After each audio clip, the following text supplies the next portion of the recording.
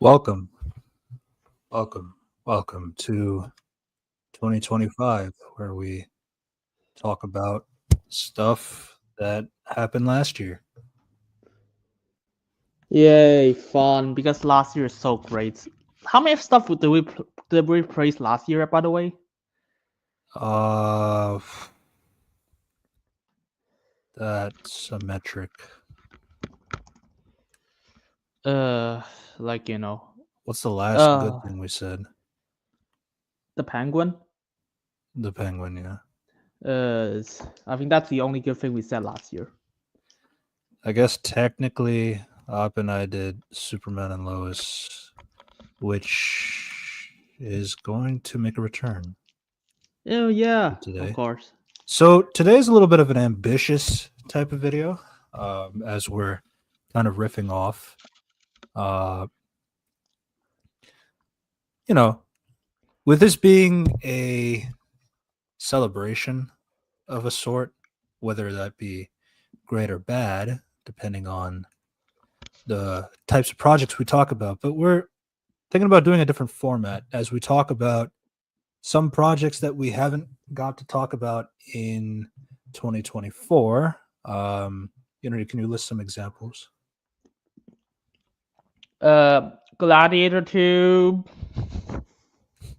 Uh, like the wonderful Furiosa, Dune Part 2, Doctor Who Series 14. Those absolutely incredible things that are totally not shit. What do we also have? Yeah, Despicable Me 4.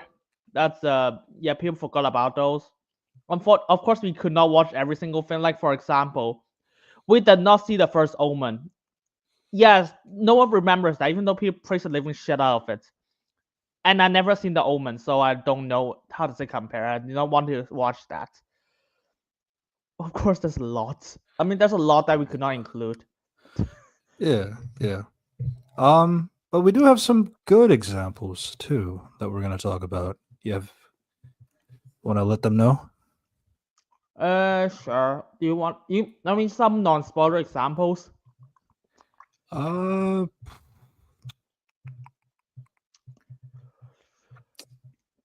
I guess Nosferatu.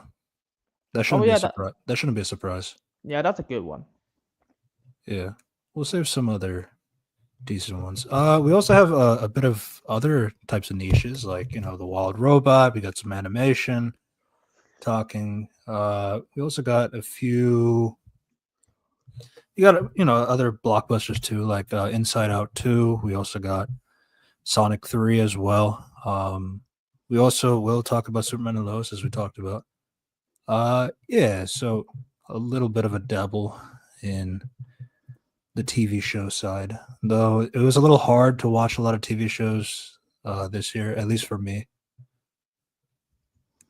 Yeah, same. It's got. I mean, I've seen some shows that we're not gonna talk about it. Maybe we can just brief it over here. Mm. Hmm. Like I'm still doing some preparation, so you just riff a little bit as so I'm. I Yeah. yeah so I seen like 2 episodes of That Boy Detective. That is from DC apparently. Yes. And So there's a bit of a Doom Patrol connection there. yeah, it's the same. It's like okay. Here's the thing. It's not connected to Doom Patrol for some reason, but like they got the person who wrote it to who wrote the episode in the who wrote the That Part Detective episode in Doom Patrol to show on their show. Hmm. They only keep like one cast member, but which to be fair, the entire thing is a reboot, so it doesn't really matter. And I Right. checked that they adapted like 2 seasons. Like they started like season 2 for some reason. Like for like the volume 2 of the comics, that volume 1, because apparently four chapters is too difficult to adapt something. Yep. And then so technically, so the show is made from the Sandman universe, confirmed by Neil Gaiman, that fucking shithead. Yeah. Both as a writer now and as a person. So there you go. Yeah, that's this is gonna be. So I seen the show because people was like, "Oh, this is good," and I was like, watched like 2 episodes, and I was so confused. I was like, the exposition like really heavy-handed. I was like, okay, you guys just saying stuff that both of you know, and like they contradicted death, and a lot of rules are not well defined. I was like, oh, how can you escape death if death can just appear at any single instant whenever you died? Because it's connected to the Sandman. Oh, by the way, the Sandman is not a good show. Fuck you, Neil.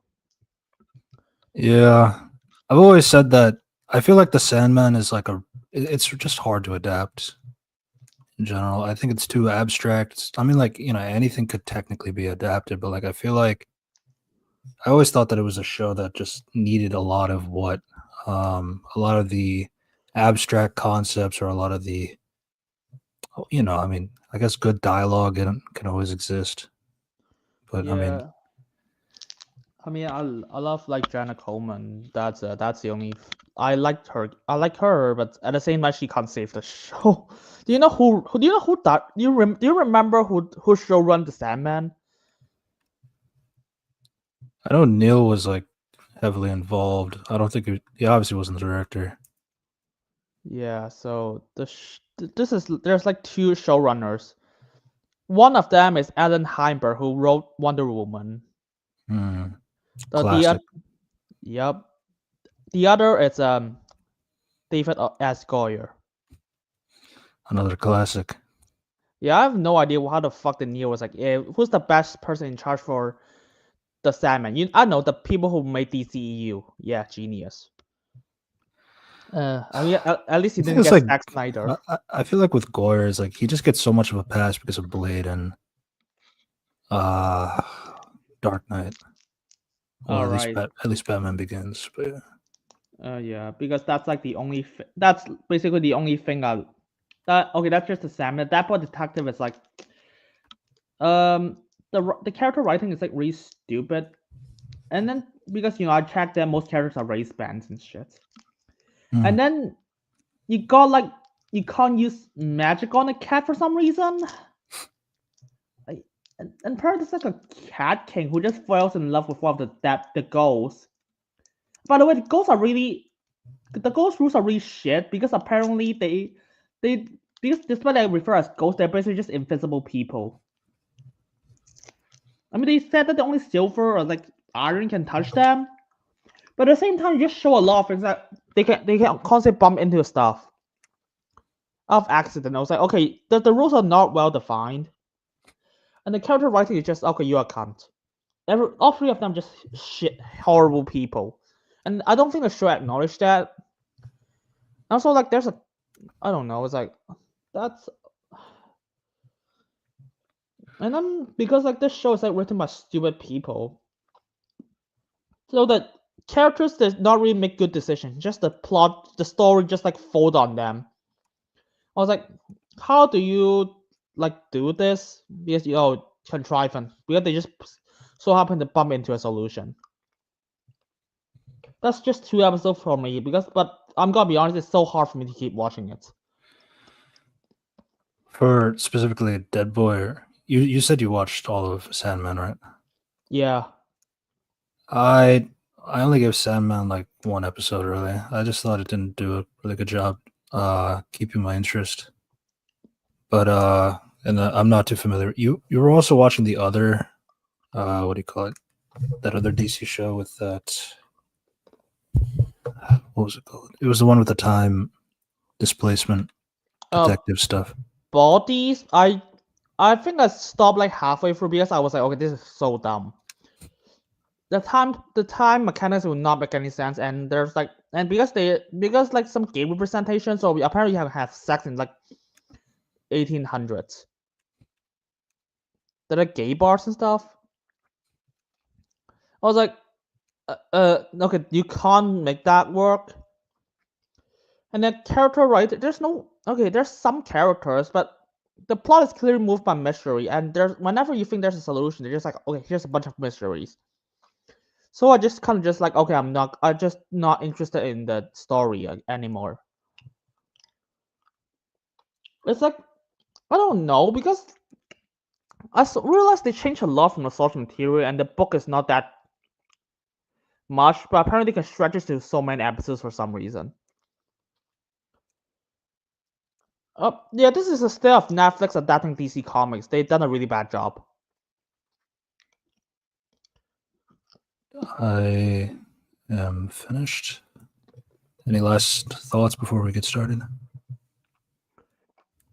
Yeah, I mean, we still have to wait for the first guest, so. Oh no. We'll get started with the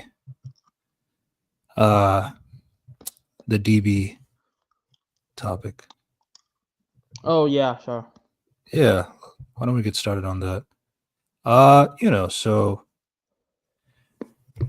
as we said, this is going to be a little bit of an ambitious kind of thing. So we are going to talk about multiple projects of 2024. And we're going to have some special guests too. Some guests that we've had over the last year. They will also participate here and there to talk about some other films that we didn't get to talk about. So we just think it's a little bit of an exciting thing to make it a little bit different from our last anniversary video as well. So yeah. Let's 1 second. So we'll start off with something a little bit silly, maybe. But why don't we talk about Death Battle? Yay! The best, and ironically, one of the best shows, best long-term show ever made. Yeah, so 2024 had 4 episodes. You mind listing them out?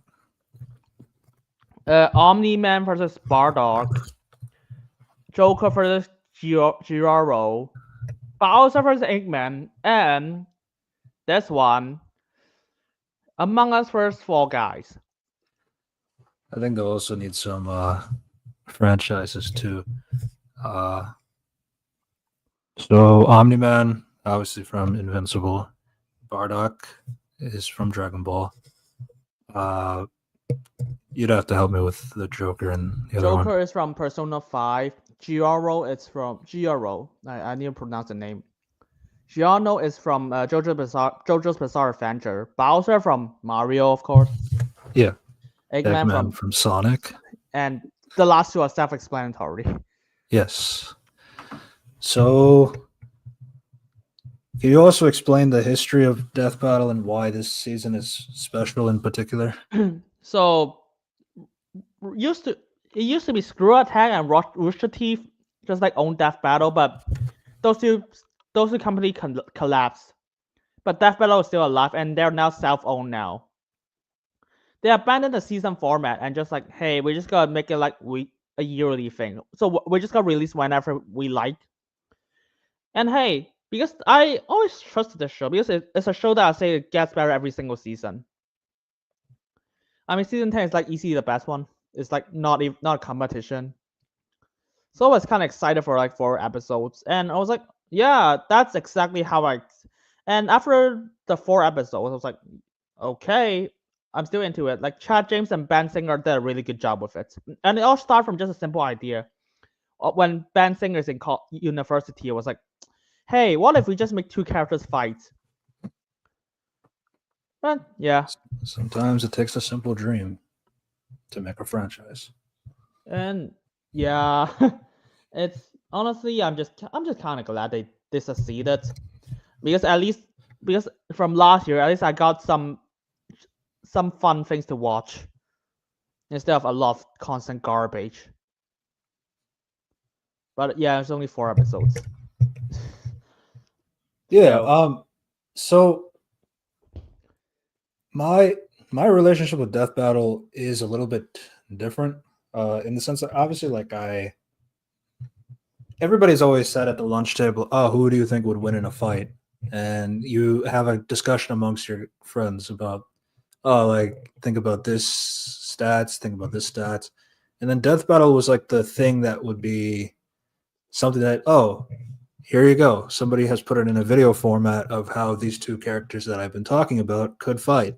And, with animation, with voice acting, and all the numbers and metrics and all that stuff to try and discern who would, you know, like, from a mathematical standpoint and to a just for the vibes is what makes it pretty special for especially a lot of people. So I'm not too surprised that like when it got discontinued because of the controversy, from what I understand, that they still were able to get like a lot of support for bringing this back. A lot of, and honestly, like the good thing too is like I feel like everything in this season has really improved. The spectacle of the animation is just fucking insane, especially when you compare it to how it used to be. Yeah. That Bowser Eggman fight is like one of the greatest fights I've ever seen. Yeah, like I just showed you like once. I was like, "Do you want to watch that episode?" I was like, "Yeah, I promise you, it's like really good." And then you just The watch it. first thing I said was "Holy shit," Yeah, because the animation was crazy. And honestly, like sometimes I don't agree with all of their like who won, but like but I mean these were pretty self-explanatory. I did understand Omni-Man beating Bardock. I understand Joker winning. I understand Bowser beating Eggman, and I understand Fall Guy beating Among Us. So yeah, I mean, like they all make sense, but I obviously like the mix of like the great spectacle of like how these fights go uh, is a lot. I mean, the Mario and Sonic type fight is like you have like all the characters from a bunch of their villain arsenal, since they have like a bunch of henchmen, and like you see a combination of everybody on screen, even if it's like for a little bit of time. It's like it's a lot to take in, but it's a lot of care and attention to detail. yeah. I mean, the fact that the Eggman versus like Bowser fight is like one of the best because they actually make like Bowser and Eggman really good characters in 4 minutes, and that's the fact they Yeah, have to constantly fight each other.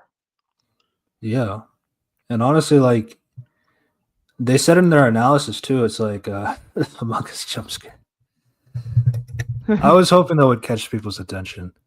So yeah, uh, Yeah, yeah. So I like as you were saying, like in 4 minutes they established like even though they said it in the analysis later, so you can also see that like yeah, Eggman is like not as good to his like minions as Bowser is to his minions. So it's like that relationship is already such a big difference.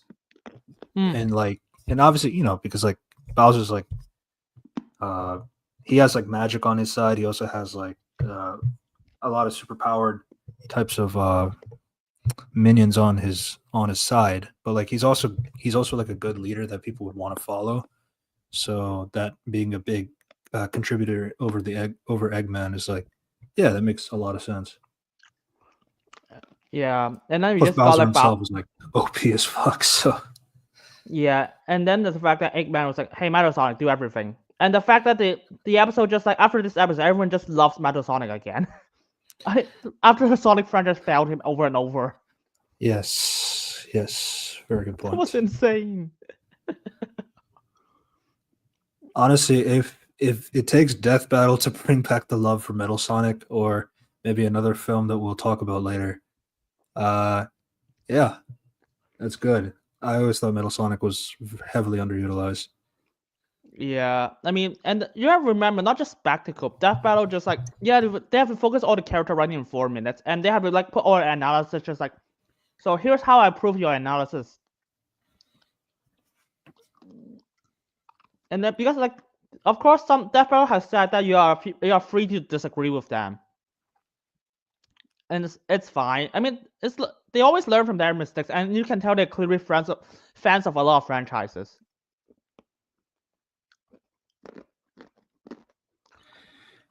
Yeah, and then I mean, I guess Operation, since you're more of a Dragon Ball guy, if we were to say that, Omni-Man beats Bardock, that would make sense to you, I would assume. I have no idea.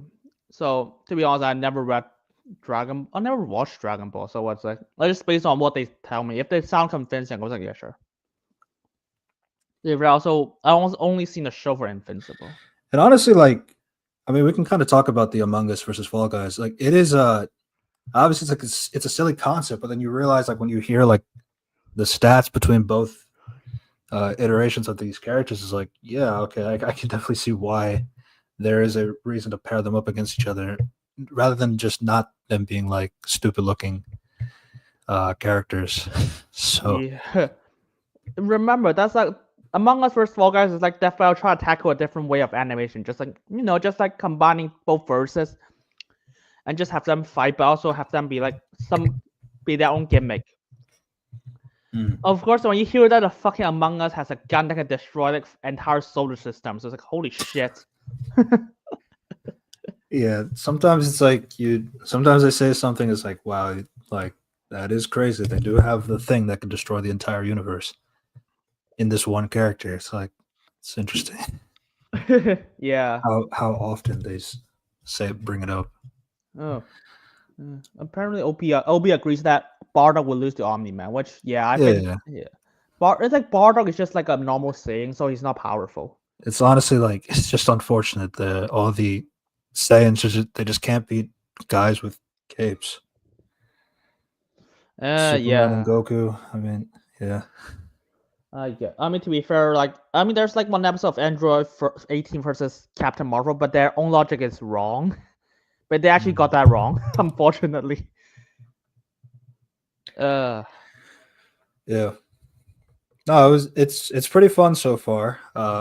I assuming the season is not over, of course. It'll continue into 2025. Do you remember the first episode of 2025, which is gonna be released like I think either end of January or like February or March or something? So I saw this like Knuckles and Piccolo thing. Is that not a part of the series? That's just a podcast. Just a podcast. Okay. Yeah, don't worry. The first episode is Kratos from God of War, for this Asura from Asura's Wrath. Which I'm surprised people still remember Asura. It only has one game. All right. So any last second thoughts before we bring in our first guest? Yeah, actually, we haven't talked about Joker versus Giaro. It's kind of hard to talk about because I'm not too familiar with either franchises. I mean, the big selling point was like Joker has like so many forms, and like a lot of those forms are like, it's just easy to like keep up with everything. Plus, he's like dealt with like universe breakers before, so when you heard that, you just like, okay, he's gonna win. Yeah, I mean, like they spent a lot of the time like showing him like getting decked, so it's like, okay, so there's something gonna happen where he's not gonna get decked anymore, and then and then even I do feel like they do that a lot. It's like they like the winner's like very obvious, but like we need to let the other guy like do something to make it an even fight. Sometimes that's the case. Yeah, I mean, sometimes you just got Omnium versus Homelander. It's like, yeah, fuck it, we're not even gonna try to hide that. Nah, that was just crazy, man. Yeah, and hey, that's still the only Christmas death battle: Omnium versus Homelander. Oh yeah. So with that, but Sonic, I mean, Bowser and Eggman is like top tier shit. Even if you're not a fan of Death Battle, I'd highly recommend that. Yeah, if you just like, I don't want to watch the analysis, just watch the animation. Just look at the fight. Yeah, you can literally just go on and just like, okay, fight only. They just show you. Yeah, and with that, let's bring in our first guest, Operation Bagel, our most frequent guest. I guess so. Hi. What's up? What's up, man? And instead of talking about Among Us and Fall Guys, we're going to talk about Superman and Lois Season 4. Woohoo! Season brought. Yeah. So we're starting off strong, as you can see. Good things to say. Mm-hmm. So, yeah, Superman and Lois Season 4. Our last season in this franchise. because WB thinks that having two Supermans would be confusing to the audience, so that is But- why we're stopping this. But why do I have 3 Batmans? He gets a pass. Fuck you. So yeah. Oh well. I mean, fun fact before that. Mhm. This is the third time they plan to have Brainiac for the Brainiac, yeah. Brainiac in a Superman sequel, and this is the third time they failed to do it. Jesus, Brainiac is never gonna get adapted at this point. Well, He was in the Krypton show, wasn't he? I didn't. he I'm was not in the sure. Krypton show, but it's no Superman Yeah. would be the Because, like, point.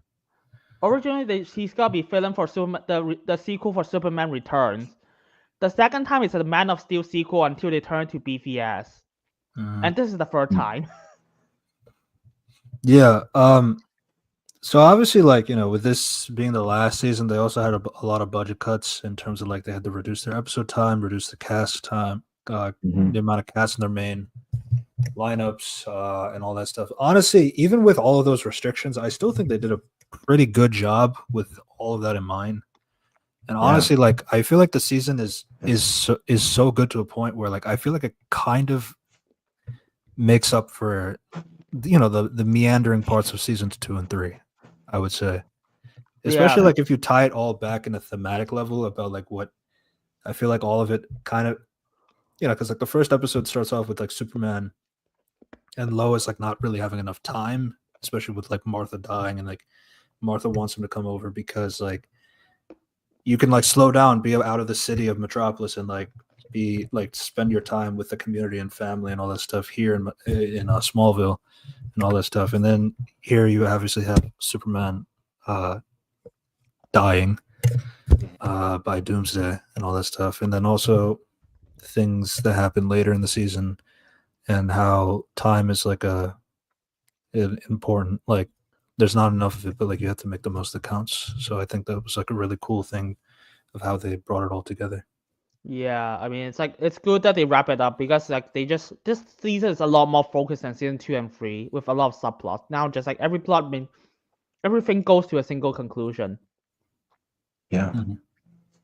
I really think that they did the best, pretty much did the best they could on like with everything against them.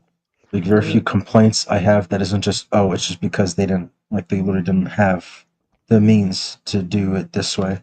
Yeah, I mean, I think the first problem I have is like, how can Doomsday like perfectly take Superman's heart out? I keep thinking how this big monster can just take his heart completely well, and there's no giant hole in his chest. Yeah. I guess it's like because like they've There- also there kind of was at said it's like first, because but- he is Bizarro, just mutated. That's the only thing really. Yeah, because I keep wondering, like, imagine Hulk can just like rip someone's heart out without breaking it in his own hand, or just perfectly craft it, just cave it to the chest. I was like, okay. I think that's like one of the few problems I have, which is not a lot.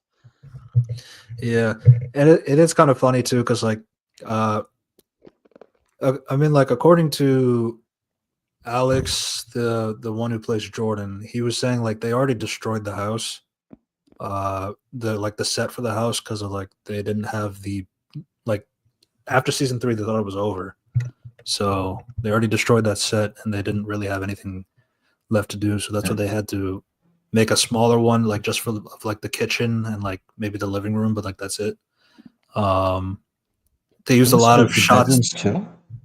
Yeah. That was in season 4. Yeah, right. Yeah. He was saying like some of these things were like done like in the barn or something like that, or like like how they did like a lot of. There was like 2 weddings in the Kent's farm, Yeah. which is funny. Yeah. He was saying like a lot of the sets were like definitely gone by that point. So they had like I mean like in Smallville, whenever they had like these action scenes, they were like all like pretty much in that center From shot, like street. in front of the diner and everywhere. Yeah. Doomsday lands like perfectly in that same spot all the time. So yeah, it's those little things though when it comes to the budget. So you can just tell they have a lot of on location shots. So it's like, oh shit, shoot it in public. Okay, where do we find like the daughter for Lex Luthor? Oh yeah, get a public diner. Hmm. I mean, Honestly, yeah. yeah. Honestly, like because they talked about this season like using elements of like All Star Superman and stuff like that, and I thought it was like really interesting how they used uh Sam's heart to replace Superman's heart as a way to like show that limited time that he has. Like, so he has like the heart of a 60-year-old man, so he's gonna die like a normal person Mhm. any time. So I thought that was an interesting way to go about it without like the god cancer. So that Oh was that yeah. was pretty interesting, and I also like how they handled like Lex Luthor. Like he doesn't really start off as like the rich guy because he started off in prison, and then you kind of have to see how he works his way back up to some degree. So yeah, their dynamic with Superman and Lex are like already like very different from every other iteration of him. So I thought it was a very good from Michael Cudlitz as well. I mean, I like Sam Lane's death. To be honest, when I saw the episode, I was like, okay, Sam Lane's gonna die. I was like, without hesitation. Yeah, I do feel like so I feel like the writing is like kind of very simple at times, but like it's still really good to the point where like I can look past it. I mean, I think my biggest problem for episode 3 is like, okay, here, hello, I'm a new guy that introduced like 10 minutes before the episode is over. I was like, yeah, he's gotta be like a plot device and betray you. Fucking hell, guys. There you go. Yeah. Of course, they gotta be like, oh shit, he gone AWOL. I was like, okay. They have to explain him away, so I was like, okay. But Sam Lane's stuff is like really handled really well with it. It's like, oh shit, I'm gonna kill myself to save everyone. Yeah, oh my god, it was such a Dylan Walsh was so fantastic, man. It's just like because he was talking about like how that day you came to my house, like you came to me as like I want to marry your daughter.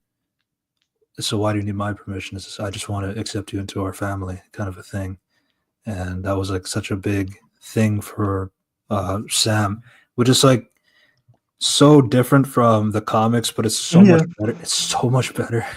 The Sam's guy's pretty great. I wonder what he's like in the source material. Oh. Yeah, he's like Hitler, but like American. What did they just like, let's just say make Sam Lane bad because military are bad or something, I guess. It's kind of that, pretty much. Oh Jesus. And but it's like Lois is the wife. Lois has like a mean dad, that kind of trope. The mean dad who is kind of like a terrorist. So no, but like no, the Sam is infinitely better. Yeah. Oh yeah. It's and I'm just kind of sad that Dylan Walsh did not return for like at least the last episode. Yeah, when they were doing the heaven stuff. Yeah. Which honestly, like I've seen some mixed opinions on that. But like before we get to that one, Jordan getting his powers. On that scene? Like just like the stuff after the death stuff.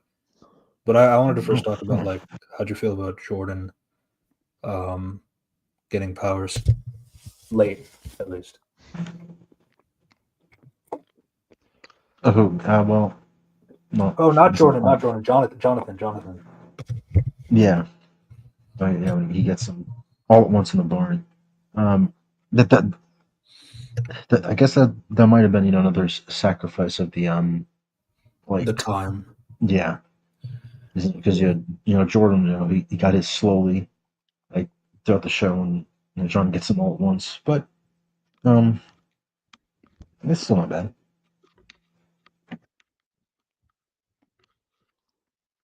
I mean, yeah, I like it because the show is got rapid, so they might as well just give him power. So he just gotta be like, he's excited. He's been watching it for his whole life. But because he has been living for a while without like power, so he has a lot more time to just humble himself down as a normal person first before he accept the responsibility. Yeah, the scene itself where he gets them is like his performance there is great. It's like Honestly, When he's breaking down. I really like both Jonathans, like both actors they Oh, had, uh-huh. but I think this one is a little bit better because only because like I feel like he looks more like a twin to Yeah. Jordan too.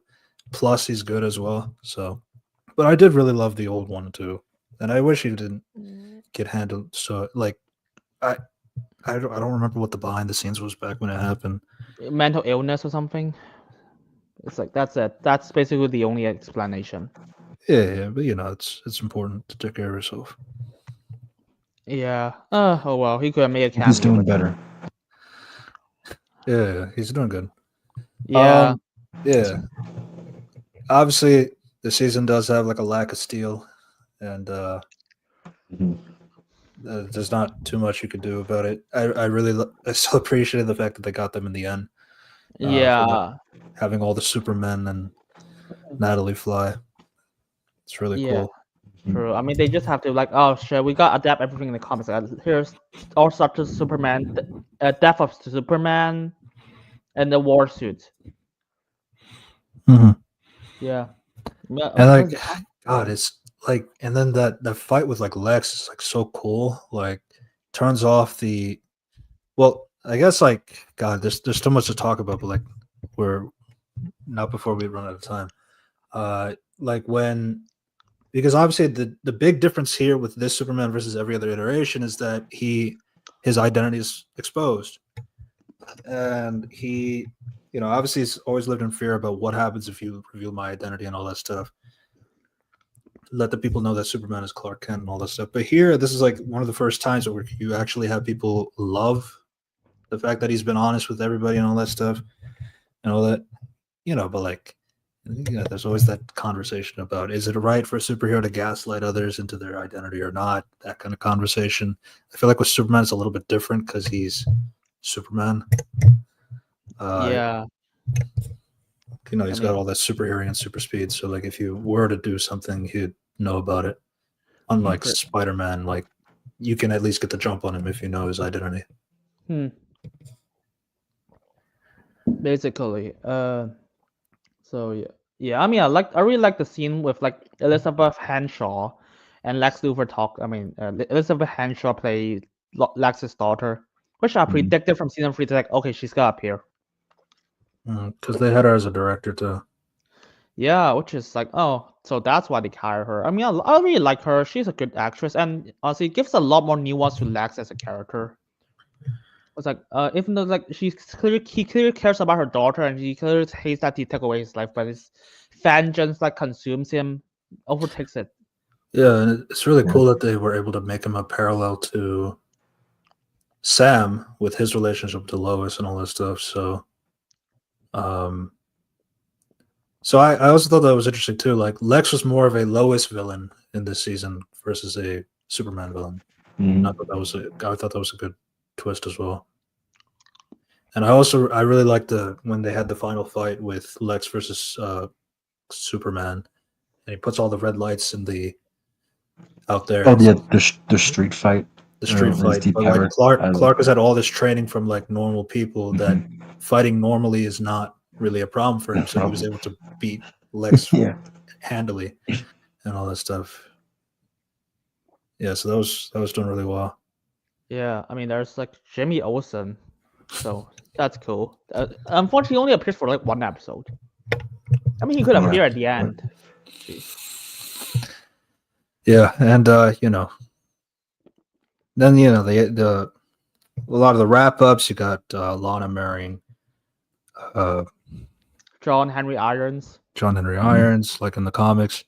You have all the Supermen flying. You also have Lois and Clark growing old. And honestly, this was like this was kind of a mix of a discourse like that was coming on. Like, was it necessary to see all that stuff? Like the full life of Superman, including the death and stuff after life and all that stuff.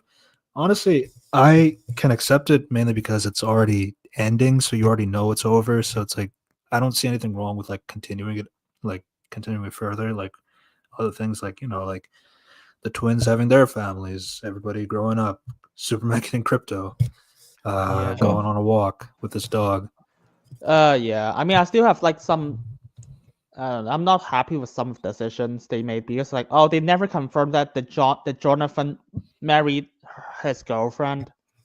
Like, I literally go through IMDb and they did not say that. Yeah, I guess the to be fair part is like they also aged up the twins to two different actors. One of them being That's it too. Like, Bitsy's husband. yeah, I seen Grim, so I was like, yeah, I know who you are. But And they never bring her back in any episode, which I guess to be fair, they already made a bunch of budget cuts, so Wait, they don't bring who back? Jonathan's girlfriend. she has Candace? she has a cameo in the last episode. What the fuck? She's in Oh, the she funeral. does? She's in the wedding. she's in the show. She's in the wedding. She's in the wedding. Yeah, everyone's in But the like wedding. I mean, to be fair, it's like you're saying like the son, he grew up, so he's older, so technically she could be his wife. But like we just don't know if that's true or not. Yeah, I just like oh well. Jordan definitely didn't marry Sarah. Yeah, Which is that's fine. I guess fine. not. It's fine. I mean, So yeah, Superman and Lois. it's great. I mean, I think like Superman died at 70 years old according to not 70 years, like for like a 70 years old according to IMDb. Because apparently they cast an actor to play a 70-year-old Clark Kent, but he never made it in the cut. So Clark died at 70 years old.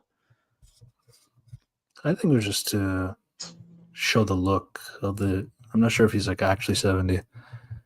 No, the IMDb literally says 70-year-old Clark Kent. Oh, okay.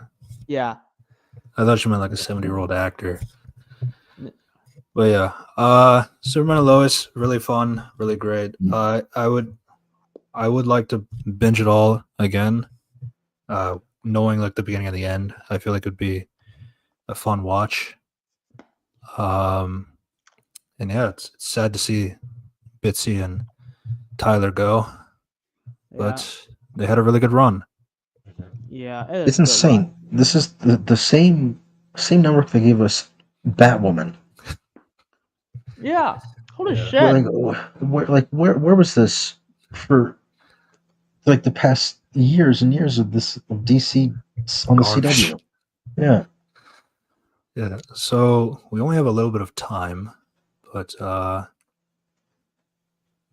Shadow Generations. Yes. Operation. What are your thoughts? I like it. Yes. Sonic Shadow Generations, a remaster of Sonic Generations and a new Shadow campaign. I guess since we don't have too much time, I'll just talk about the Shadow campaign. I think it's really fun.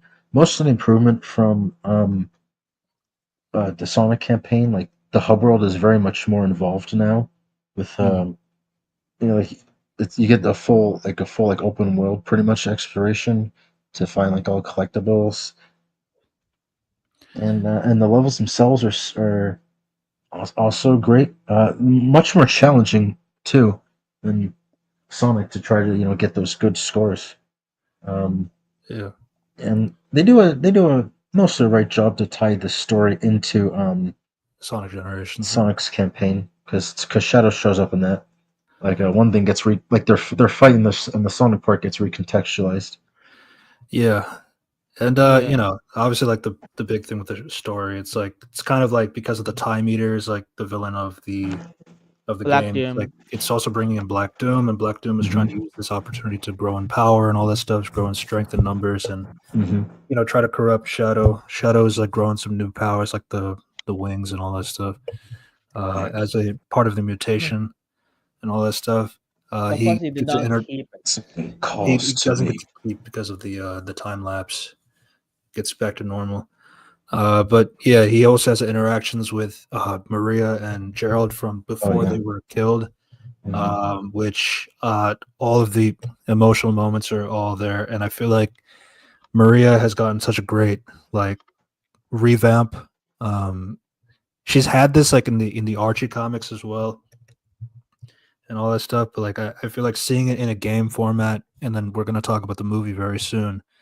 I just think they've done like a really good job, like especially with the prequel to the game, like Dark Beginnings and all that stuff, like showing Shadow's like kind of he has like the edge, but he also has like the soft side as well. And I Yeah, think I they did mean, a really good job with that. this is like the one that's like explore a lot more when it comes to him and Maria, and Gerald was like, oh, thank fuck, because I actually give a shit for once for Yeah. the characters. Fucking, I mean, they tried with Sonic Frontiers. Unfortunately, I remember the previous games. Hmm. Yeah. Oh well, it's like, yeah, Shadow Generation is really good. I'm glad they bring Rouge back. Yeah. But yeah, they should really have Rouge in Sonic 3. Apparently this is a hot take. Yeah, and I remember when it was rumored that Christian Ritter's character would be like that. Should voice Surge. No, she just for some plot device character. Just please, basically. so yeah, I really enjoyed it. I think because of Sonic Generations, like Sonic Generations was like a an anniversary game, so like I feel like the story wasn't super compelling to me. It was just it was definitely more so like just enjoy playing the levels with a 2D Sonic and a 3D Sonic, and then like the gameplay was really fun. So it's definitely like something that keeps me hooked, and like seeing the old characters again in this new game. So I really enjoyed it, but I feel like Shadow Generations had the advantage of actually developing a story, because like people know the original games, like now you can focus on the character and the story with him, and they did a fantastic job with Mephiles in particular. Like, I just want to exist. Yeah. God, it was so heartbreaking in just one line. Yeah, I mean, Maria's death again, really good. Maria's Gerald's, I mean, I Mhm. think the only gripes I have is apparently you have to pay $6 for one level of DLC. Jesus. Yeah, the movie Keanu Shadow Reeves DLC. Shadow, yeah. Yeah, that is not worth it. Absolutely not worth it. If you tell me that the game has like 20 levels, like yeah, sure. It was only like $5, if I remember correctly. It wasn't too. $5. Holy shit! It's not too bad. $5 for one level. Wow. But yeah, Operation. It was good to have you. So we got our next guest coming up. So yeah. See you later. See No ya. problem. So Shaq is gonna be up here. Oh, he is here. And Shaq is here to talk about Sonic 3. What's up, Shaq? So Hello, Ed. what's up? What's up? Hello, Ed. I don't know you changed your name to Ed. No, that's his real name. That's not really, yeah. And we're rocking the Moon Knight avatar. You know what I'm saying? Because we play Marvel Rivals, where Moon Knight made. But that's besides the point. Yeah. Yeah. Fucking Dracula. So yeah. They announced the trailer. It's just funny because I played Moon Knight, and then they announced the big bad of season 1 is Dracula, and it's he has like an eternal night on. That's a whole other thing. That's cool as shit. That's all. But we're talking about this movie, so who's gonna say their takes first? So yeah, Sonic 3, the third installment, of course. After that horrible CGI monstrosity that they were supposed to use with Sonic, and then they fix his design, and then now you got a third film. It's funny because I was reading like they're planning a fourth thing. They're also planning another TV show, and they were trying to see how good this movie would be produced. A lot of video game movies are doing well. Like for instance, like the Super Mario Bros. Movie did really well too. So it's like, I think that's the only example. Unless you're gonna mention Borderlands. That shit was ass. I don't know. No. Yeah. I mean, if the Minecraft movie is as bad as I think it's gonna be, that's gonna probably hurt the video game lot. Like, I don't know. It's fine. Yeah. So Sonic 3. So yeah, Sonic 3 is a little bit of it's pretty much an adaptation of Sonic Adventures 2 to a degree. Obviously with the new inclusion of Shadow, as we talked about in the Shadow Generations. It was the year of the Shadow for Sonic, the Sonic fandom. So you had both the game and then this movie coming out, really hyping up the character, which is fair. A lot of people love Shadow. I love Shadow. Do I think he's portrayed well, like really good? I was like, okay, he's really, when you don't think he's just supposed to be, he's just edgy, like, and I do think Keanu Reeves' voice is almost perfect for Shadow, like, which like it was because I didn't trust them when they chose Idris Elba to be Knuckles, but like that's kind of like funny, I guess.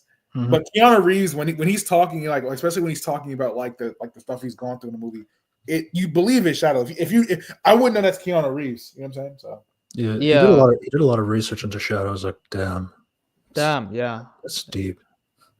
Unfortunately, I prefer game version a lot more. Yeah. Just one. I mean, just Sonic Adventures 2. I still prefer it. If only Shadow exists in that game only. But like with Sonic 3, it's coming off of like Sonic, Knuckles, and Tails. Like they pretty much are really good friends at this point. That their dynamic is really fun together, and they get called up by Gun that there's this disaster happening in Japan going on. Where's that damn fourth Chaos Emerald? Yeah. Yay! I'm sad that Shadow never said Chaos Control in this movie. That was like the weird one. I would have thought they would have done that, but I guess he never had access to an emerald, so I guess that's the reason. Because he's been him even like knocking, like this is one of my gripe. Him knocking when he was fighting Super Sonic and he knocked the emeralds out of him. He doesn't. Yeah. He should even know how to do that. Like because he's been on ice for like 50 years. And obviously him being able to match the strength of a Supersonic, like when he's in base form, kind of crazy. I'm a little power scaler, but like it's kind of crazy. Yeah. It is like I guess the only, to be fair, part is like in Sonic and Knuckles, like that game, like Supersonic is in form and then Knuckles just surprises him and knocks all the emeralds out of him. But like I guess it's a reference to that. But it doesn't make sense. I don't know. No, it does not. I mean, and then you just have to factor, like when Shadow goes super, he should be dominating the entire fight. Yeah, if he was able to, that's why I agree with. If he was able to be at least competent with Sonic or competitive when Sonic is in super form and Sonic is trying to actively hurt him because of what he did to Tom. So like it's not like Knuckles knocked the emeralds out in the game. Yeah, don't worry. I have a lot of comparison to the games. They did not play the song from Shadow the Hedgehog. They played "Live and Learn" from Sonic Adventures 2. That is, I'm not gonna lie, that song is peak. That song is peak. I was surprised that they used it, but like it's a great song and sounded great in the theater. Everybody was so hyped in the theater, like at a lot of moments. Yeah, I mean it's fun. I mean I enjoyed it, but I can hardly call this like amazing. I thought it was so. If you accept it for what it was, and like it's Sonic is a pretty decent trilogy. The story wasn't as good as, let's say, the first movie or the second movie, but like I like the moments, like the fight when they were fighting across like Earth, and it kind of reminded me of Goku versus Vegeta. Yeah, which obviously I'm a anime fan, so but like really enjoying those moments, like the moments like with Eggman, like Jim Carrey also like is amazing. I don't like him being still like, because isn't he like almost 60? Isn't he like old or something like that? Like he's over 60.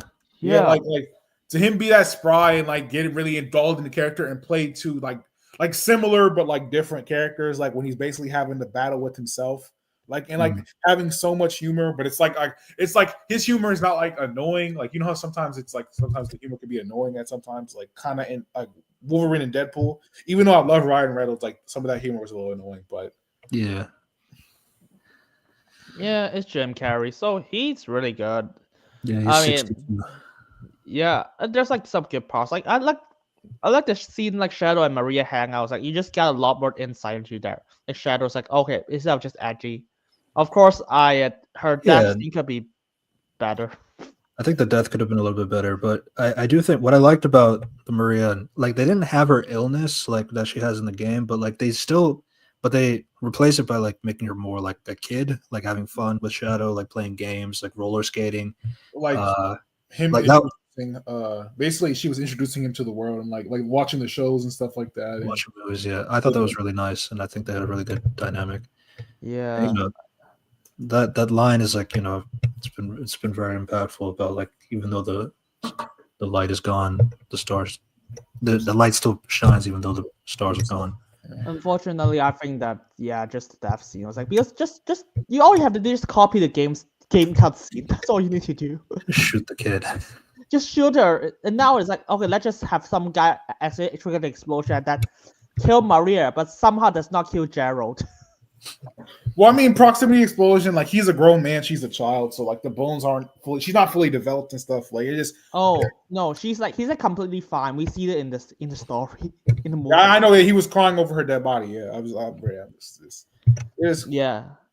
What would you think of what is it Gerald's plan to like basically blow up the planet with the chaos energy? Like what like. Yeah, so it's obviously different from the game in the sense of like well, obviously the big difference is that Gerald is alive for one, whereas like in the game, like he has the badass like you have to remember he's saying this thing in like do you have your last words in a prison cell where he's about to be executed, and like yeah, I'm gonna have this thing blow up the world and everybody on it, all that stuff, and there's nothing you can do to stop that. So by here, obviously with Gerald being here and being the antagonist, I think it makes sense in the sense of like how he's using Eggman's like intelligence against him so that he can like pretty much get up to the space arc and all that stuff, and yeah, he's also his plan is going to kill everybody, including myself, and everybody will die for what happened to Maria. You also like kind of see like the difference between Eggman and Gerald, where Eggman basically is lying. Like all Eggman really wants is like, I guess, well, they're making him more a little sympathetic. Like he really just wants connections with people or something like that. Because he's so smart, he doesn't have that. And the one person he sees a connection with is really just using him for like his knowledge and stuff like that, which is kind of crazy. And like the line when they're fighting, he's like, "You're no Maria," and it's like which is kind of like obviously like it's in that moment you don't really care about Eggman, but it's like it's kind of sad because all bro wanted was like a friend. So. I mean, I wish Gerald was not like tossed aside the climax. Like he got like tossed aside really quickly. Yeah, it was like a little flick, and then he went right into the like the reactor, and then poof. It was funny, but like it was quick. It is quick, and then I mean, of course, I always prefer the game version more. Like he's like he died already, so it's like you just got like you can see like his reflection with his grandfather of Eggman, and like how does it motivate him because he can never be like his father. He's like a good person. Yeah, I think it makes sense, and that's kind of the thing about this movie is like I feel like it makes sense because they specifically said that Eggman is an orphan, so he doesn't know where he comes from or where his intelligence comes from. So having Gerald here physically to see him is like this is where you get your intelligence from. I think it makes sense in that regard, and then also the same thing, like because like obviously there's like comparisons between like Shadow's conversation with Amy in the game versus Shadow's conversation with Sonic. The thing is like. I feel like both iterations work for their iterations, but you can't flip them because Sonic in the movie has like a thing that connects him with Shadow, which is like he experienced the death of Longclaw, and how did he live with that, and like how does he deal with like even though Tom might be dying or he might be dead, he's still not going to succumb to his like that dark side and become evil or do something to kill somebody who doesn't deserve it or like anything like that, or you can always be redeemed in that sense.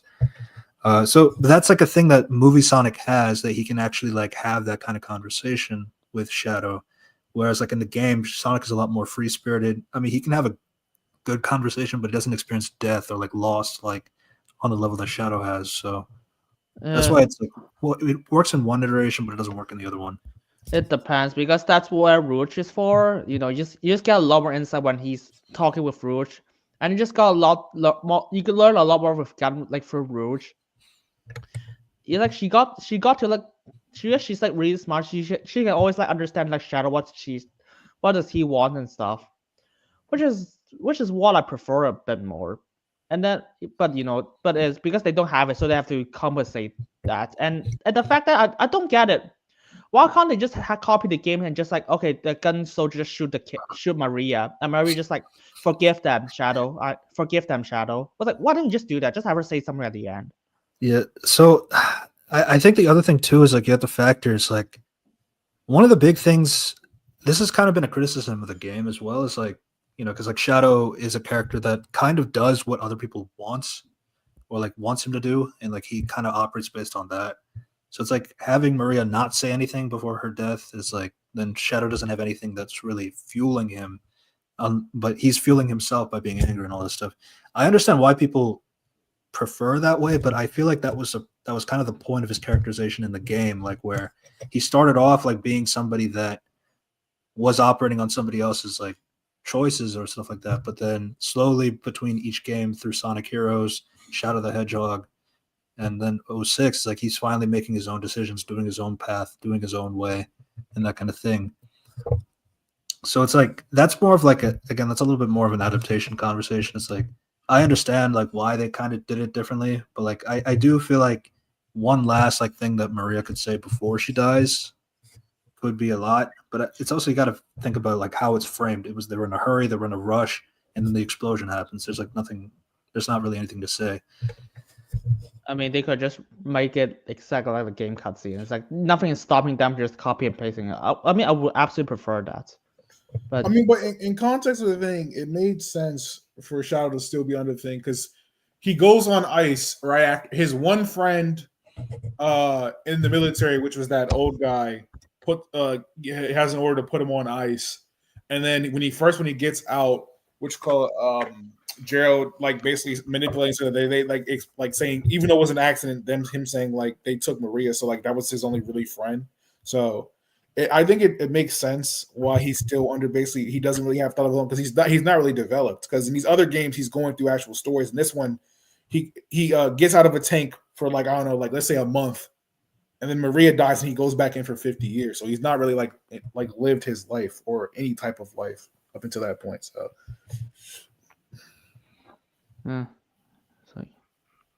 Yeah, it is like obviously like being a fan of Shadow and all that stuff, and like obviously just playing like Shadow Generations, all that stuff. So you see like a lot of comparisons.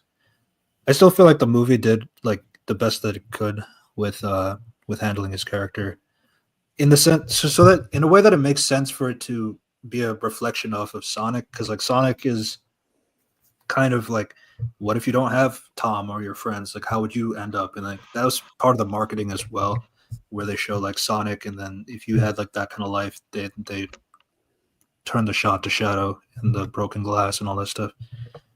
So like obviously it like thematically that's kind of like what they're going for. But yeah, they did tone down the humans like a lot. Even Tom and Maddie are like in like sidelined 3-4 scenes. Yeah, they just like had some infiltration bullshit. It was like just tell them was like they can't just like, hey, gun soldiers, they can go steal your stuff. Done. Yeah, they have. Yeah, I mean, I thought that was fine. That one guy when Sonic had to get the Chaos Emerald, that one guy from the Knuckle Show. Yeah, Wade. Yeah, that was he's actually in all 3 movies. That wasn't. I haven't seen a Knuckle Show. Just that interaction alone, I don't like him. But it seemed corny as shit. Like that didn't make me laugh. Yeah. So, God, if I explain the Knuckles show to you, it's like basically it's not a Knuckles show; it's a Wade show featuring Knuckles.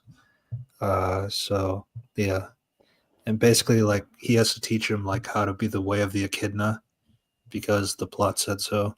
My whole thing is like that dude wasn't even funny though. So is it at least humorous? Like, is there like did you laugh during it so home? Like, I'd give it like 10%.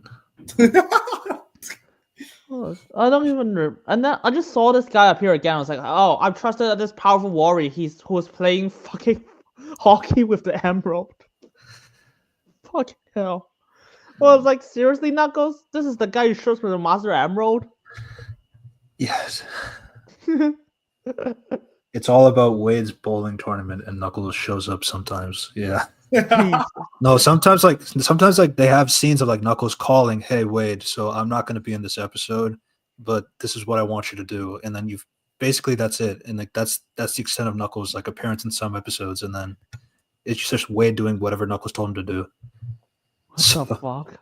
It's I don't know. It's like why greenlight a show if you're not going to use the title character? I don't know, because they realized, oh shit, money. They don't have the budget. Yeah. I was like, that don't make the show. Yeah, because like that's what I'm worried about with like a Shadow show. It's like Shadow has like a lot of history that you can use, but like, will they have the budget to do that? Now I feel like they won't make that mistake because I feel like Shadow is more of like a. What I heard about the Shadow show is it's a Shadow show, but they said that depending on how good this movie does, it's called worldwide, it might turn into a movie. Like it's just a separate, like it might turn into a spin-off movie because that's what I heard. That's what I heard. Now, I think it's a good move. That should be. I mean, just adapt Shadow the Hedgehog game. Just have him fight Black Doom. Yeah, let's just tone down the fucking edginess and the guns and all that stuff. I mean, he had a gun in the movie though. He did have a gun. The gun in the movie, but at least it was that one time. That's the thing. You can have if it's an energy gun, you can have a gun. So I don't know, like. Yeah, that's true. Yeah, I'm sad that they did not reference like Ryuko from like Kill la Kill. Apparently, in game canon, his favorite anime is Kill la Kill. I mean, okay, yeah. I mean, he did a Kira slide though. He did a Kira slide. He did do the Akira slide. Yeah. Oh well, that's. I mean, we only focus on Shadow. We didn't barely talk about the other characters. I did talk about Sonic a bit. Knuckles and Tails didn't really get that much to do. I guess it is fair. Knuckles really, I'm not gonna lie. Not Knuckles was cool. He came in clutch. I fuck with him. He's still funny because he's unserious. Tails just kind of was a little bit of a bitch, to be honest. A little bit. Like I know it's Tails. Like I know he's like a kid, but come on now. Like it's the third movie. Tee up. Like you know what I'm saying. Like that's true. He did try to save Sonic. But especially in that moment when they were he thought Sonic and Knuckles were about to fight, and he's kind of like sitting there like no yes, like that's the drunk parents are fighting meme. Yeah, yes. I mean, I like the Knuckles save Tails and Sonic after Tails failed to save Sonic. That's a good one. Even though it's a bit contrived, I think. Also, when they're trapped with the gravity stuff, and Knuckles comes in and like smashes through the glasses, like, and he's trying to break for I thought that was cool. What'd you think of that whole the Eggman laser scene where it's like it's like a joke or something like that? I thought it was humorous, the little dancing thing. The entire time I was like, okay, you did not protect your face, you dipshit. It was something to think about, like all the dancing. It's like, yeah, it's just not going in your faces at all. But yeah, I mean, I had fun. I mean, I was watching it in the theaters, and everybody else was like laughing. So it's like when everybody is having a good time, it's like it's good to have a good time. It's fun, but at the same time, I just can hardly call this like it's fine. I think it's fine. There's a lot. I mean, I talk about my problems with the movie. It's like, and what they could have just adapted from the games to make it better.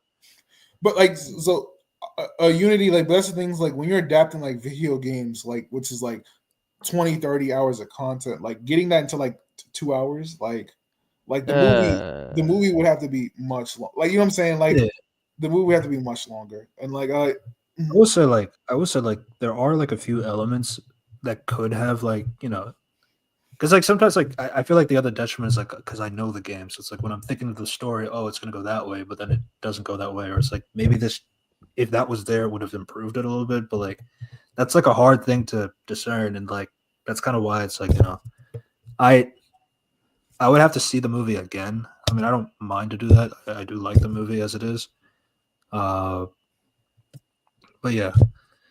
Yeah, But that's a little bit more on the shadow side. Like I still feel like, because obviously it's not a movie's not just Shadow. It's like it's a Sonic movie. Like, and how does Sonic tie into with the Shadow story and all that stuff? So I do think they did pretty decent with that. Their conversation on the moon is pretty much yeah, one of the highlights. yeah, pretty much. I mean, Before, obviously, before the Live and Learn. oh yeah, there's like a lot of like No, good the dialogue. space fight scene where you see the difference in towers between Shadow and what was called Sonic, and Shadow's doing like the little arrow thingies that are like the chaos control arrows or something like that. That was cool. Chaos Spears. Yeah. Chaos Spears, yeah. And then they also had like obviously they had some shots from the game, like you had like the epic dap up where they turned into super forms. Then you have like where they zoom past each other in the kind of a bit of a fourth wall break, but it's a classic image. Yeah. And then yeah. I mean, there's a lot of good payoffs, like Shadow Coco died. Yeah, I just wish they didn't reveal that he's like alive. I know he is alive. That's not what I mean, but like I wish they didn't do that. Like you wanted to be a hint for Sonic 4. Like like without the mid credits. All right, so speaking of the hint, what do you think of the Metal Sonic Amy thing? I don't know how to feel. I like Amy's introduction. I do not like Metal Sonic's introduction. It's like because Amy just one hit kill every single one of them. Yeah, that's mainly it. It's like I enjoyed seeing them. I like seeing them. It's just like the fact that like Amy like destroys all of them by herself is like fine, but like I don't want you to depower like Metasonic so easily that like one person could take her out with like. I mean, well, I guess with the whole thing with robots, they could say like that was Metal Sonic version 1. There could be a version 2 or something. Like that. Like to make it stronger or something. Like, my whole thing was so I know a little bit of the Amy story because I'm not like I know of Sonic and I basically know up until like the Shadow stuff, but like the Amy stuff. There was also a rumor that like after that we'll be getting Silver. I don't know that. I don't know anything about Silver. I just know he looks like he gives me Trunks vibes. But I mean he's basically inspired by Trunks. Yes. So that's the only thing I know. So I'll be waiting. So if I gotta watch Sonic 4 to get Silver, which is my Trunks, like we'll do that. But doubtful. But he will be from the future. He is from the future, so that's like. I think they'll have to do some kind of time travel kind of stuff, but that's a little bit down the line. If they adapt Sonic 06 or Sonic Generation something, yeah, maybe. Yeah, Sonic 06, very glitchy game, but I think the story was like pretty. So good. From what I heard about their things, like they're trying to like. Depending on how good, like because this movie's supposed to, I'm saying how good this movie's done really well. Sonic, it's already a $1 billion franchise. Yeah, so they're trying to try to adapt more properties and probably gonna save like the Amy and Metal Sonic and Silver stuff for movies. But they also heard stuff of like Team Chaotix or something like that with like Vector and them. That's what that was a rumor in the rumor mill. I don't know how you feel about them. I just know about them. And then, I pretty much like all the Sonic characters for what they are. The Shadow team, the Shadow show was going to introduce Omega and Rouge. Yeah, so it's good. Hopefully just don't bring up the human hedgehog relationship from Sonic 06. Yeah. No, I'm still upset that they're not they have a perfect way to introduce Rouge. It was like, oh, we got heist into a gun building. I was like, who should we get? I was like, Rouge. I think was a fucking. But I also think the hard thing though is like because they've already established like these guys are aliens, so like that was like another thing too. Is like Gerald did not make Shadow, like he didn't create Shadow the robot. He's an alien that fell from space, and I feel like there was like no, like that was just the extent of it. I feel like that was like being vague on purpose so that they can do it in a Shadow project or something like that. Like where does he actually come from as an alien and all that stuff? So. That's kind of it, but I did like the movie though. I call it peak. I don't know about that. I mean, so as you saw when I saw it like the day after Christmas with my brother, and I thought it was peak, but that was like my first. But I'm looking back at it, I was like really excited. Yeah. So and I gotta ask George this, and I asked Drew this because Drew also saw it. Unity? So what do you give the movie out of 10? 6 or 7. So, 6 or 7 is fair, I think. so originally I'd give it an 8, and I was saying like it might be 8.5 because I enjoyed it so much. But looking back at it, it's probably like a 7.5. I still really enjoy the movie. Yeah, I think we're around the same I ballpark. enjoy. I just think a bit. I was a little bit more critical because I was like, oh, this is like really good. I was like, yeah, sure. I mean, I had fun, but yeah. Now I will say, you guys probably know a little bit more of more of the Sonic lore than I do because I know Sonic lore, but not as much like as you. And Yeah. So maybe you're more stickler on like the story, but as a casual fan, I feel like there's a lot of like because George is really kind of casual when it comes to Sonic. He enjoyed it. So Yeah, I mean, I felt like a lot of casual people enjoyed this movie more than the other two because like it has more like less humans and more Sonic iconography. So I think it's a bit of a sign. I mean, it's also doing well in the box office as well, so it makes sense. Oh yeah. Oh But yeah, that's Shaq, so it was good. Good to see you. good to see you. And so if you ever want to play, Reed Richards is getting added to Marvel Rivals. If you ever want to play, yeah, And I- also Sue Storm. it's Oh. just the new milk that everybody likes. So yeah, it's good Yeah. milk. It's elite milk. So Yeah. that's Even fair. mommy. Black Panther and Namor want that milk. So Yeah, Mhm. makes sense. All right, subscribe to Trikage and Shaq. We'll see you next time. Thanks, man. thanks Yeah. for having me. Yeah. See you. And now we bring in our next guest. Hey. What's up? Talk about How are you two doing? Good. Nice. Good. So, about a week ago now, I watched Anora with Unity, and Yeah. I thought it was very, very impressive. I was very pleased by it. I was surprised. Yeah, it's been highly rated. Mhm. All the critics and all the discussion tables and all Yeah. that stuff, like this is gonna go for the award season, all that stuff. Which obviously there's a lot of caution whenever that happens, but Mhm. I do think Yeah. it lived up to that. I hope Yeah. he won the Oscar. So Hopefully. It didn't Yeah. get a single win for all the nominations it got for Golden Globes. So. Yeah. No. Yeah, somehow because they just give it Amelia Perez. Everyone just hate on Twitter. It's like, okay, fine, I'll watch it to judge it myself. Yeah. Yes. Mikey But- Madison is Anora, written and directed by Sean Baker. I haven't seen anything from Sean Baker, and I'm not that familiar with Mikey Madison at all.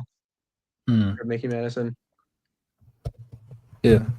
I only know Mikey from she was the Scream villain in one of the Scream movies. But she's made like a big jump, obviously, after Anora.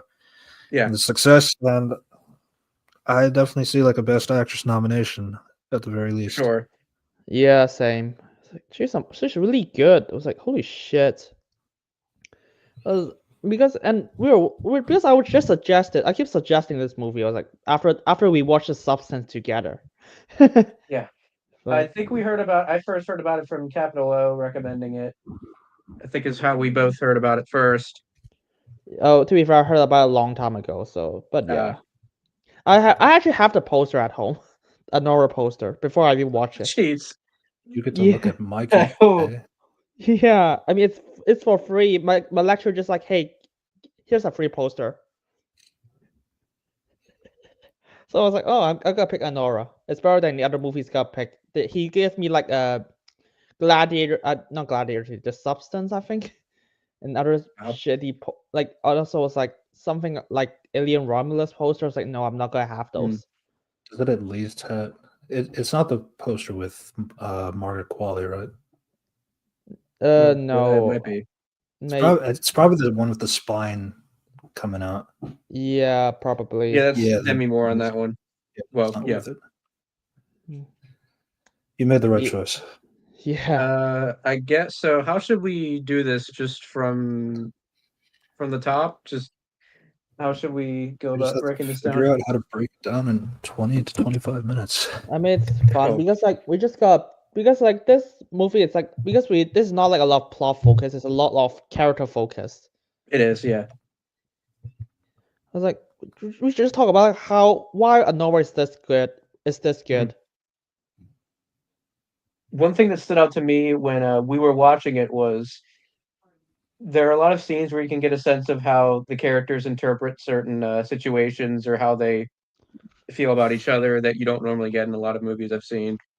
Like you truly get a sense of how each character like feels about the situation they're in, and how they feel about dealing with one another. So that was very interesting. Yeah, because like because like the main character is like she's like entitled bitch. The Yeah. movie doesn't even like she wants like fame, she wants like money. That's like pretty obvious, and she's been like hating her life. I mean, she wants to be a stripper because just to like gain a lot more profit. Yeah. Yeah, and then the entire movie you just if and then she meets a billionaire, like a playboy billionaire, and they both feed into each other's worst attributes, and she becomes a lot more selfish. And only like at the halfway point when things go haywire, she start to have like conflicts of everything that's happening. Of course she's in hardcore denial mode. I was like, oh, he loves her. It's like and she's just unwilling to accept any like nice things the other characters give to her because like, oh, no, I don't need your love. I'm me, and you obviously try to screw me over. She has Yeah. just a lot of trust issues. You can tell that. It becomes apparent as well with the when the one guy, oh crap, what was his name? It's the guy that has to like tackle her and tie her down, and then throughout the movie he's trying to apologize to her, and she just keeps shutting him down. Iger. Iger, yeah, that was pretty interesting as well because it shows that she's not used to people like actually caring about her or considering her feelings like almost at all. Yeah, I mean, you can tell that from the strip club. It's like the conversation she has was like, leaving the other stripper just like, oh, I'm gonna take advantage of other people, and she also bitch about other customers. Yeah, it's just a gossipy environment, and I thought the environment of the movie was also very interesting. It's super seedy and well shot, and I just found it very interesting to watch that like sort of grimy, seedy atmosphere and see all that plays out. Pretty interesting. And informs a lot about how Anora is as a person. Yeah, it reflects upon her. It's like Mhm. because here's the thing, it's like the penguin. It's like she's not a good person. The movie does not even like try No. to hide that. But but at the same time, it's like the penguin. She's an underdog. It's like because she's like she wants to be a stripper to get rich, and she's like relatable in the aspect that you always want to get money, and when that chance happens, she just takes it. Exactly. Yeah. Yeah, and of course the henchmen are like actually a better people than her. They're just trying to do their jobs.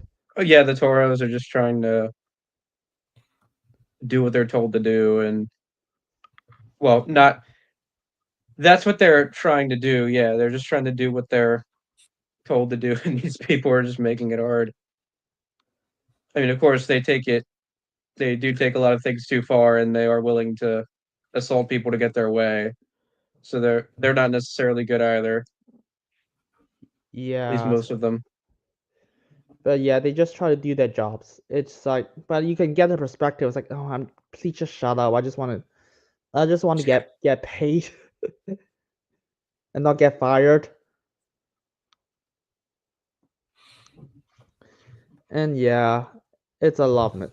It's like you can get their perspectives, and then you just of course you meet the person's family, that the rich playboy's family. I was like, and you just immediately understand why is he the way that he is.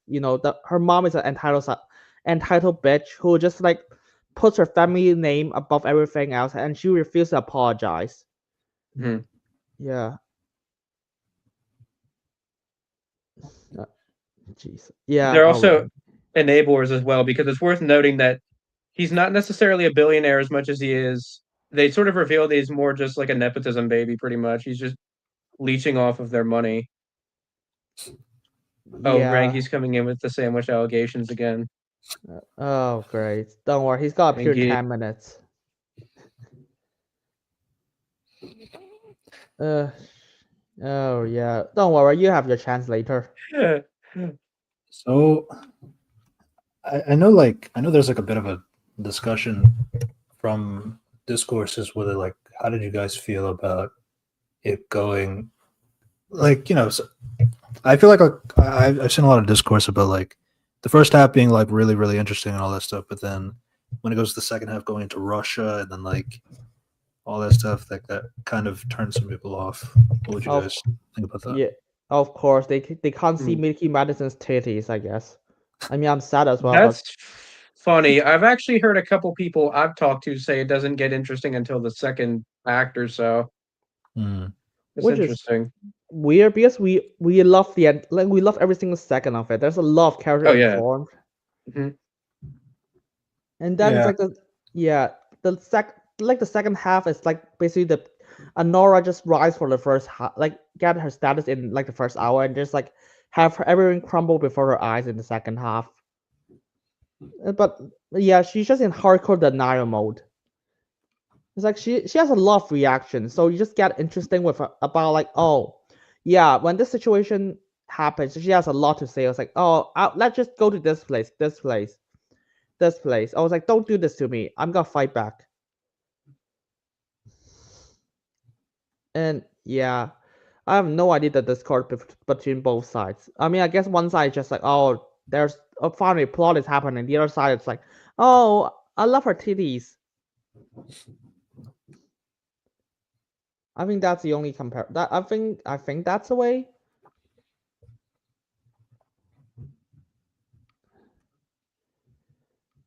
But yeah, it's like because like remember like the final scene of the movie. It's like her having sex, and it does not say a single word about her. She does not say a No. single word, and she just have sex, and the camera is like instead of bombastic loud music, it's like there's no sound.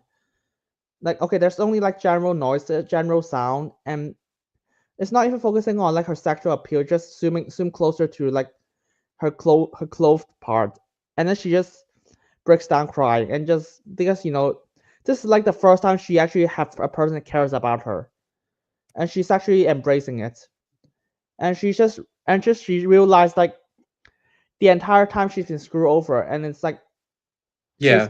yeah, and it's like her life is not, and she has been subjugated that herself as a whore, and she does not, and that's basically what she is.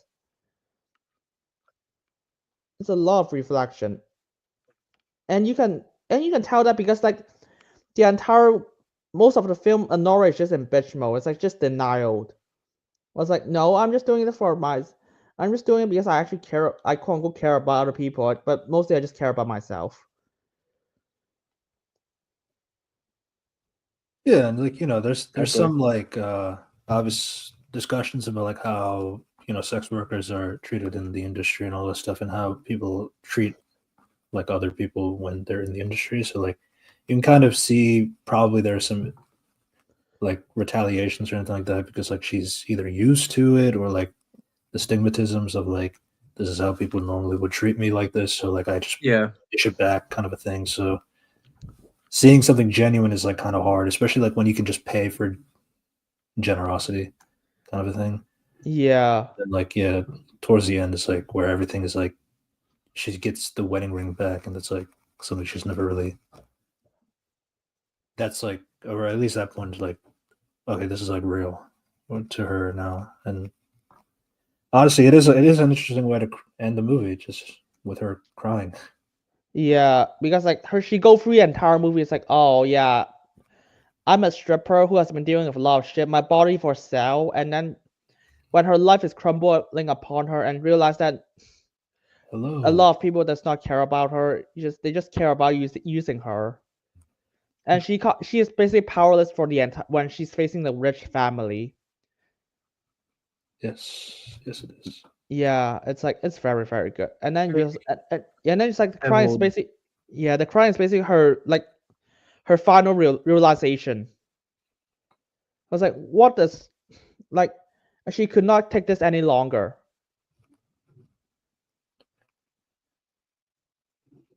Yeah. But yeah, it's like this should get a fucking best picture. I hope this gets the best picture award for like from all the movies we've seen so far. Do you think Nosferatu will make it? It is in the horror genre, so like I don't know. I'm not sure. In terms of nominations, It could. No, it could. I mean, I think they will not probably nominate The Substance because that's like because that movie is pretentious. Let's It's see. also that Demi Moore also has a lot of. I think hasn't she been nominated a lot before? And then I know the Golden Globe thing was finally. It was one of those. Oh, Demi Moore's finally getting something. this is her first win in 45 years of her career. Yeah. So Yeah. Wow. Which is crazy. She's been in a lot of great movies. another one I've heard good things about is Conclave. I have a feeling Conclave might get something. Yeah. Maybe we watch it together to see. It's like, oh, how good that is. I've had a Hopefully- few people I've talked to recommend it. Yeah. To be There's fair, also- love. Juror number Yeah. 2 is also talked about a lot with Nicholas Hoult. Yeah, maybe. Yeah. I'll say that because like I mean because we might bring you back for The Substance if you are interested, I think. Yeah. I'll come on. It's gonna be a little bit later in the stream. Yeah. Yeah, but we still got some time. So just reading some behind the scenes stuff. Mikey was like hired without an audition. Sean saw her from Once Upon a Time in Hollywood. And Wow. and just used that. I don't even remember her role in Once Upon a Time in Hollywood. That's the thing. Yeah, I think she was like one of these side girls, like with Sydney Sweeney, who's also in that movie. I need to fucking look up her role for fuck's sake. Yeah, she learned Russian, visited a bunch of strip clubs, practiced the Brooklyn accent. I know, like she rented out like a whole movie theater for all the strippers to watch it for free, essentially. Yeah, Well- yeah. It's a lot of commentary of the sex industry. It's like a stripper's mindset. I know there was like a bit of controversy about like they didn't have a intimacy coordinator there, and then Mikey got blamed for that. I mean, I know she's the lead all, but like, That's the director's fault. that's the director's choice. It was like, okay, I was like, guess one person. It's like, oh my god, we got a strip club. Holy shit, you have to need an intimacy coordinator. Yeah. Or it's like that. Like some people, there were some people who said like they were extras and all this. Like, oh, it's like the 4 people, like the director, the cameraman, and the 2 actors were fine with it, but the guy in the back, like the cup holder, he was not comfortable with this. It's like, oh, okay, buddy. Oh, it was Mickey Madison declined an intimacy coordinator for the film's sex shots. Oh Yeah. I But mean, it's of like- course It's I not mean, really her fault. That's a director's choice. I was like, fuck That is that true. shit. I was like, if I was director, I was like, fuck that shit. I'm gonna have one because there's some you got basically hire fucking everyone to get to do nude. It Yeah. sounds like they did. It sounds like they might have, and she just declined it. I'm not sure. I didn't look into it too much. Yeah, I think she did, and like a few other people did, but like then there some extras. Like basically, like I guess like the safest thing to do is just to have one, like Mhm. regardless. But, Yeah. like, at the same time, it's like Yeah, fun fact. Because tomorrow it is a sex movie too, so it's like you kind of have to know what you're signing up for. basically, I mean, fun fact. Tomorrow I'm gonna meet my supervisor because I have a quote unquote not even sexy, just an intimacy scene in my script, and I have to meet him to just like, okay, this is how many things you have to do just to get through that. It's a lot to sex. It's a lot. It's a Yeah, I'd head, imagine. it's a head scratcher. It's only like brief scene. It doesn't even last for a minute. It's like the intimacy stuff is only a few seconds at most. It's a lot. It's a lot. Yeah. Last second thoughts before we bring the next guest. Yeah. If you're watching this, I highly recommend Anora Anora. is amazing. Yeah, go see it. Yeah, it's probably Go the see best it. I film mean, it's, that we have in our lineup. I think Maybe. it's easily the best film we have. I mean, the other is Nosferatu, but yeah, I think. Yeah. Yeah, Anora. Anora is easily the best one. I mean, it's like Anora and The Substance are the ones who was highly recommended, like on social media last year, like as Yeah. as an original movie, and we seen both, so it was like, oh shit, like it's not even the competition which is the better one. Oh yeah, no, it's not. So Burger, it was good to have you, and we'll see you Yep. again when we talk about The Substance. Yep, I'll be back. Have All right. fun. All right. Yeah. See ya. I need to remember which one is next. Uh, Dune. So that means it's Gizo's turn. Gizo. Is this? Yeah, that's Dune 2. Hello, Gizo. Hey, no, he has. Sorry, I had to. Hello. Hi. Would you guys like to give your thoughts first about the movie, or would you like me to bludgeon it with my bare hands? So I guess obviously Dune Part 2 is the second part to Dune, the first movie that came out in what 2019. It was 2020. It was a COVID movie. Yeah, it was COVID the movie. first movie to be solely on Max. Which Dune Part 1 is okay. It's not a bad movie to have as your first exclusive movie. That's true. I've read some of Dune. I'm not like I wouldn't say like I'm an expert in any of the subjects of that. I've read like other kinds of work, so I won't really use too much of that kind of knowledge in terms of comparing it to the movie. I do think in terms of like what they've done, I really enjoyed how things are adapted. Or like they've done a pretty good job like adapting the material for the most part. I think That's a hot take.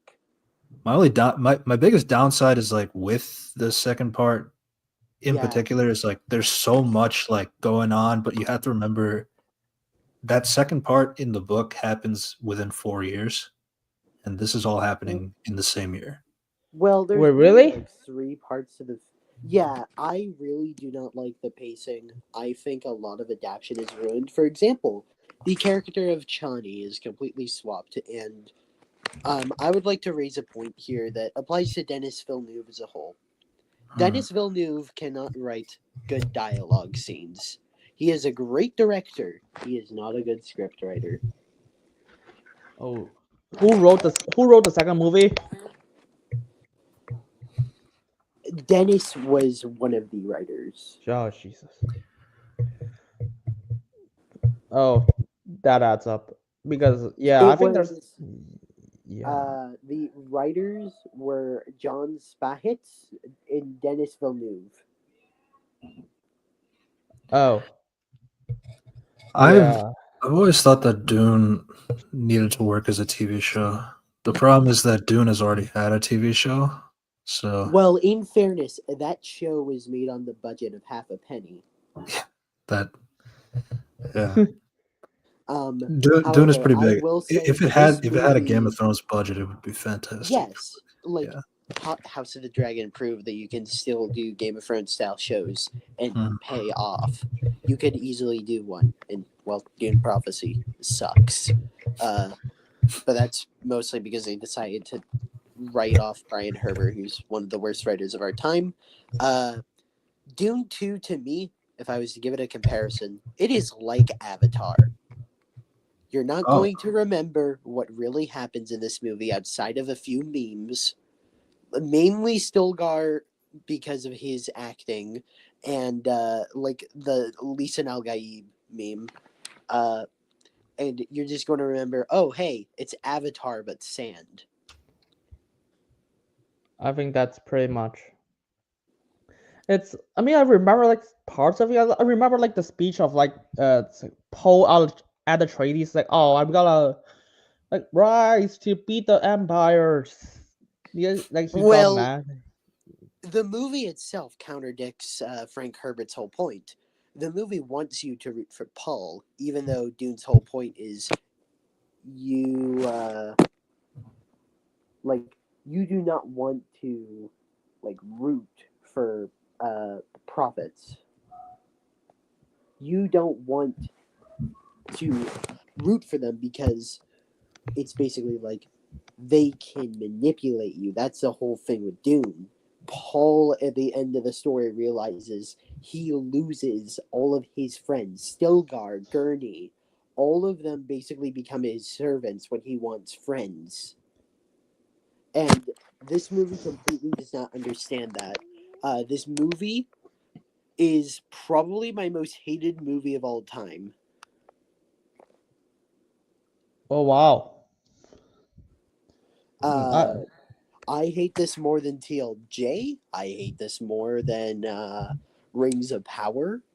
More than Witcher, which those are my most hated things before this. I do not like this because it completely misinterprets Dune and messes it up. You know, I'm not gonna lie. Since I never had like a conversation with you before, so mostly outside of Discord. So like I know like we talked about Hans Zimmer score, which honestly, I would consider this one of Hans Zimmer's better scores. I think Yeah. it's pretty decent. Yeah, I think it's. I would say like for me, I kind of find Hans Zimmer a little bit stale at times. Like I feel like the last good one he's had was like Interstellar, like or at least like something as iconic as Interstellar. But like I think Dune Well, is I like mean, he did where he Prince of Egypt. brought it back. Yeah. He's not beating Prince of Egypt. Oh yeah, that was a while ago. Yeah. Yeah. Well, I mean, this is the best movie of all time, so you can't really top it. But that's for another day. But to me, Hans Zimmer, Javier Bardem, Rebecca Ferguson, and Aaron Austin Butler. Yeah, Austin Butler. They are the ones who carry this movie. Timothée Chalamet, Zendaya, and Stellan Skarsgård, who, by the way, all three of them are great actors, are completely wasted. Yeah. Zendaya is a great actor. Just look at Euphoria. She is fantastic in that show, and she could use none of that here because she is basically used to represent the Fremen opposition to Paul rather than her multifaceted. Well, Gollum's just funny, Sty. Yeah. It is funny. You see, if it's funny, it's funny. Yeah. Like Chani is a very multifaceted character in the books and plays hard into the message about like the meaning of prophecy because she is a priest in the books, and like she has a much bigger role. Like she is a kid with Paul. And in this movie, they get rid of Alia, they get rid of Leto II, and they get rid of Thufir Hawat. You miss out on some of the best chapters I think that have ever been written between the Baron, Thufir Hawat, and Fade, because they just get rid of Thufir. So the scheming and like plotting chapters are completely gone, which is a travesty because it means that Stellan Skarsgård can't act. Instead, Stellan Skarsgård is relegated to like a twistling mustache villain who doesn't get much to do. Similar to how he is in like the 4 movies where he doesn't have much to do, rather than in Andor. Yeah. Yeah. I've got. I will say like cutting out his diddling is pretty. It's a pretty big thing for his character. Well, not only that, but also in part 1, he has him and Raban, which frankly every Dune like adaptation is guilty of this. They all make Raban basically like, oh, I smash things. Rod smash rock. Oh, Paul just killed something. I'm going to now kill my men. Even though in the book, Raban is actually really multifaceted. he is the only one who actually fears the Fremen and like thinks of them as a threat. In part, what would have been a conversation in part 1 where Baron says basically kill them all. Instead, in the book, there's a conversation between Raban and Baron that's really, really interesting that they miss out on. That could have given Raban a lot more character instead of screaming bad guy. And the fact that Baron's whole plan was, oh, Raban is going to fail here, and then I send in Fade, and this is how he becomes Emperor. You lose basically all of the plotting within the Landsrad, the Harkonnens, and the Emperor for this. And you also lose a lot of the world building with the guilds. And it makes the movie have a massive convenience that, hey, why aren't there satellites over Arrakis that the Harkonnens use to like track the Fremen at all times? Oh, I have a lot of problems with the Which planning. the book actually accounts for. The Fremen basically give most of the planet's spice to the guild in order to not pay, in order to like keep the satellites down. Yeah. I mean- Another thing. Go ahead. Yeah, because there's a lot of things I was just kind of confused. Like because I watched it on a plane, so I did not like have the best mentality. I was like, oh, it's fine. Well, I mean, I watched holdovers on the plane, and it was pretty good. Of course, I watched like five things on the plane that day. But yeah, there's a lot of things I was like kind of confused. Like, wait, how the fuck did Josh Brolin's character survive? You got So, you got Yeah, you got they fucking cut a throwaway bunch of lines. stuff from the book where, like, Gurney basically in the book is saved because in part 1 they actually miss out a lot of scheming between Leto and a lot of other people. So there's this noble basically in the books who is killed. His son basically saves him to basically one day use him to strike the Harkonnens because Raban killed his dad. Hey, Burger. And in this movie, you see none of that. Instead, Gurney just pops out of nowhere, and it becomes a massive, like, what the heck?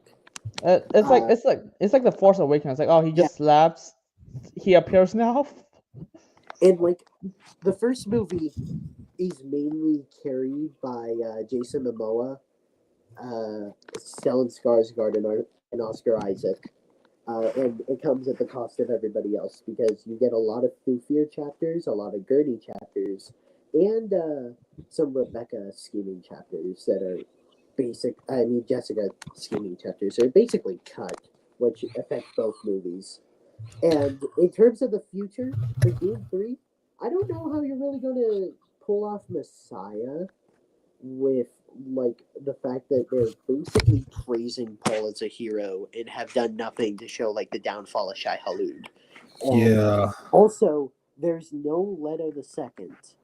Leto never exists, and Chani is basically never getting back with Paul. So how is Leto going to work if you're going to continue, or if anybody is going to continue this canon? You cannot continue after Messiah. So just to describe it to Unity, basically, obviously Chenny and Paul have a relationship. Yeah, when a man and a woman loves each other very much. Yeah, in the books they have a baby. Who's like 2 years old, I think. Yeah. He's 4 years younger than Alia is at the time of the final assault. Yeah, and so one of the important things one of the big themes, like at least from what I understand from what Frank Herbert would say about his original Dune trilogy, it's he views it all as like all three things as like one story altogether, but like it's kind of the main theme is like sometimes it's not great to follow a charismatic lead. Yeah. That's kind of the point. Yeah, always be careful of prophets, always be careful of charismatic leaders, and be wary of religion, because it's very simple. His whole message and a lot of it came from like, oh, Mussolini and a certain other man basically were so charismatic that they pushed their countries to do horrid things. And that's what happens to Paul and Messiah. Paul basically makes the Fremen genocide billions of people. What? Yeah. Yeah, it's his. it's his fault of the story. The movies don't explain it, but basically how the jihad is handled. Paul, basically, Dune is the anti-hero story. Paul, despite winning, loses at everything. He is unable to stop the jihad.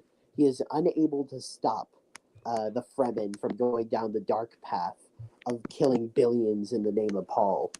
And instead, he is doomed to basically watch as the galaxy burns because he wasn't able to stop it. The fuck? Yeah. I mean, That's why people like Dune a lot, because like it was very subversive for what it is as a story. But like I feel like It's a great the book. Dune movies, like they don't.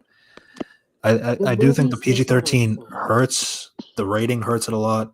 I mean, like I've heard that WB has told like, no, you can't make this 3 hours. It has to be under 3 hours, or things like Which- that. But even then, it's like there's still other changes that Yeah. still affected it without the And time I mean, you crunch. could make like a 3-part series out of a whole first book. You didn't need to crunch it. And like, honestly, Dennis not having the balls to show Alia, which shows that he's like a safe director. Like, not gonna lie, I think Dennis is probably the most overrated director in Hollywood because at least Zack Snyder has failed. Dennis has succeeded and gets so much praise. Meanwhile, outside of Sicario, his movies are mid. yeah. Oh god. I mean, there's some problem if I didn't even I've never read the books because like, oh, here's a plan. Drive 3 sandworms into the castle. That's all you need. I was like, so no one ever thought of using that as a weapon to destroy any castle. Well, they don't use the sandworms to break the castle, or it's technically a ship. They use the nukes to break it, and then Paul comes in. The Fremen consistently use worms, but in the book it's like explained. So in the book, it doesn't take just one person to ride a worm. It takes like 4 people. But in the movie, it's basically like, oh, well, Paul is main character, so we have him ride it himself. Yeah. So basically, Paul makes like a better synergy, so he's able to pull off worm attacks because he's able to harness the grandfather worms and make the Fremen work together a lot more. Yeah, and then it also adds to the contrivances because, like, oh, he finds a army that, like, he finds the Fremen who are already good at fighting and that kind of thing. So it's like they just needed all the Paul. Fremen are good at fighting, so I wouldn't. Yeah. Call that But like in terms of like teaching like the military aspect, like that's kind of the stuff that took 4 years at least until Paul was able to get up. The military aspect was already there with Stilgar stuff. However, in the book, in part 1 they completely ignore how like the vast majority of the Atreides units were already with Stilgar. Like Gurney, Duncan, and Fufir were during the attack all with Fremen units, and Stilgar had a much like closer relationship with Paul. Like they met more than once, so like Stilgar knows how to find him because Kynes and Duncan basically point him towards Paul, but they don't show it because in part 1 they get rid of Kynes as a character basically, which is really sad because he's one of the best characters in the book. Jeez, there's a lot of things I need to catch up on because like the more it sounds like, why the fuck did you not just put it in the thing? Because I'm gonna be honest here, after the end of the movie, it's like, okay, what's the point of Zendaya's character? I was like, set up for a sequel. That's basically my interpretation. She just got mad. I was like, oh, I trust you now and not trust you. Yeah, even though the last line of the book is literally, we will not be remembered as wives, but as concubines between Jessica and Chani, which Chani stays loyal, but she's really Paul's wife. Yeah, and I feel like the reason why they probably did it this way is because like since they got rid of Leto the Second, and like that was like, Leto the Second was kind of like the way of like connecting to Paul's humanity, and once he's killed, like that humanity is gone. So I guess like their way is to get Chani gone is the way to compensate, but like that's not really a compensation. Yeah, it isn't. I will say though, it's also a reason. I think it's a way for Dennis to be like, no, we aren't doing God Emperor. I don't want to do something that risky, even though God Emperor would be awesome if it was in the right hands. Not him. I mean, if they should just give it to fuck. Give What it should we to give? honestly, I would love a Dune made by Edgers, made by Matt Reeves, somebody who's really good at competently making scripts. Yeah. Like, Yeah, it's like I don't know, Unity, but like there's a reason hell, why Dune give it was such to a Peter Jackson. Yeah. Give me Peter Jackson Dune. That actually sounds amazing.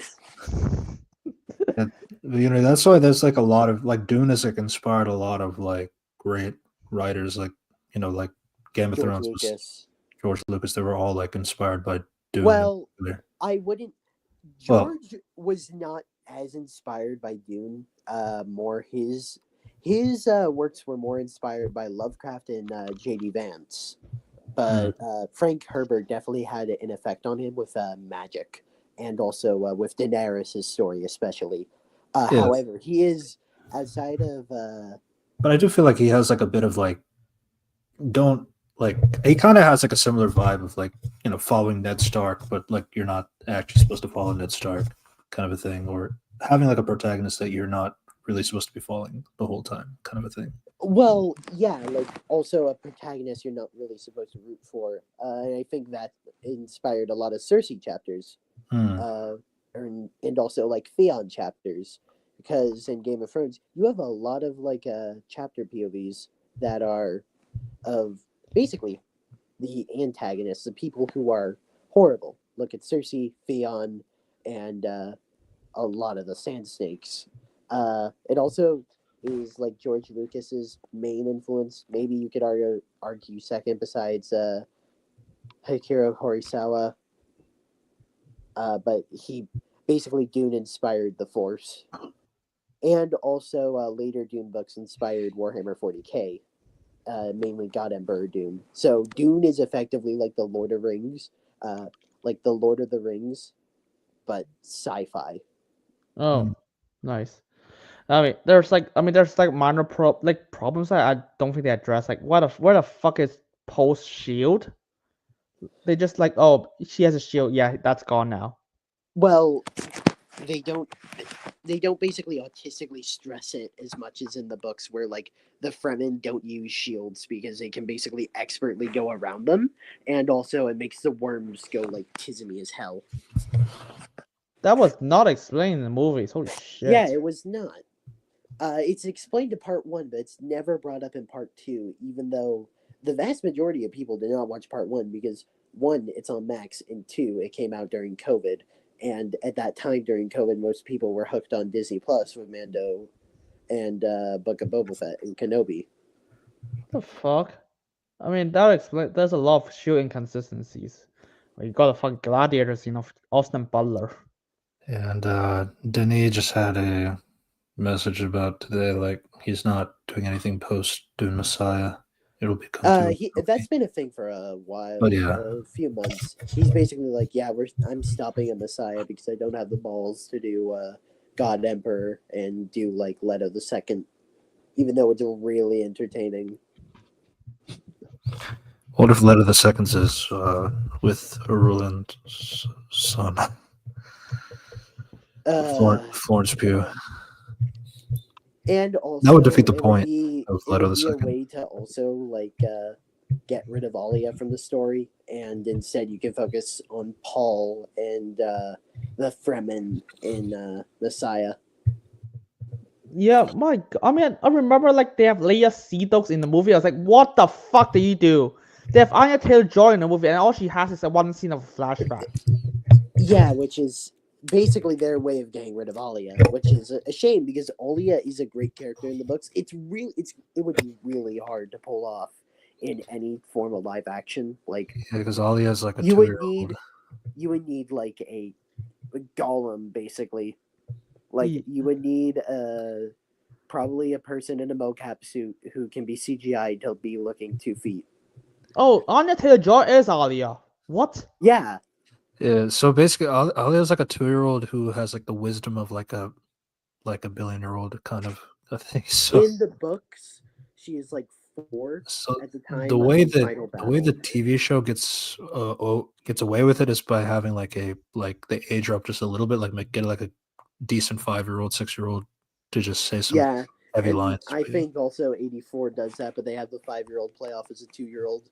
Yeah. 84 Dune is fun, by the way, and this movie tries to copy it a lot, especially in the third act.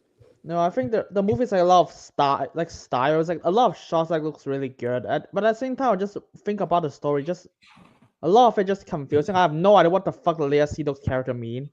I mean, I've seen Florence Pugh's character, and I'm still kind of confused. It's a lot better, and she's basically tied to all the scheming parts in the book that are cut out from the movie. Yeah, I mean, What- and then the idea is like marrying her is like with Basically, Cheney. whoever It's like, owns her, or whoever wins the duel, basically gets the right to marry her, and then gets the galaxy because Emperor is going to die. And like also the Emperor, I don't like the casting. I think that 84 did it better because the Emperor is supposed to look like 50, and he's supposed to be a very stout military man. Yeah. And this movie also copies 84 with a silence scene, trying to do the bad audio reverberation. And it makes no sense because Alia is supposed. The reason why she says the Bene Gesserit says abomination in 84 is because Alia is in the room. Meanwhile, in this movie, Alia isn't even born, and she says abomination after the scream, which doesn't make sense. So it's basically a bad interpretation of Lynch, which I find hilarious. Yeah, to be honest, I probably just lower my score for this because I have no idea what the. I mean, the more you explain it, the more I just like realize, oh yeah, I basically do not understand what's happening in the movie at all. Yeah, It's it's basically Avatar. I mean, it's like here's the thing because because it looks much better than Avatar and the words are a lot more flowery. Yeah, I can understand that. Yeah, I can see that. Like it looks a lot better than Avatar, because at least the people aren't CGI. And I love that they have like fucking people who can fly in this movie and they barely bring that up.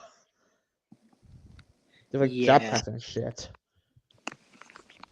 Yeah, I never liked the technical aspect in the world. They now just have bazookas that can blow up like helicopters or shields. Well, they never explain it, but in what was cut out of part 1 is Kynes. Kynes is instrumental in part 1 for basically like bridging the Fremen to the Atreides. Kynes is the leader of the Fremen, and he basically like started terraforming the planet and built factories for the Fremen to build war machines. Like, the movie portrays the Fremen a lot like the Na'vi, where like they're natives and stuff.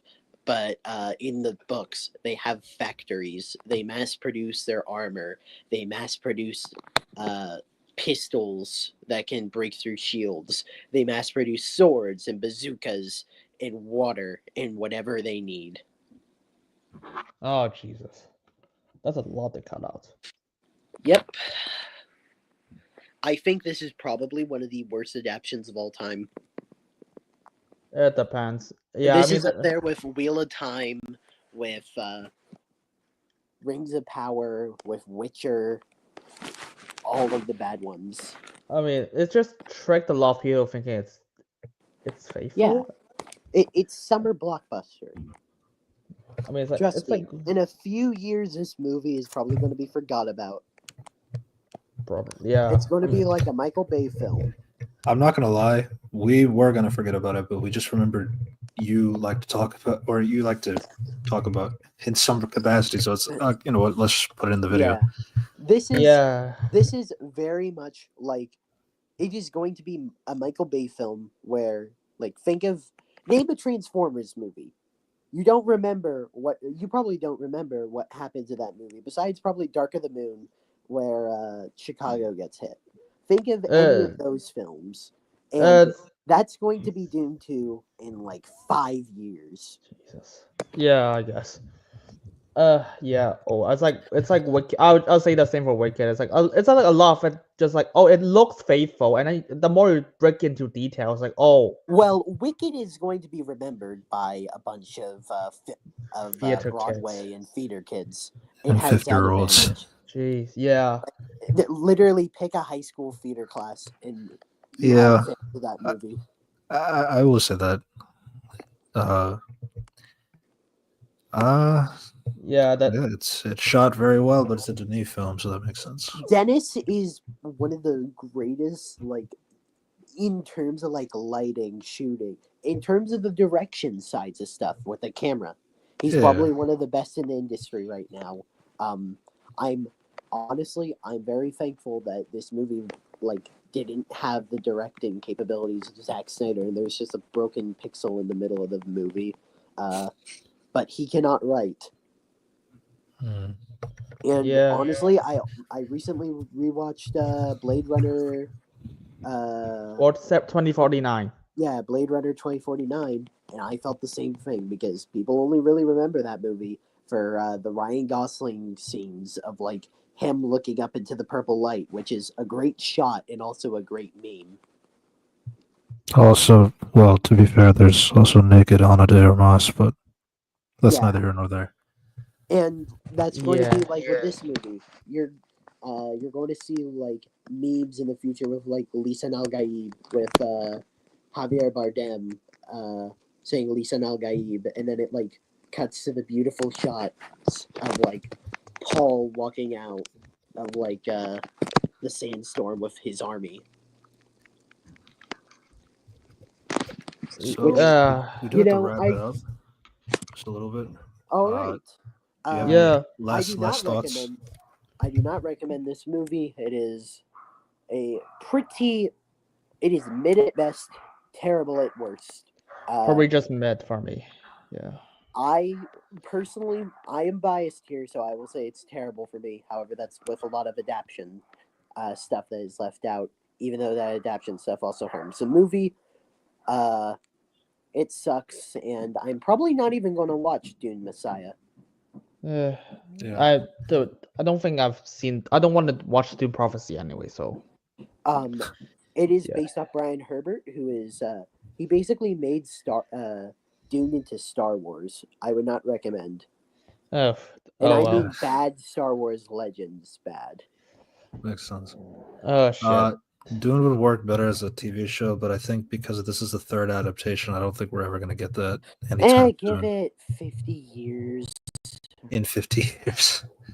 Well, let's see. The last one, well, the sci-fi show never gets remembered by a lot of people because it's on the Sci-Fi Channel and it's made off like the budget of a penny.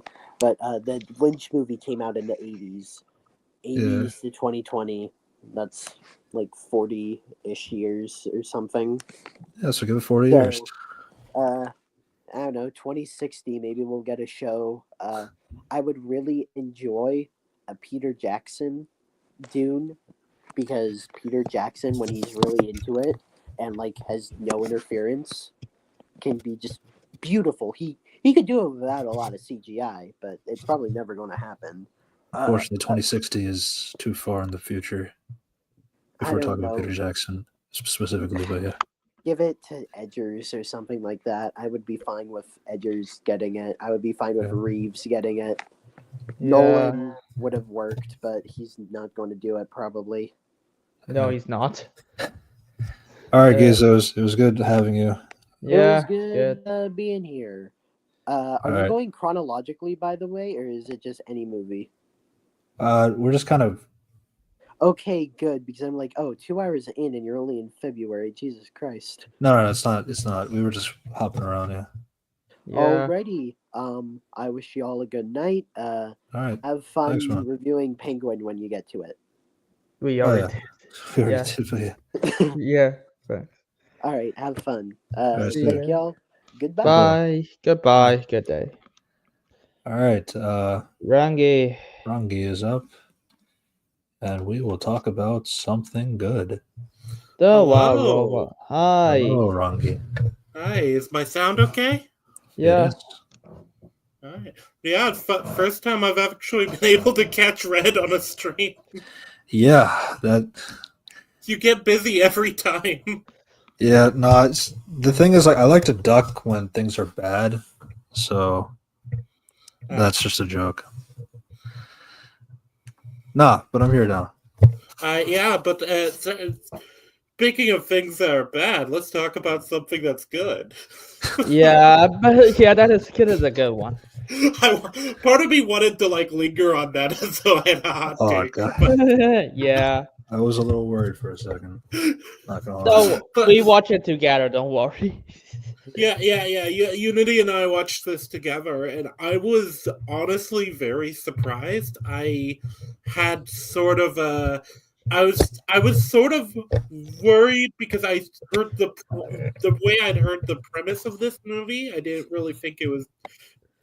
I was kind of like, oh, a robot in the wild.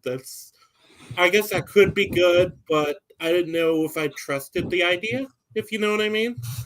Yeah. Yeah, but I thought they handled it very well. It reminds me of that because I grew up watching like VCR tapes and DVDs of like the Disney Renaissance and like also and like the Pixar stuff, and then at the same time you had like the rise of DreamWorks come while I was a kid too. So I've felt like very few Western animated movies have like captured that for me at least. And I thought this captured that same like feel, that vibe to it that like WALL-E does, for example. Yeah, of course WALL-E is better, but still, it's not as good as WALL-E, but it probably is. I'd say it's kind of going for that same sort of theme. Yeah. I mean, I also think like for like this being a DreamWorks movie, like DreamWorks had like a rough year, especially with we talked about two other films, Megamind 2, garbage, and I didn't even know that existed. and Kung Fu Panda 4. Wow. Really bad. Yeah, I mean, so we just like, I mean, I only watch it because like, hey, do you want to watch a Wild Robot? I was like, yeah, okay, fine. I'll just watch it for stream. I was like, it's good. Yeah, and I remember we were really surprised when we learned the fox is Pedro Pascal, because I didn't recognize his voice at all. Yeah, I was like that's Pedro Pascal. I was like, yeah, he's actually acting this time. I would say that. I don't know if everybody would say that. Yeah, he was definitely because his character, I feel like, his character kind of represents the general views the island has. He is very much somebody who is of his nature when we first meet him, and he's kind of the first one that's kind of swayed by this like new mysterious being that has arrived. Yeah. So the wild robot is based off of a children's book by Peter Brown. Obviously it's a little bit different because in the book it's like the robot is the only one that can talk.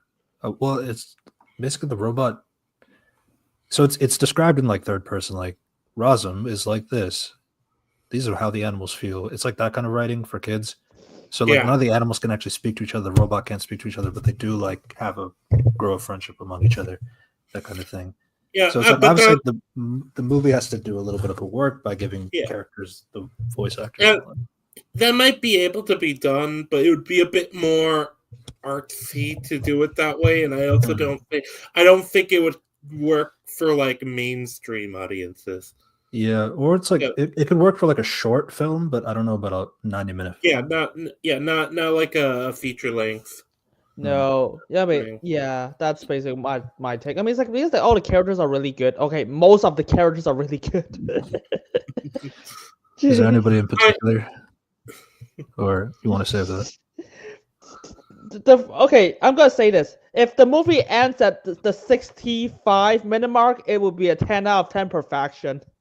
Oh, you're talking about the whole. You're talking about the fight scene. Yeah, the what is it? The retrieval robot. Yeah, that was.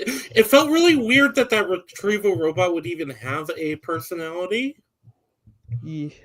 I mean, Yeah. Honestly, I thought the geese fight versus the robots in the dome, I thought that wasn't needed. I feel like the fight at the end could have been like having that one fight at the end was enough.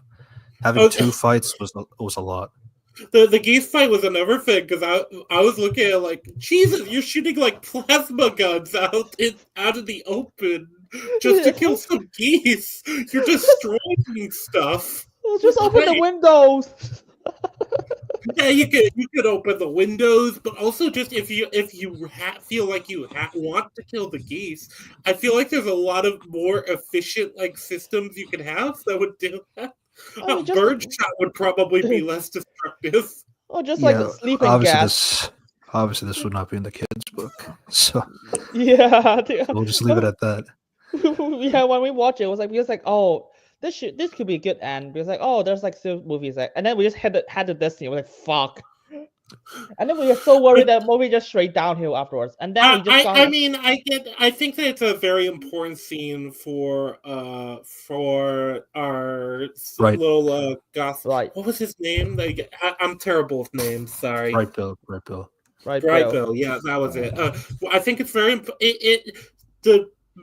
the older Goose kind of sacrificing and Bright Bill having to kind of man up and take the role of flight leader. I do think that's an important like character thing. I just wish it was done better. Yeah. Because I liked it for the sense of like you take the lead since you're familiar with like how robots interact, while as the geese they're used to being afraid. It's like it makes sense. I understand all that stuff. It is just a robot is shooting blindly into. I hope that stuff is like insured. There's some future guy is like, bro, well, the robot blew a hole in my dome. Is it defective? Yeah, that's like I have to get this fixed. Yeah. And the long neck, the older geese was voiced by Bill Nye. We talked about Pedro Pascal, Lupita Nyong'o. Mark Hamill is the grizzly bear. Matt Berry is the beaver. Yeah, and I thought this whole like story, it had very strong like core cast of characters, which is for me at least, characters are probably the most important element of a story. Like a plot can be really bad and have a lot of stupid moments, but I'll be a lot more forgiving if it's got like characters I can get invested in and like, and this had that in spades. Especially Roz. It's really hard to do the balance they're doing with Roz with kind of the robotic sort of like best way to put it is Roz, the robotic sort of insincerity mixed with an actual like person who's kind of like a curiosity that's trying to understand what it means to actually be a thinking, feeling being. Yeah, she's really good in this role. I was like, oh, that's Lupita. I did not realize that. It's like, you just slowly just like get her perspective. It's like what's programming means, and she just like, okay, I'm gonna program to serve the people, so I'm just programmed to save all the animals. Like, which is informed because after that scene we got like her just saving every single animal in the country. I was like, oh, in the island, but that's like, oh, this is so good. I was like, oh, fuck, my family will go back to quality. Yeah, well, it's interesting too because there's like this story is really like interesting in how it's segmented because you've got the kind of the first part of it, which is Roz adapting to the island, and which is a whole new world for her, and kind of just working to raise this gosling that, well, she feels that's her task, because she's a robot that's designed to just be doing everything. You can kind of assume this is a world that's been like everything's been automated away with using the robots. Yeah, it's like there's like a bit of world building. It's like, oh, you get the fact that this like robots in containers are really normal and stuff, and it's like, and then it's got a bit of more backstory of like Ross, like what her model means, and it's like her first struggle with like, oh, should she go back or should she stay? Yeah, that's kind of it, and it's also like because she has given herself this task. It's very much a I have to do this task first, and then it's like, oh, should I go or should I say the task is technically done? And that's kind of when it really feels like Roz kind of redefines the task in a sense, because it goes from just until the Gosling is fully grown to kind of okay, well, once he's accepted by his own kind, and then that's when Roz first used the beacon, and if I remember correctly. Yeah, I mean, the beacon is like a lot of moral struggles between like Ross is like, oh, should she use it? Should she comes back? Of course she decides choose not to until like the shitty company just comes back.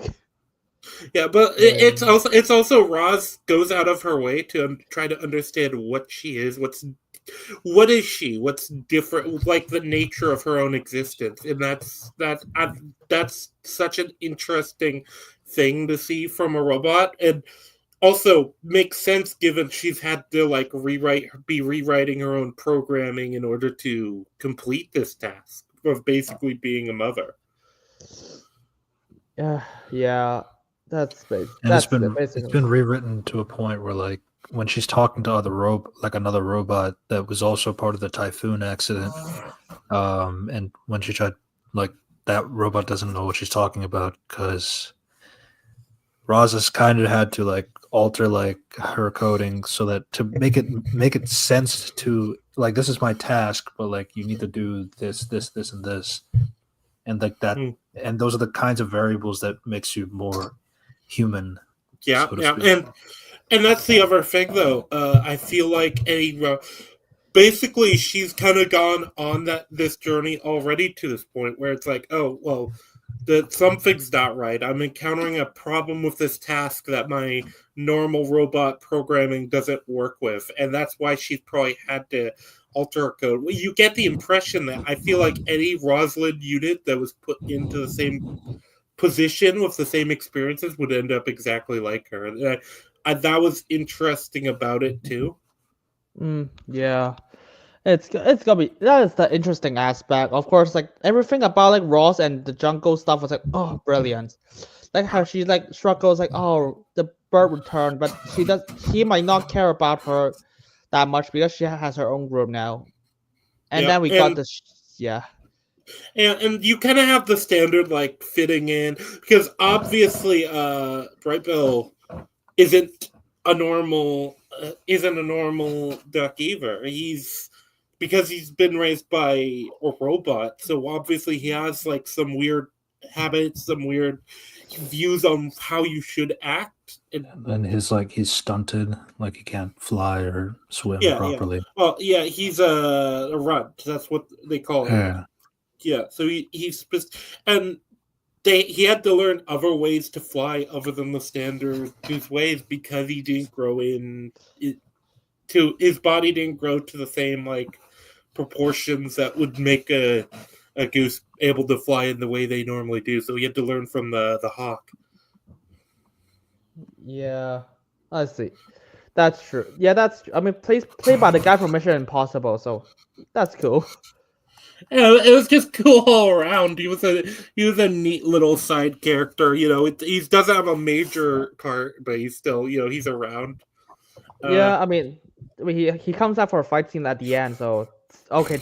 Oh my god, I really do not like the front. Yeah, and I like the way the migration is treated before you actually get to it, because it's treated as like this big kind of harrowing journey that it's kind of a pilgrimage as far as the Goslings treated as, which I kind of like. It feels like that makes sense as like how they would view it. Yeah, that's true. And I also like a big thing in the third act, prior to the action scene, is like it's like winter's coming and all this stuff, so all the animals are like freezing. It's like a really Yeah. bad storm. Yeah, Since they have the resource of like making a hut with like fire and all that stuff, so why don't we just bring all the animals here? And there was like a really great. This is like I feel like Pedro's delivers this very well about explaining like how you guys are busy like fighting or doing all this thing, hating each other and all this stuff. But, like this thing that we were afraid of, just did everything in her power to like save all of you.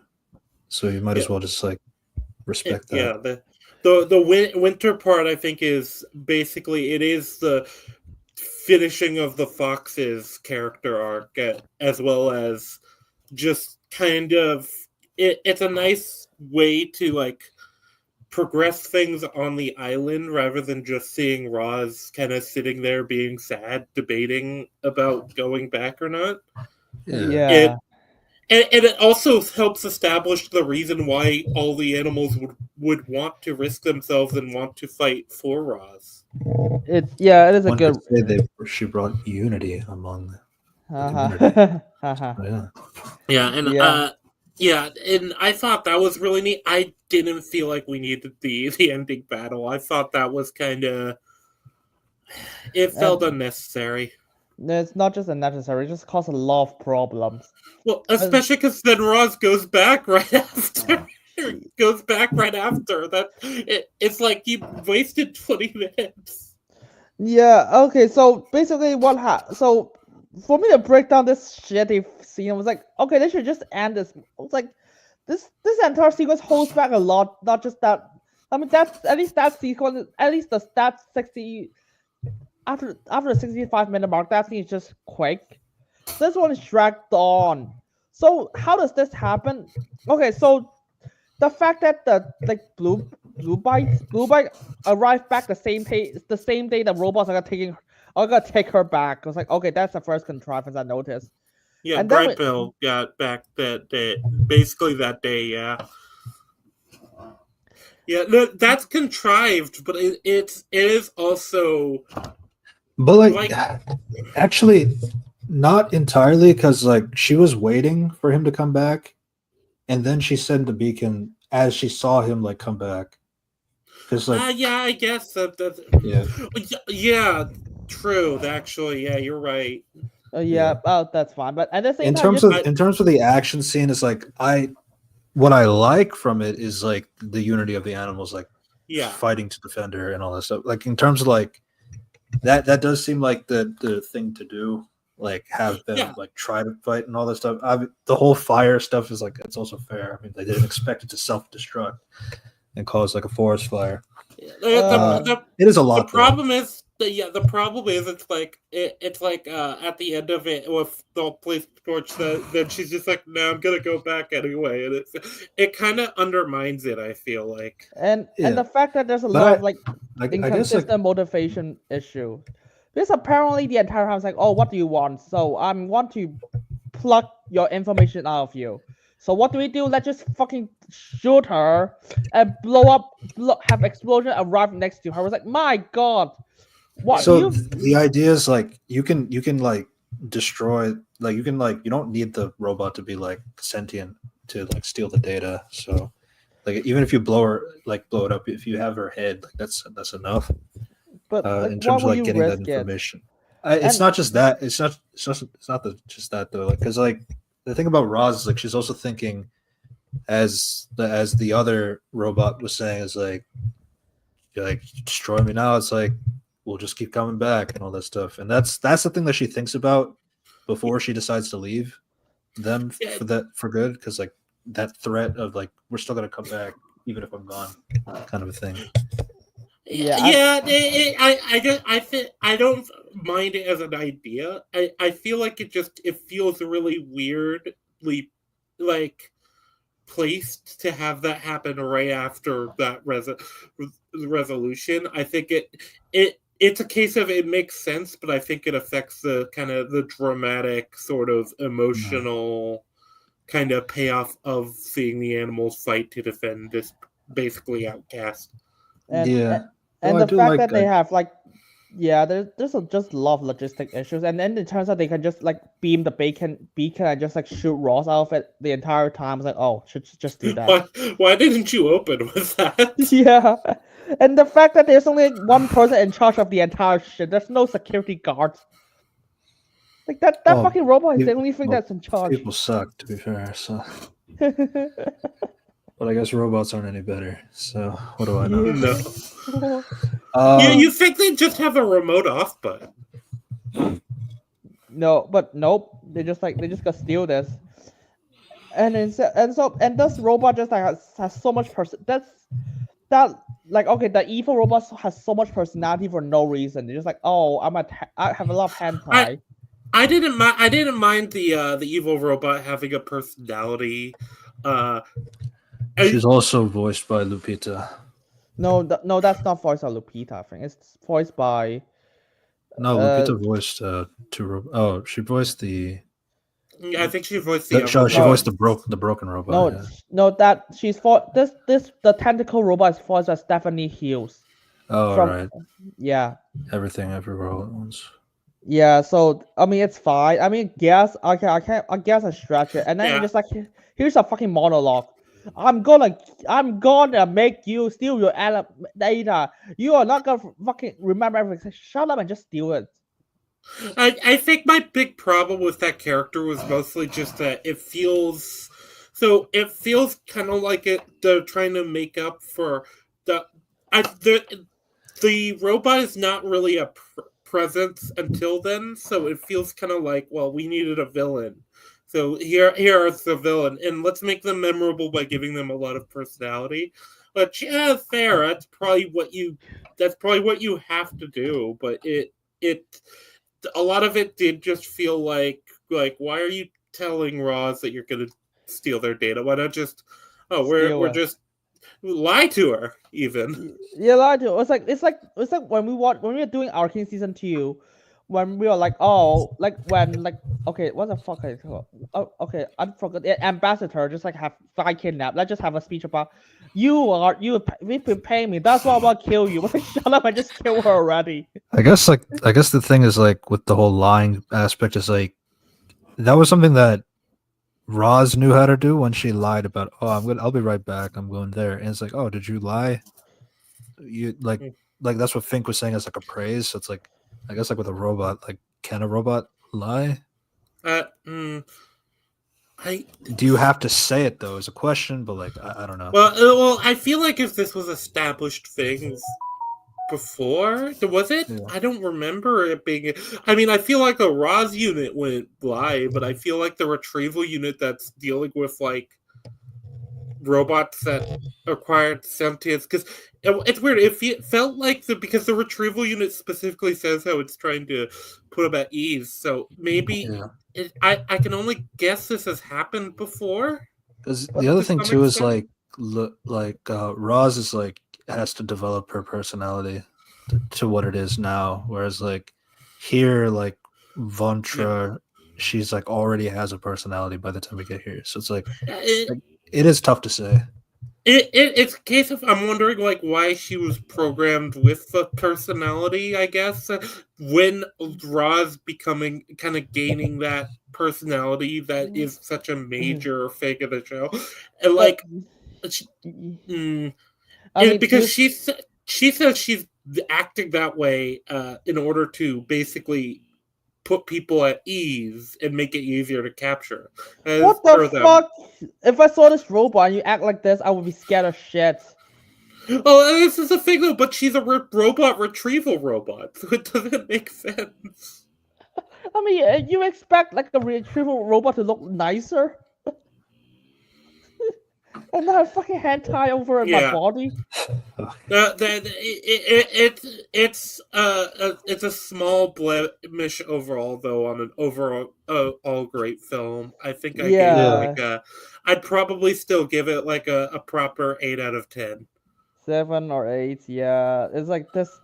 It's just like everything about the evil company just holds it back from being perfection. It makes me kind of both interested and scared for the wild robot too. Yeah, because because according to the book, it takes place in like the technological world. Yeah, it makes me like, well, learning more about this world and how the robots work, it could fix some of these issues, but it could also make them a lot worse. Yeah, there are like 2 other books as well. Yeah, Jesus. yeah. I will say though, like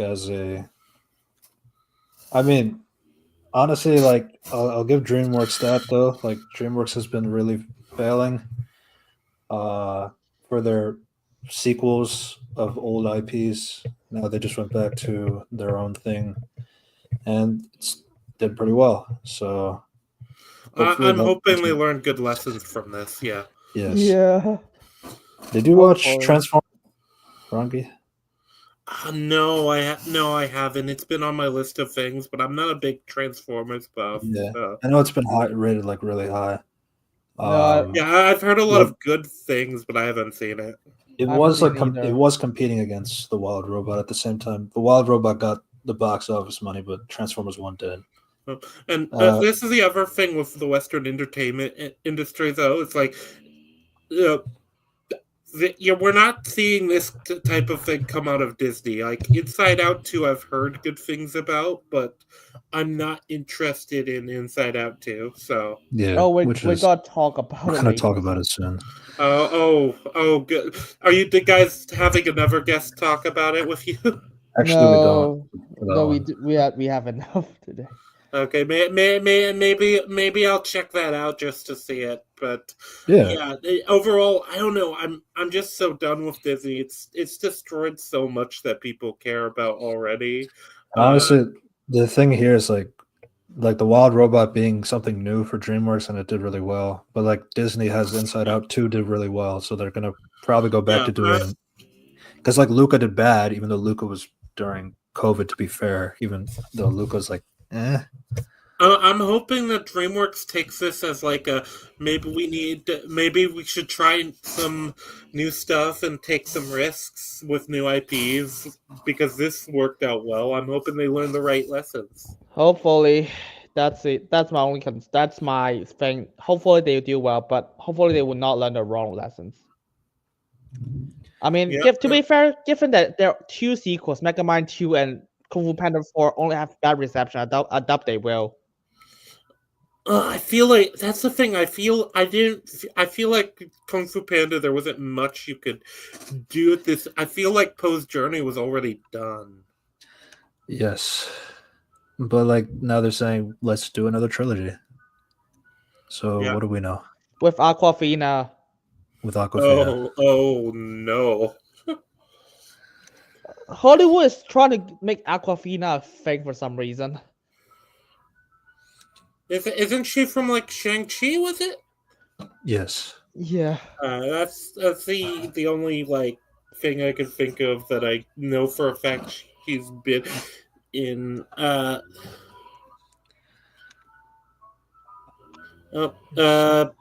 You guys Yeah. might end up hearing some background noise, but I think we're done talking about the wild robots. Yeah. I can probably Is any, pop out now. is any last thoughts before you head out? Yeah, like I said, I hope this is a good sign for DreamWorks.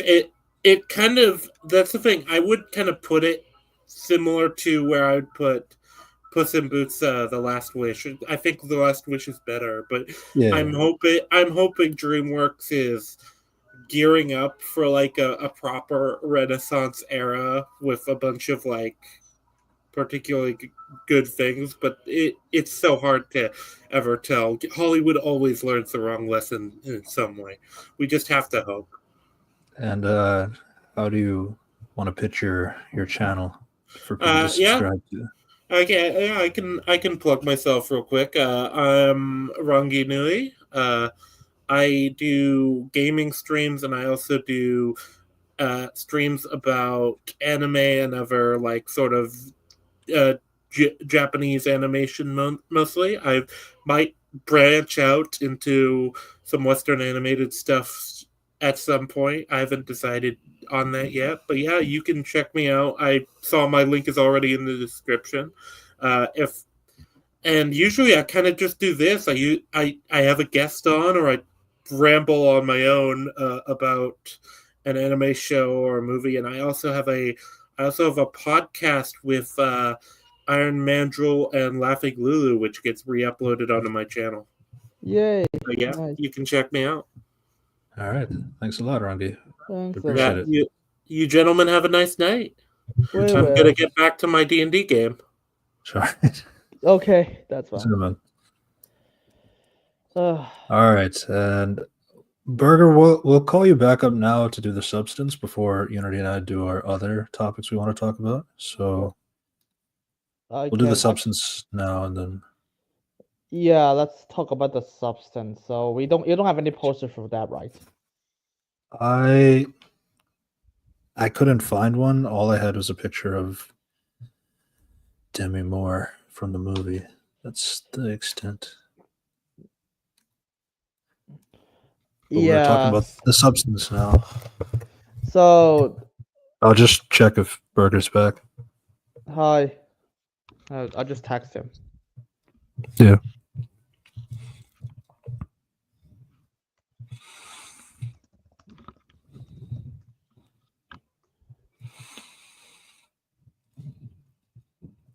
If not, we just got rumble about other things first. To be fair, I think I have some movies I have on Oh the list. shit! I didn't realize. Yeah, it's okay. Yeah. I saw the order and I thought it said substance wouldn't be till way later. Oh, okay. I saw you in the like waiting, so I just thought if you wanted to get that out of the way. Yeah, let's talk about the substance. Fucking Sure, yeah, we let's can do that it. now. So Works. the substance. Yeah. I So- am familiar with the director. She also did Coralie Farge. She also did like Revenge, another small indie type of movie. This is like one of the first movies. Like this one actually has like a lot of reception. Yeah. Or at least from the mainstream audience. Yeah. That's so. Yes. So should I talk about like how did I watch this? So I was like, because on that day I was doing like a theater, like a nighttime theater performance on stage, Mhm. and I was like about to head home, and I saw a message. It's like, do you want to watch The Substance? At midnight, I was like, fine. I mean, I heard it's good, Yeah. so Oh yeah. so I watched it. So I decided to watch it because my next performance like 1 p.m. So it's like it's fine. It's like we just got if it's good, and then we watched it together. I was like, fuck. I know. I was so disappointed. Yeah. It's crazy. And then I actually saw it a second time because someone was just offering to see it a second time, or to show it a second time for me. Yeah. And I had a lot of issues with the pacing the first time around that I didn't have the second time around. So Yeah. I thought the dance scenes were more took up. I felt like they took up less time the second time for whatever reason than they did the first time. They weren't as long as I remembered them being, and the ending stood out to me more as far as just odd pacing goes.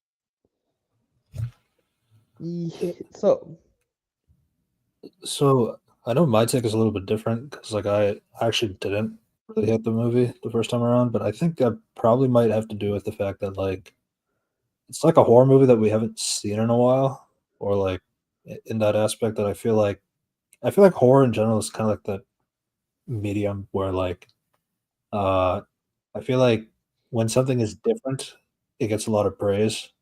Mm-hmm. Something like That's that. how it often is. yeah. For a while in the The 2010s, it was just if something doesn't have a ton of jump scares in it, it would get praised a lot. Oh, that's what happened with the first Omen last year, which apparently everyone praised it as a prequel, and I heard nothing about it now. So Yeah, I haven't heard anything about it. but yeah, that's Um, the substance somehow has a lot of buzz. Yeah, she got the Demi Moore got the Golden Globe for this movie, and to be fair, she's very good in the movie. Oh I'll yeah, give her that. I wouldn't say the Golden Globe's undeserved. no, yeah, I mean she carried the entire character in her back. I'm not going to lie. Her character seems like a bit of a dumbass at some points in the movie. So So like, there's yeah, and the fact that she was like, okay, how do you get this billionaire to trust you? I was like, oh, I don't know, just have a nurse. Just like, here, you have a good spot. This will help you. Let me be fake about this. she And it's was like, the perfect specimen, is what they said. Which it seemed clear on the second time what they meant, except it's still weird and it still raises a lot of questions about how the whole company even This- operates or any of that. substance. yeah, and if I was the company, I probably would not fucking think of using a billionaire and like a popular actress in Hollywood. And So I know, like, I guess just to like kind of briefly describe it, basically, Demi Moore's basically like a famous celebrity once back in the day, but as age goes on, she even had like a star on the Hollywood walkway, but like now as more time goes by, like it's forgotten and wants to be replaced by somebody younger, more beautiful, that kind of thing. So it's obviously like there are some commentaries about women and their beauty appearances and stuff like that. So I can definitely see like it being very connective. I know like it's like, especially from the women audience, they definitely really love this movie for what it was going for. yeah, it's certainly unique and it's really horrifying. The effects, I'll give it that. Yeah. The effects are very good, and the message is it's a neat message. It's just the movie's very on the nose about it, and a lot of the characters that aren't Demi Moore are basically just caricatures, despite what the director would have you believe. Jesus, yeah, The director's another one of those. she's a nut job again. I mean, and the fact that I was like, okay, when I watched this movie, I was like, okay, I'm studying being in Hollywood. I was so confused how you even understand Hollywood system. If I was like, oh, she has no roles, like, okay, what do you do? Oh, I gave up after I lost my only gig, apparently. It's like, oh, this is 2024. And you are a popular star. I don't care you're fading. There has to be someone who offers you. Yeah, roles. there's definitely things that she could do. That's the other thing I'd consider, is that in today's day and age, there's definitely things you could do. Dude, So there is that element of it. literally, Yeah.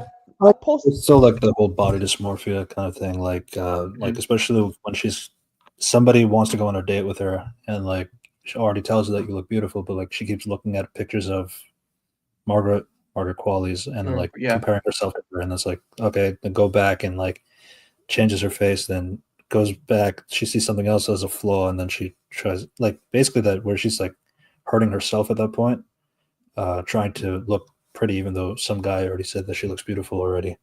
So like again, it's probably just a little bit more that I know what the film is going for, but like No, and I know the whole thing about the substance, like you can be your separate self, or like it'll basically separate you for like 7 days, and then you have to switch back.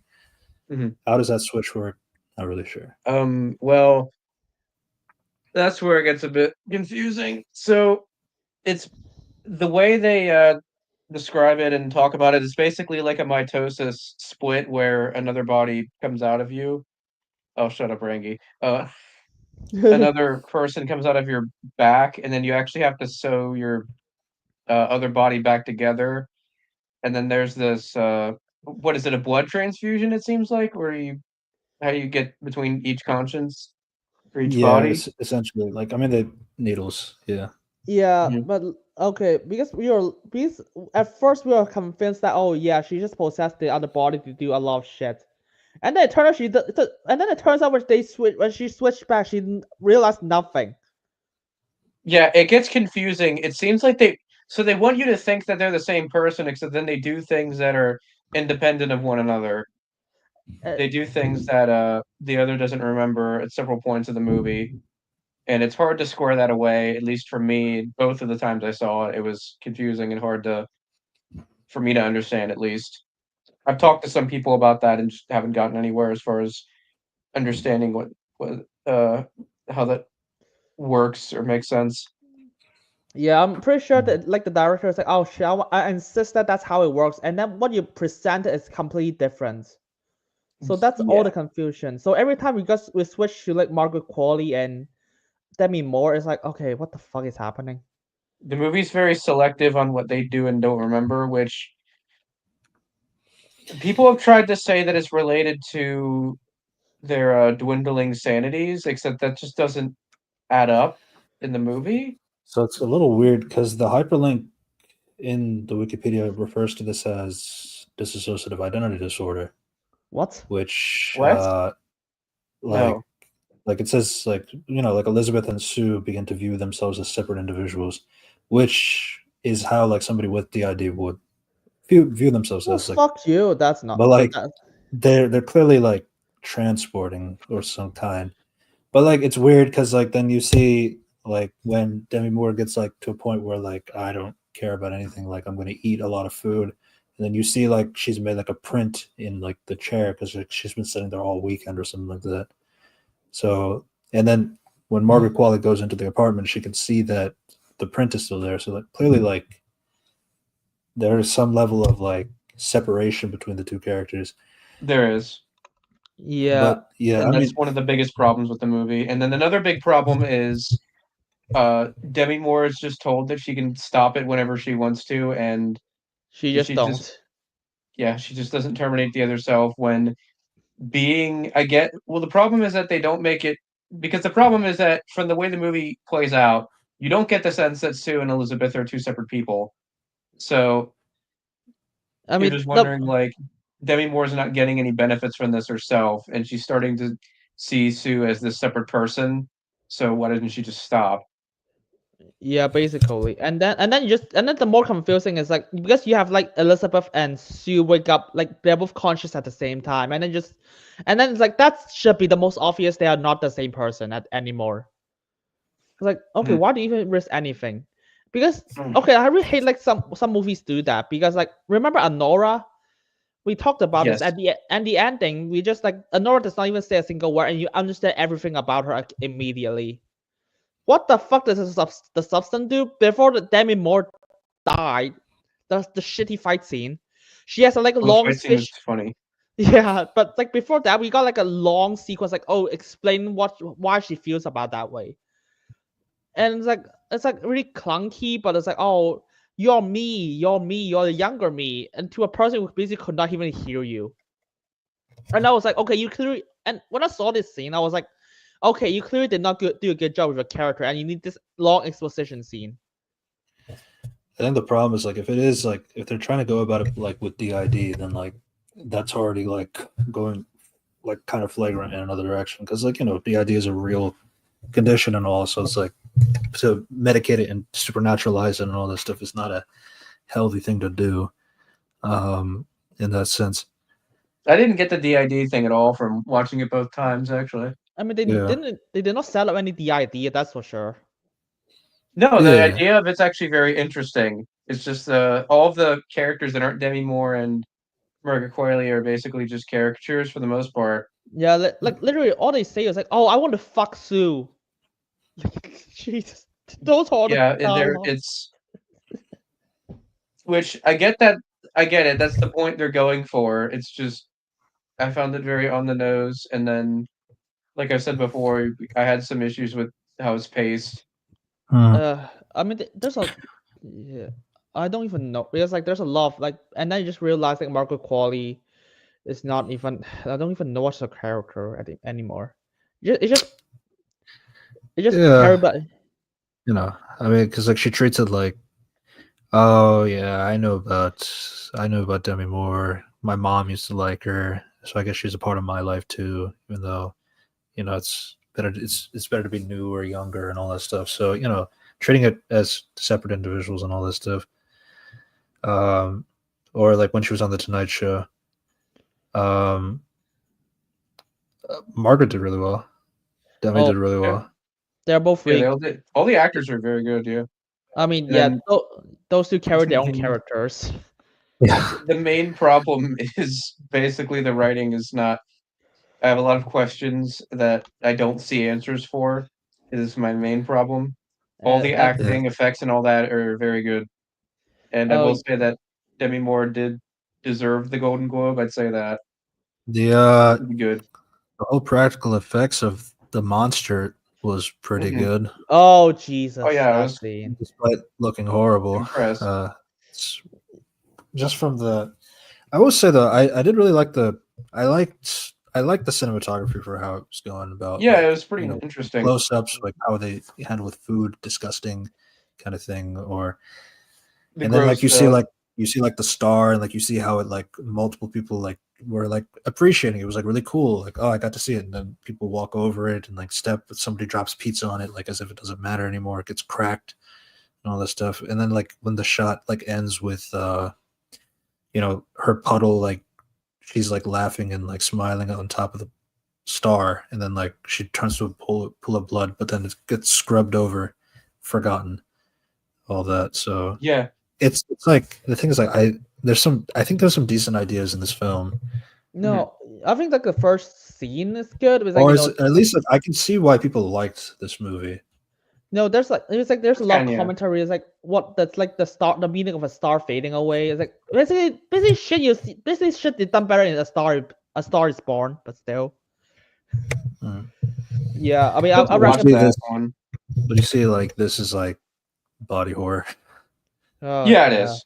It's Yeah. clear-cut body So, horror. Yeah. so I guess like it's like I also get it from like I think it is like I think the commentary is like what is like connecting with people, or like the fact Mhm. that it is like something that we haven't seen in a while, like this kind of like The Fly.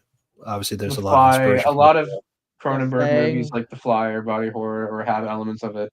Yeah, I mean, if people just want to see like a concept of like a star, what the meaning of a star fading away, how they deal with it, I just say just watch A Star Is Born. And if And people then want watch- body horror, I'd recommend Fly. just watching The Thing or The Fly. Yeah. Another underappreciated one. I mean, by the way, haven't you talked about the climax of this movie? Fuck, Oh, remember. right. The oh boy. They're basically fighting each other with the whole like injecting the serum kind of thing. So like there was so she had like this termination. So they have like a thing like that does termination, but like when she puts half of the serum into her body, It she's isn't not- half, it's like 95% of it, and she Yeah. stops right at the end, right before she's about to use all of it up. but like stopping it just like there is enough that splits the personality into two different people. So now What? Margaret can Yeah, see. So Margaret can see. Well, I don't mean like the personality thing. I mean, No, like, they're both I two think it separate was people now. Demi Moore gave what's her name? Margaret Qualley she did something. I think it was a blood transfusion thing that she used to switch bodies. I guess she did that.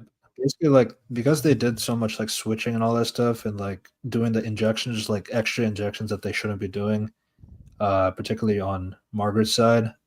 That's like it was enough to like split them into two different people, and then Margaret saw that she had like the thing in her leg, the termination thing, and then that's what kind of starts the fight. It wasn't. To explain. It was well. It wasn't. It's a bit semantic because it wasn't in the leg. It was the just next to her, I think. Yeah. Yeah, and It's yeah, almost nice. I guess it's nice that they label the bottles like in big bold letters, but that's useful. yeah. I wouldn't want to have a termination thing like right next, like, and not know what it is. I mean, you would think that if it's medication, you write it in the medication bag or something. It's not right on the syringe. I No. think it's fair because they're all syringes. Then like, hmm or you can multicolor Another them. thing that was ridiculous with the climax is the part where so it's established very clearly earlier in the movie that as Demi Moore as Margaret Qualley's been not using these drug properly, it's had adverse effects on Demi Moore and it's been aging her. And by that point, Demi Moore is super old and decrepit. And it's shown earlier before she gets fully decrepit that she had to like crack her leg so she could like get up and move around.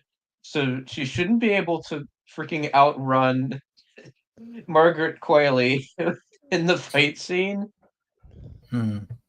And then Demi Moore is also hilariously like durable in that scene. She's super durable for no reason. Yeah. very strange. And then we got the fact that she just inject herself and turn into Godzilla.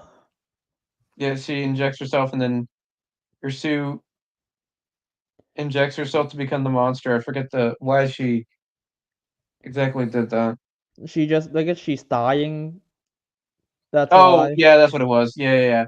I remember now. So- She was. Yeah, she's dying. Of course, I'm so weirded out because like, oh, I'm dying. Let's just pull my teeth out, pull my fingernails. I was like, don't do Oh, that. that was so stupid. Yeah. Pulled out one tooth, and then she starts pulling out two more, and her ear comes off, and then in the elevator, her fingernails coming off, so she pulls it off. Jesus. Yeah, but and the people just- don't really care because she still looks pretty. Yeah, right. Yeah, And it then- was strange. Standards conversation.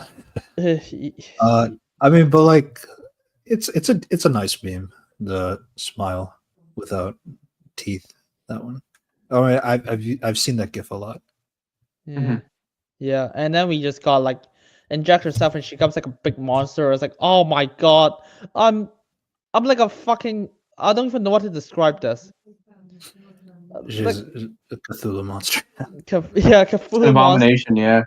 abomination, and then she just cut the fucking picture of herself on the painting. Oh, that was Stick on her. absurd. and fucking stick on her face, and everyone's like, "Oh my god, it's Demi Moore." Which, by the way, they're expecting Margaret Qualley. They're not even expecting Demi Moore. So it's like, just come in. It's like, okay, my god, I know you look like a fucking gorilla, but still, come in. And no Oh, one yeah, can- I'm not sure how that thing would get past security exactly. I mean, there is the element of it is a heightened reality, except there is the one doctor seems more aware of what's going on than anyone else does, which I feel might poke a bit of a hole in that. I'm not entirely sure. Yeah, even that was like, oh, even if I accept that Godzilla exists in this universe, they are not expecting Godzilla. They're expecting Margaret Qualley. So of course they're not even gonna let her in. All you care about is boobs, and then like a boob grows in the middle of her eye or something like that. She vomits one out. She vomits one out. Yeah. I was like, yeah, because like they're commenting about the sexualization of women in industry or something. Yeah. I was like the then dumbest she, way like- possible. She like, then her arm breaks, and then like gushes blood all over them. Yeah. Where's security? And they just got give a speech. It was like, hello, thank you. And then she Yeah. just died next to the Hollywood sign. Yeah.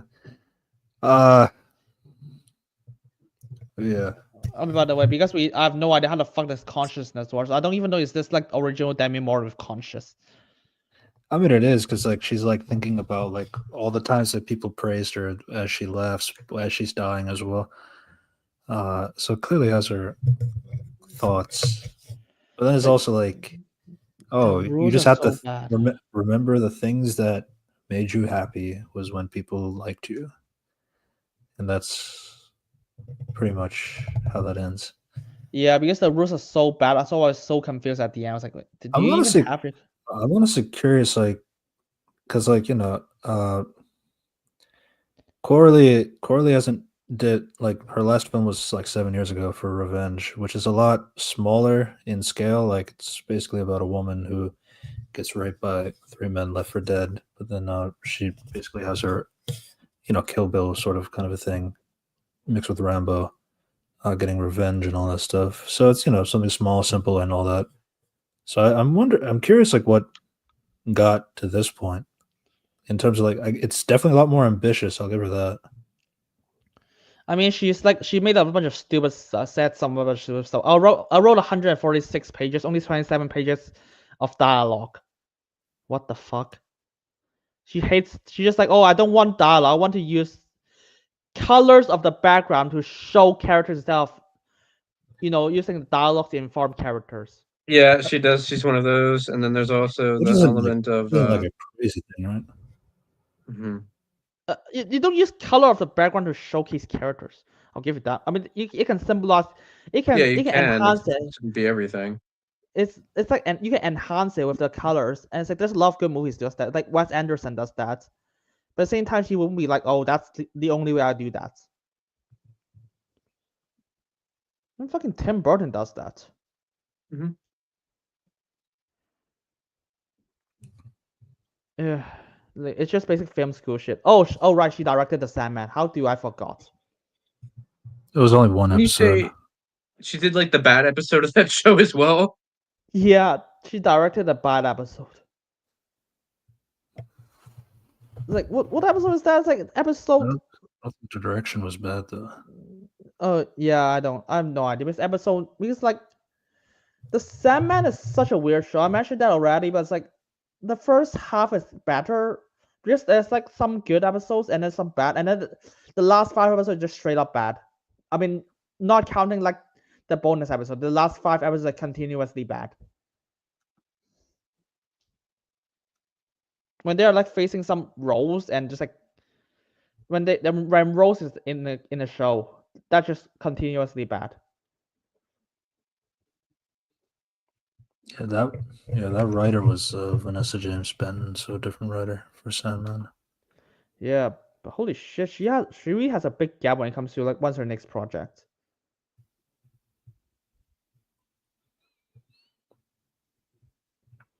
But yeah, any last thoughts? Well, I mean, there were some aspects of the substance I like. There are some like neat scenes or some neat moments. I like the acting a lot. I like the visual effects were very good, and the cinematography was good. Unfortunately, there's a lot of unanswered questions I had about the writing and just stuff that I didn't think made a lot of sense. So yeah, I didn't think it was all that good, sadly. No, yeah, I think it's just really bad. It's like there's potential in it, and I'm gonna be Yeah. honest, a lot of it is just carried by like the cinematography, the acting, and like it's like I think the best is like the first scene of the entire movie. Like that's like the best visual storytelling. Unfortunately, she thinks the dialogues are unnecessary shit. I mean, not counting the fact that whenever sexist character just made sexist rambles for some reason. That's where most of the dialogues are. Just have like characters like, I want you to fucking that Demi Moore's ugly piece of shit. Like, get me a younger, hotter person with a hot ass. Actually, he actually said that. That's where most of the dialogues are. Priorities.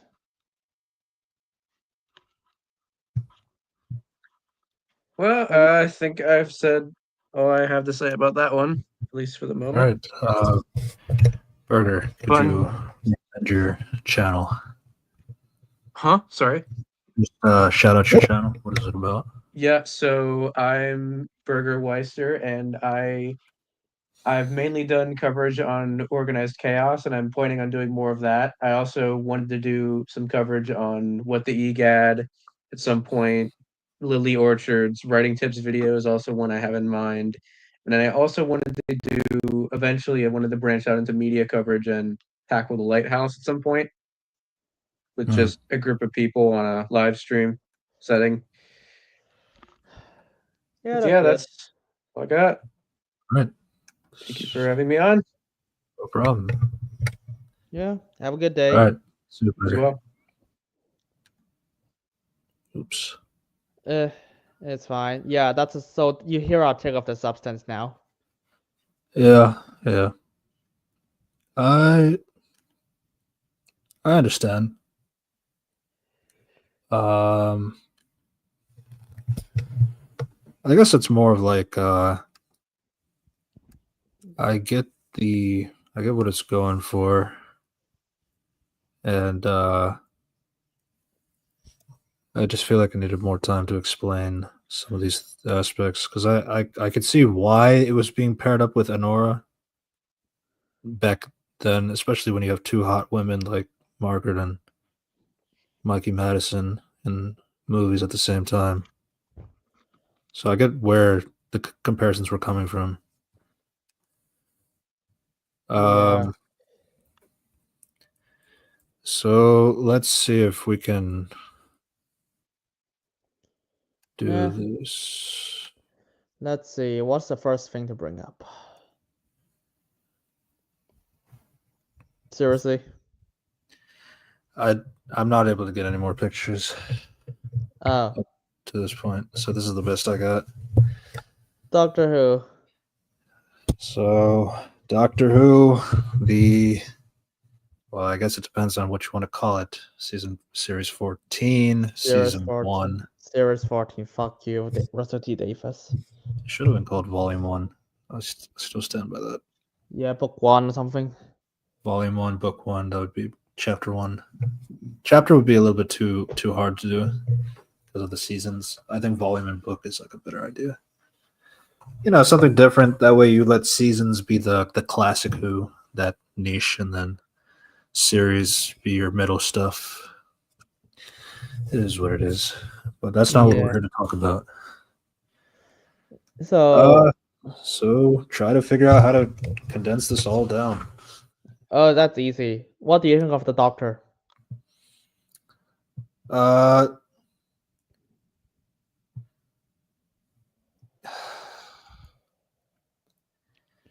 Too much crying. Yeah, because it's simple. All 8 episodes. What do you learn about the characters? What do you learn about Ruby? She's a girl who has like a mysterious thing in her past, and that's the extent. And she's hot. She's charismatic. Totally not because of Millie Gibson, by the way. Definitely in the writing. Totally not because of Millie Gibson. She's nice.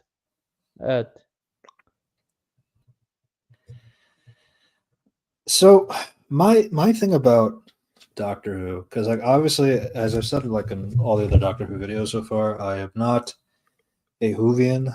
I have started watching it, so I don't have everything about what is the Doctor and who the Doctor is and all that stuff. And I will say that for the first time, since this is going to Disney now, so Disney has more control of Doctor Who. I'm already kind of surprised that Disney, the company known for making toys, does not really have any of that for their season of Doctor Who, which is crazy. Yeah, probably because of backlash, but still. Yeah, but you see, Russell is kind of like him coming back was definitely the highest selling point in general, especially when you consider how the 13th Doctor was represented, I'd say. And, bringing back David Tennant as the 14th Doctor. And then, the Christmas special having not Christmas, but the 60th anniversary having 3 parts to it before, our brand new Doctor with QT Doc Gawa. Obviously there's a lot of and there was still that one good episode, the Blue Yonder. Yeah, but I think that's the extent after his return. Yeah. I will say what's crazy is like in this new season, I feel like the 2 episodes that weren't written by him are probably the better episodes of this season. They're the better ones. Probably there because there are some things to latch onto, but yeah, that's it. I mean, you got Moffat, another classic Whovian. And then the person who directed Loki. That's the other 2 writers. I mean, she writes it with some other people, but still. Rogue is one of the better episodes. Yeah, because there's something between Rogue and the Doctor. It's all fast. Definitely the pacing is one of the biggest issues. Yeah. In terms of everything. I mean, like a lot of those things here is like a lot of setup is like going to let's just go on the next adventure. And I think like if I'm not mistaken, like the first episode of the show is like 6 months after the Christmas special or something. No, the second episode is 6 months after the Christmas special. Okay. Yeah, 'Cause I that's a know there's- wild. Yeah, Yeah. that's a wild decision. Uh, I would say the biggest issue for it mainly is because the Doctor and Ruby don't really have enough time of like she has not that much time of like learning things. Like a lot of the stuff is like it's already here, the next companion, as if like that's not like a learning process. yeah, Especially since this season is like treated as like the new introduction for new Whovians, I guess. So it's like I feel like you would want to do more on the exposition side for the new audience, but I don't know. yeah. I mean, how I describe this is I would be like it feels like the Doctor and the Ruby's relationship. I can describe it as like it's how you see people in the bar. They just talk about it, fun talk, but that's it. They're just fun talk. I mean, I guess they are nice to each other. They're friendly. That's it. That's all I can say. There's no conflict. There's no growth.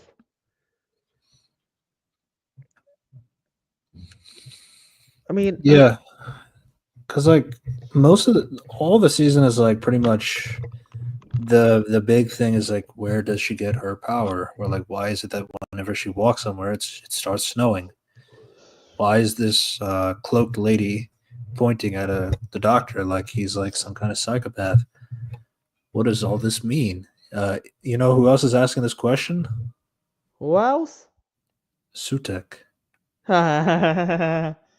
Yeah, the goddess of a god.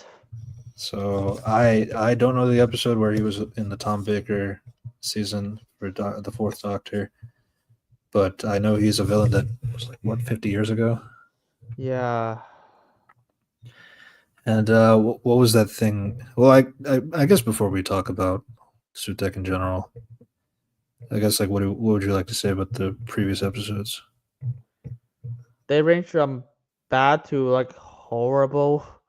I mean, I don't really have much to say about this previous episode because I was doing a rewatch and I realized they're so tedious. I have barely anything to say about this. I mean, you can see a lot more like political allegories, like in the first episode, like abortion. Second episode, I don't know. I don't even know what's the allegory of the second episode. The third episode, it's like war bad. Fourth episode, nuking the world, it's bad. No shit. It's so weird. There's just barely anything to latch onto. And I mean, if I want to say something, I'll be like, oh yeah, the second episode wasted the Beatles. Like, oh my god, they could have do the Beatles with a single episode, but no, they just tossed them aside for a god episode. Yeah, the Maestro. Oh Jesus. Let's see. You got Space Babies. I think that was one of the better episodes with the Doctor in particular. But then it disappears for like a few episodes. Yeah, I mean, there's like I don't know, episode 2 they mentioned like Susan. That's it. Yeah, you can see how little Doctor Who series 14 is. Yeah, and you see like because like the Maestro also is like, you know, you're gonna deal with the one who waits, all that stuff. So yeah, I mean, she got defeated because the Beatles just played the right notes. I bring that to Rangi last night, 2 nights ago, and it was like, okay, how do you defeat him? I'll just play the right notes from a song that you can actually Google. So he was like, so you can just defeat him by just playing a YouTube video. So I was like, yeah.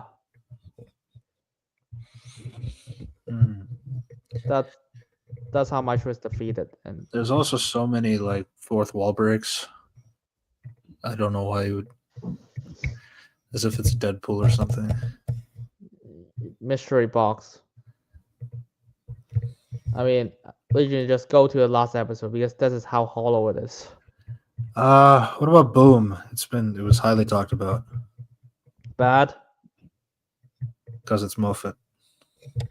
I mean, there's Moffat did a bit more in for the character for like Ruby and the Doctor in that episode than like Russell T Davies did like in every single one of his other episodes.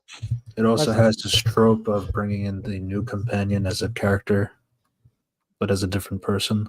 So there's that Farada Setu. Yeah, it's like there's like something. I mean, it's like there's something about like Doctor is like, oh, unwillingness to just like keep fighting. There's like even face the odds. It's like, okay, there's something there. Honestly, I don't think it was a great idea to put the Doctor as the one who steps on the mine. Because like we know the Doctor, this is the third episode, and you expect us to believe that the Doctor is going to die.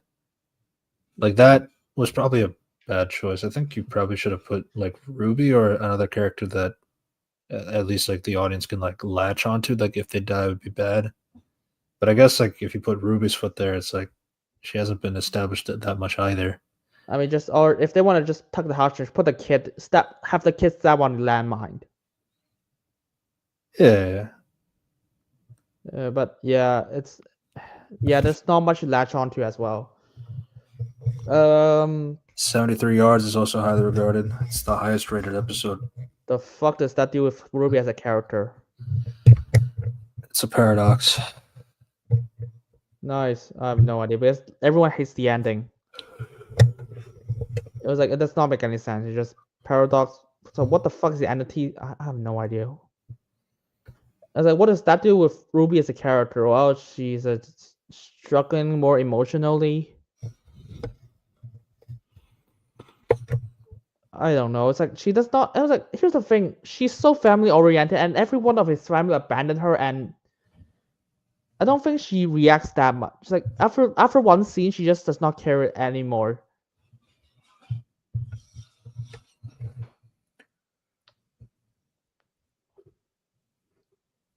It also has the whole like, well, the whole thing changed. So there's also like, oh, this time like we didn't see the character from before, but like we go back into the past, but they look at the person this time or that kind of thing. Like there's like contradictions in the bootstrap.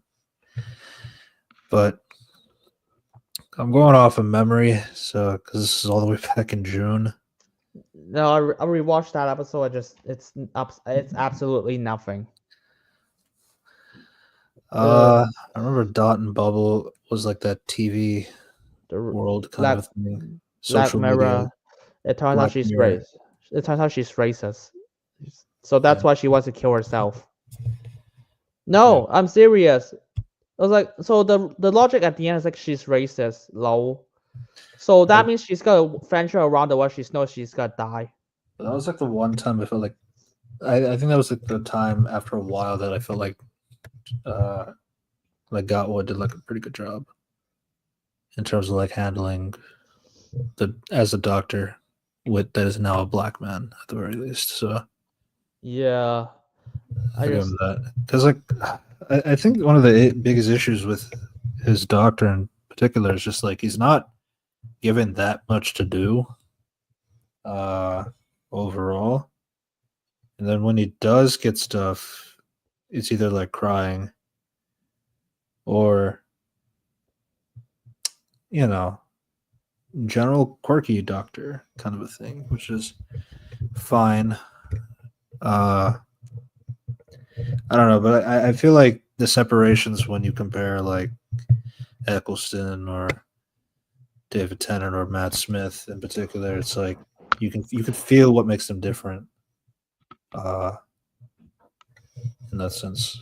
So I guess like it took a while for him to like get set, I guess. Yeah, that's always. It's like so yeah, I don't really have much to say about Dot and Bubble. It's like Black Mirror episode. There's like some development to be honest. I think Ricky and like Poppy Beam or something has more development than the Doctor is itself, and then they just ruin like Mindy Poppy Bean or something at the end. Because you see she's racist. So I was like, yeah, she also does not want to die. That's why she listens to the Doctor. But It's like so at the end she just character assassinated herself by just like, oh, I'm gonna kill myself because I'm racist. Rogue is the Bridgerton like episode. Probably the best episode of all of those because there's something between Rogue and the Doctor, and even something between Ruby and the Bridgerton girl. Mm-hmm. That's it. That's all I say. It was like she cares about her. Like don't care about toxic people. Ruby side, Doctor side. Oh, you're lonely. It's just like me. Oh. Yeah. The Legend of Ruby Sunday and Empire of Death. Sort Fucking of like two-parter finale. Okay, the Legend of Ruby says fucking nothing. Is a big mystery box that if you rewatch it, when answers revealed, it means nothing for the characters. Done. Also, you need to hire children to fight people.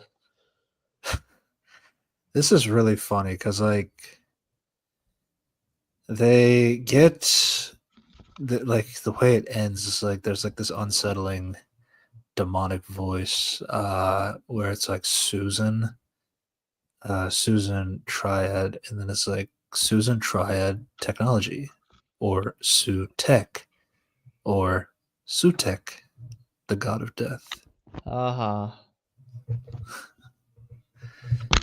Nice. And what was the thing that they revealed about Sutek in particular? The one who waits? Yeah, that's apparently the acronym. So he's like in TARDIS since forever. Yeah, so he's been. So from what I understand is that the Fourth Doctor put Sutek in a time vortex, and that's what got rid of him. But I guess it didn't get rid of him. He was latched onto the TARDIS for at least 50 years. Yep. So basically, and then there's been all those memes of like, think about all those times where Sutek was during these like great moments of Doctor Who. Yay. Watching. But I mean, the other thing I say, it's like Kate Stewart's character assassinated in both episodes. She's not a perfect loser who just listens to a doctor's command and stuff. Like the commanding president is like, oh, I am gonna fight the war. I'm willing to. Okay, she's all about the greater good and stuff. And it's like, nah, let's just listen to the doctor's command and next episode she just killed her. So basically she just gave up. Yeah, and then you see Sutek has like the intention to kill everything in the universe and all this stuff. God of death sort of thing. Oh yeah, that the reference you text. Boohoo. Anyone cares? No. And you see the thing is like he wants to succeed, but the problem is like he can't because he wants to know who is Ruby's mom. Some reason. So yeah, it's like that's just a mystery to me. I just don't understand. Like this woman has like all these powers. Like who is the mother? What about the dad? I don't care about the dad. So yeah, and then he tasked the doctor like to like go find out who the mother is, kind of thing.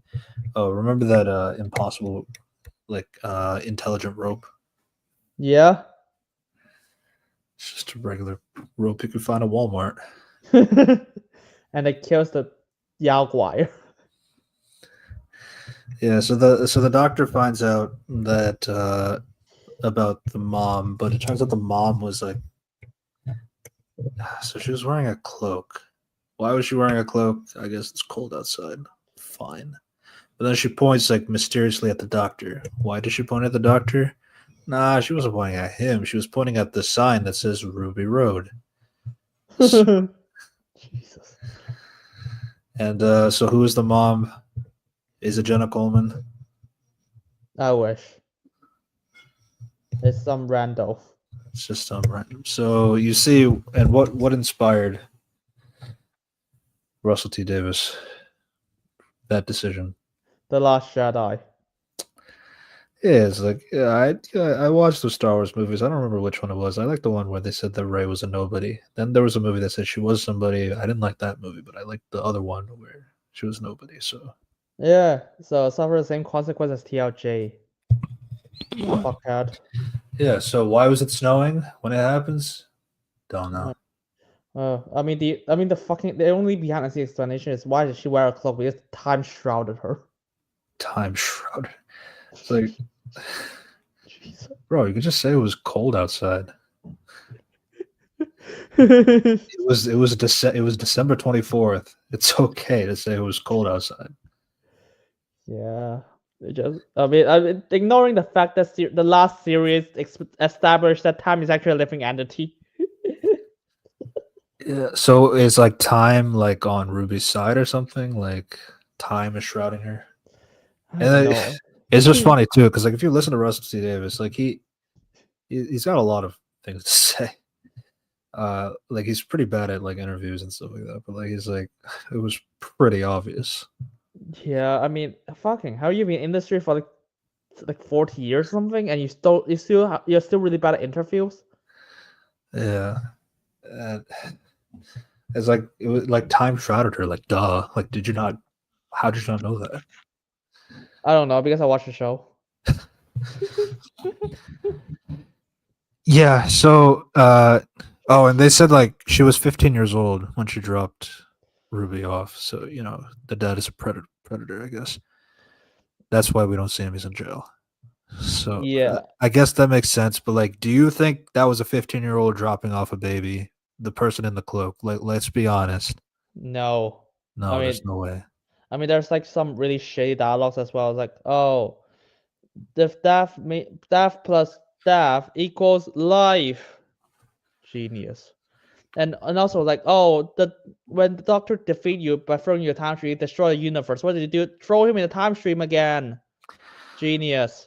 And yes, so you see, Sutek actually does succeed. He does kill the universe, but he chooses to keep the Doctor and Ruby alive because he wanted to know the secret too of like who is her mother. So basically, Sutek is an audience insert kind of a thing. Everybody was wondering. So yeah, so that's why it's like I'm not going to kill the Doctor and Ruby because I want to know the secret too. That explains that somehow. And then oh, and basically like the Doctor and Ruby so like how they find out the mother is like they do like a DNA tracker like from the database like from and then like basically uses that to find where she is, the mother. I was like, so you could have done that the whole time instead of have all these questions of like, oh, this could be your mother. I wonder who my mom is, like that kind of thing. It's like you had the tech the entire time and just don't do anything with it. Yeah, so that's character. I was like, that's just mystery box. Absolutely nothing. At least J.J. Abrams tried to answer his mystery box in The Rise of Skywalker. Yes. So then like the Doctor has like a bit of like a moral dilemma once he figures this out. Like, should he kill Sutek and all? And then all that. But he does eventually do that. But like the thing is like he throws him back into the time vortex, which is kind of odd because like that's what Tom Baker did. So Yeah. if he threw him in the vortex, would that not kill him? Clearly. So but I guess it killed him this time. For They good. killed him. That's it. So yeah. That's I mean the ending is like, oh, I live in a road. I'm named after a road. I'm yeah. sad.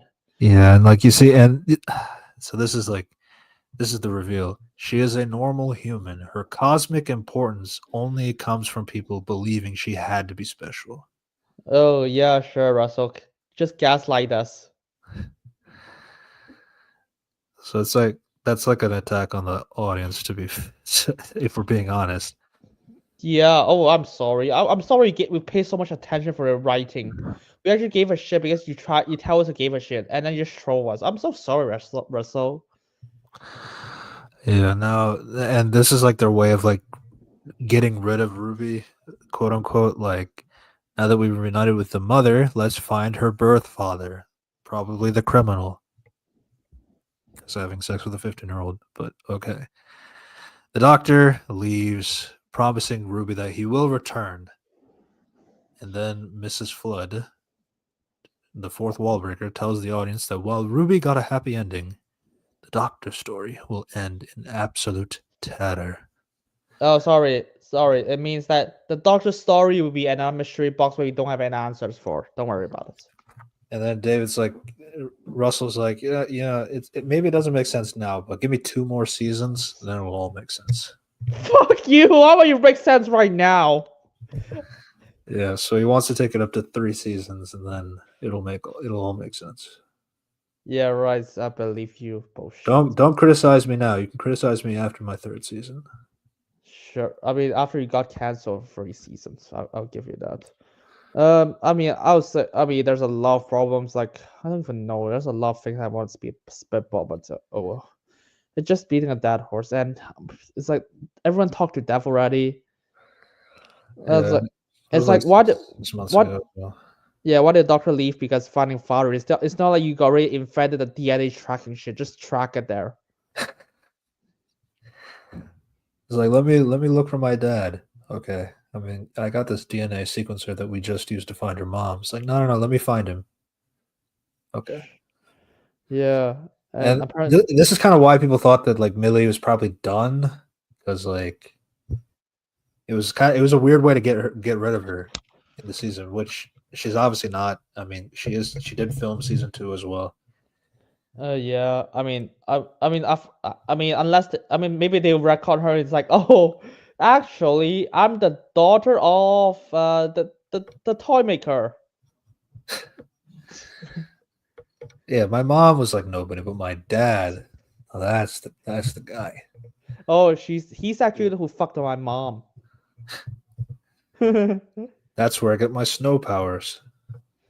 Uh-huh. So yeah, that was Doctor Who Series 14, Season 1, Volume 1, whatever you want to call it.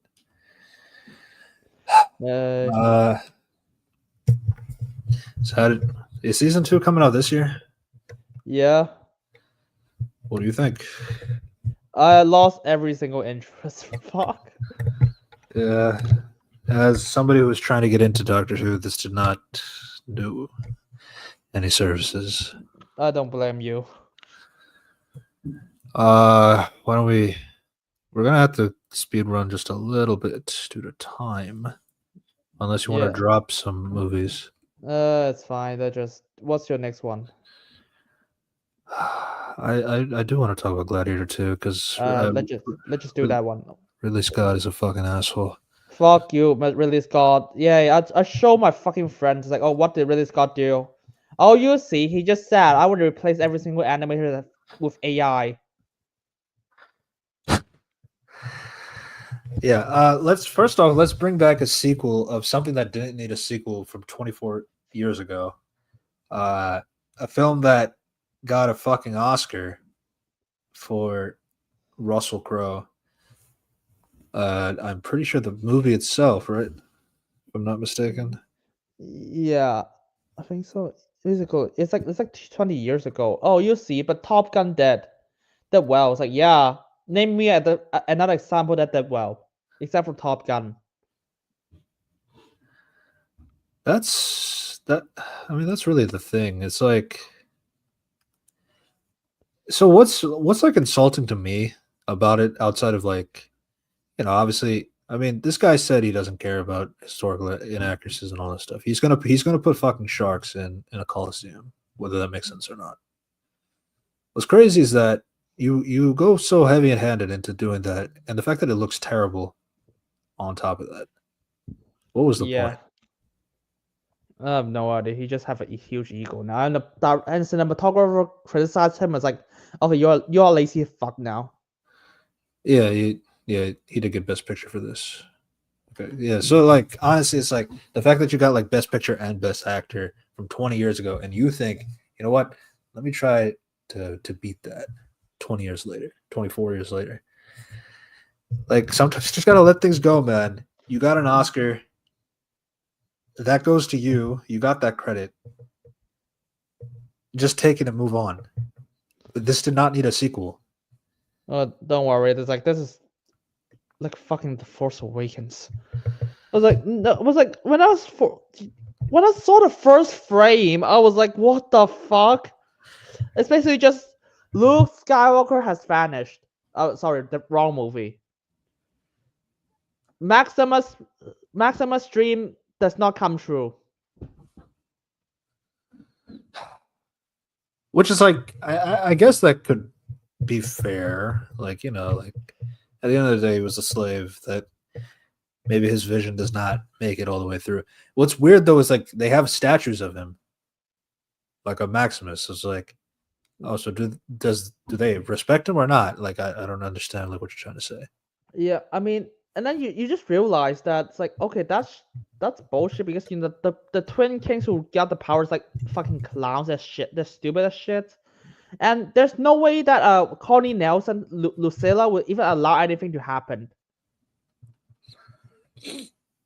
Yeah, and so the way that this film starts is like so like obviously they had to make the parallel because first off, the Lucius just has to be the son of Maximus. So okay, I guess. Well,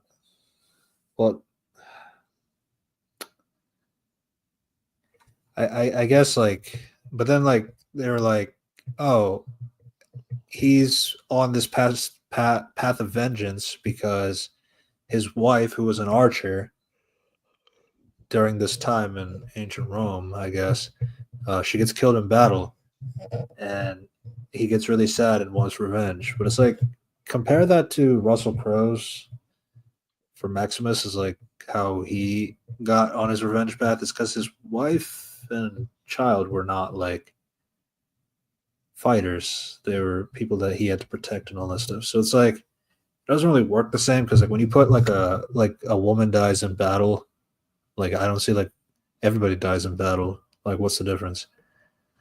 So it's like trying to make that connection just for him to be the character that we focus on. Like we want to care about his like redemption arc of like going on revenge or something like that. Just doesn't really work. What the fucking character doesn't even want to do revenge. I don't even know what her character wants. That's a thing. Yeah, and then like, I mean, when he got the chance to do revenge, he's like, yeah, fuck that, I'm not gonna, because I love you, son, or something. I love your mom. That's why he said, I love your mom. I don't want revenge anymore. I mean, he's really passive for the entire movie. And then it was like, oh, I'm sorry, my husband killed your wife. Was like, and then he was like, yeah, fine.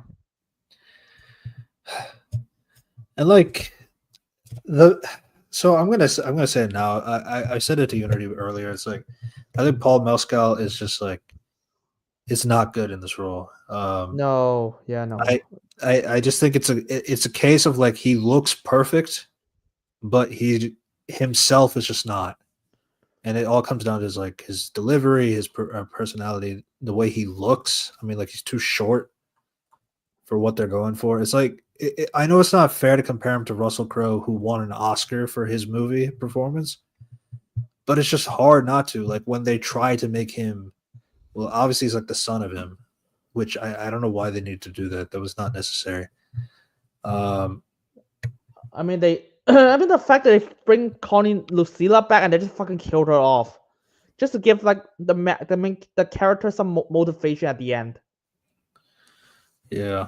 Oh, Connie Nelson. Yeah, you're right. I was like, she's character assassinated in this movie. I was like, she just like, I gave up Rome after like the Maximus speech. It's like you didn't even try.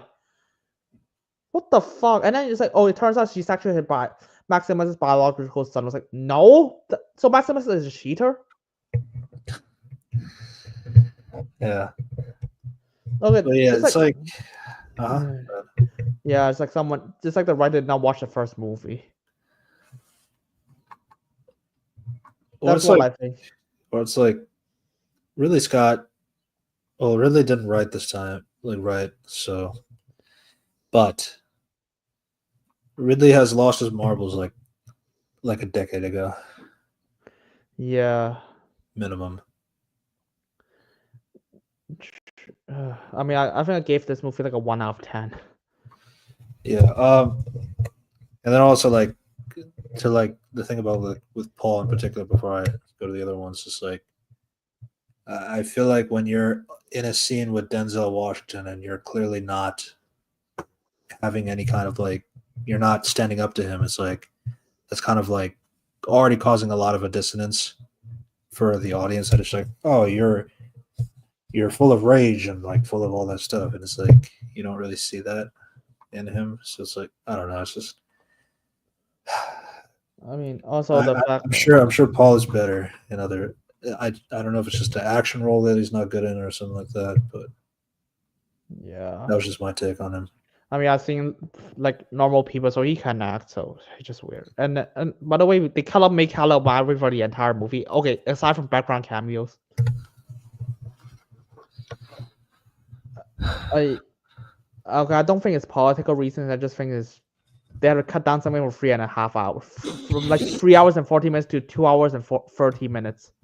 Yeah, it's like he wants to kill Pedro Pascal because like Pedro Pascal was like the leader of the army that was fighting against the thing that like some random person killed his wife.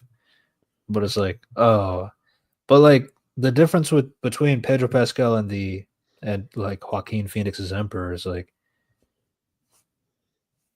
Maximus knew him, so it's like, so he knew like what would happen, like about the personal connection and like killing the wife and like all that stuff. So like, there's like a connection between the characters prior to the death of his family.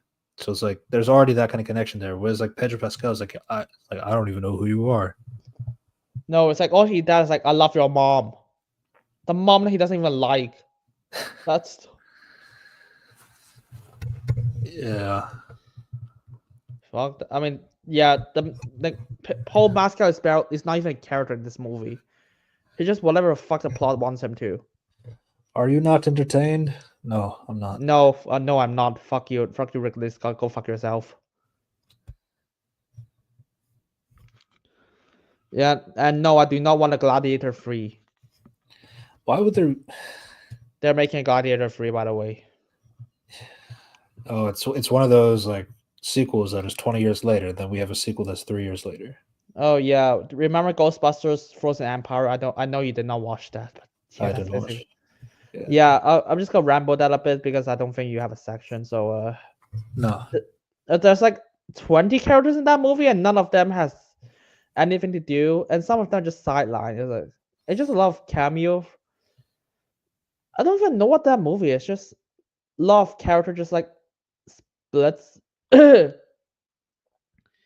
Because that movie has like really bad dialogue and like the mom is like, oh, I don't want you to be in fear, to let the kids be like Ghostbusters, even though they are even though they are Ghostbusters with you, and you did not say anything. And like the OG Ghostbusters did anything, like Bill Murray barely does anything. And apparently there's like this big threat who's an ice monster. I mean, they got like Paul Rudd. Yeah, he does nothing. I don't think anyone does anything. He just anything to move the plot forward. And oh yeah, they have Emily and Alan Lind. Yes. She's like a don't think about it. Yeah, she's I don't know. She's just young. She's just like, oh, she's actually evil, and then she just turns not evil at the end. By the way, Grace. Yeah, she's just a nerd. She's one of the films, alright. Yeah, I mean, by the way, I don't like. I think I like Afterlife at first, and then more I think about it, I think it's bad. So yeah. I think I'm gonna cut out Despicable Me 4. That's alright. Sure. Unless you want to speed run that. Yeah, I think that's all I say for like Frozen Empire, because I think it's a major movie that no one talks about anymore. I just want to give my few thoughts about it. Yeah. Despicable Me 4. I mean, it's hard to like really talk about the franchise seriously because like there's so much push on the minions and all that stuff. So I feel like every time they try to do something interesting, they have to do the minions because they make a lot of money. Yeah. Um, This movie feels like a TV show. There's a lot of subplots that don't go anywhere. yeah, I think like what I would have been interested with Despicable Me 4 in particular is like they had like this like villain who so okay, so I guess like the way they got there is like there's like this villain who knows where they live, so it's like uh so they have to go out to like another safe house to like hide from him and all this stuff. That part is like kind of like where that justification as to why they're in a different house, but like once they're there, it's like Gru has like an interaction with a girl who knows he was like Gru the supervillain and like she wants to be like him or like she wants to be like a supervillain, go to supervillain school, and like make a name for herself, so to speak. And then you see like Gru like kind of having to teach her that old lifestyle that he doesn't do anymore. And I thought that would have been like an interesting idea because especially since they had like him like you know like the classic he's got a baby and the baby doesn't like him but he loves the mom kind of a thing. So you know clearly like some kind of like I need to gain my baby's trust in me as a dad and all this stuff. So it's like I felt like those things are like enough that like I could have been interested if that was like the main plot. But the thing is like that was like the B plot and the main plot was like the guy with the roach powers. And I thought it was hilarious when you know when Gru and his baby like beat him and like knocks him down. He's like falling. It's like the guy can fly and he never flies. Yeah. So that's my quick thoughts on the film. My quick thoughts. None of that matters. Like, okay, Gru is like heavily damaged as a character. She's like fucking stupid person. It's like, oh no, what should I do? I need to bring a baby to the house. I was like, no, you just get a babysitter or something. And that heavily damages Gru. How did they resolve it? I don't know. The cockroach guy just find Gru out of nowhere. And then he's just like, oh, I want to train. Will Ferrell just like, I want to train him to be a kid. Oh right, like, it was funny because like Will Ferrell didn't want to do Megamind 2, but he did Despicable Me 4. I mean, to be fair, it's better than Megamind 2. Yeah. Yeah. And then he's just like, yeah. And Megamind, and then like Will Ferrell was like, yeah, he's now a little cockroach now. And then Gru was like, I love you, baby. And he was like, oh, you actually do care about me. Like, and then it's like, oh, I beat you. Even though the cockroach is super strict, but I still beat the fuck out of you now.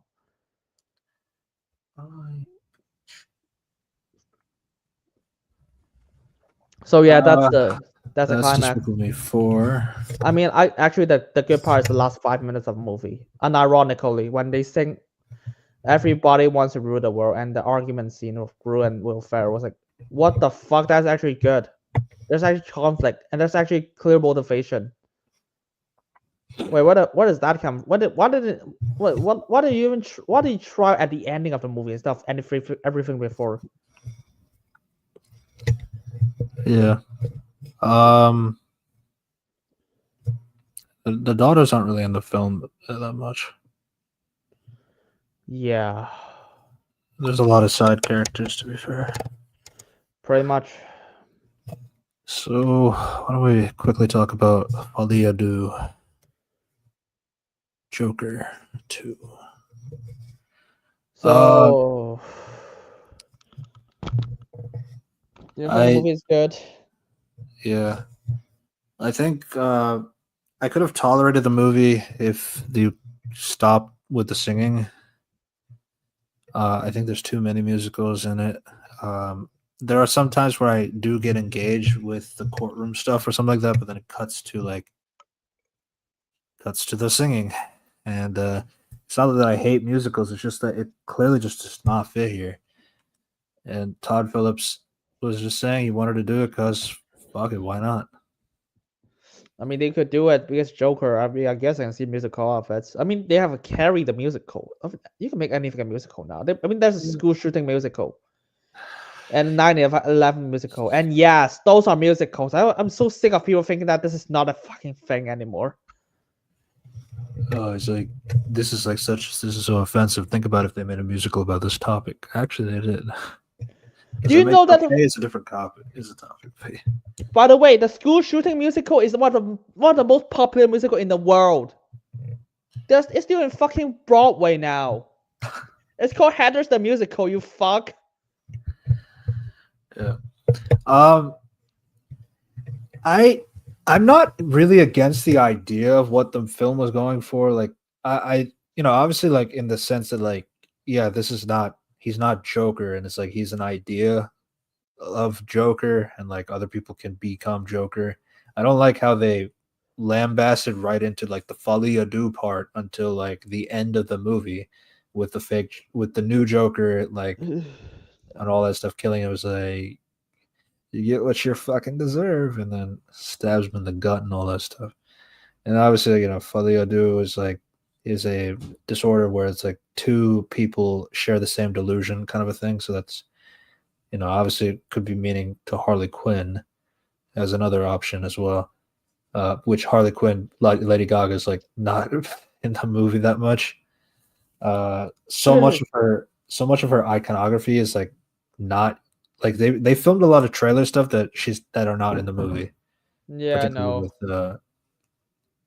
With her characterization, so no, she's like plot device in the movie. That's all I can describe her. She doesn't really have any goals.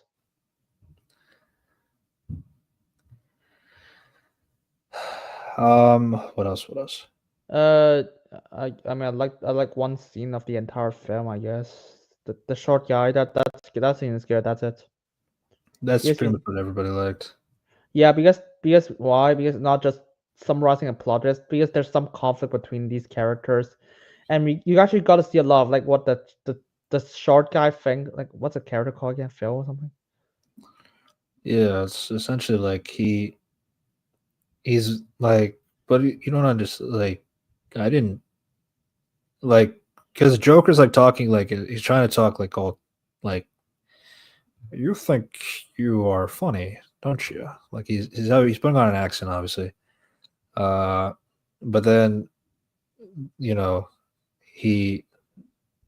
Paulie, he basically is like, you just don't understand. Like ever since like what you did is like I was scared. I didn't even see what you did when you killed killed Murray on the show. It's because like I was in the interrogation room. I was just like there, terrified. Well, it's like I didn't kill you though.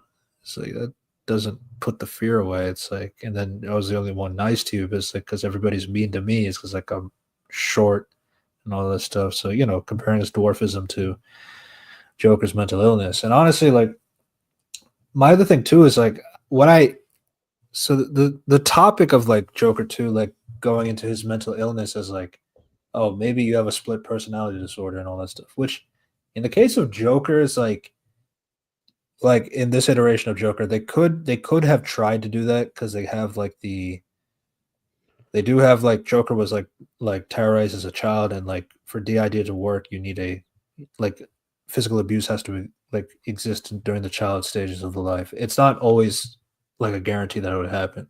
That was just something that the psychiatrist was saying. Maybe you can lean into that so they don't kill you in the execution and all that stuff. So obviously that was just, I don't think it was like meant to be real. It was more of like, this is something that you can say that is true, and then like maybe the Gotham won't kill you.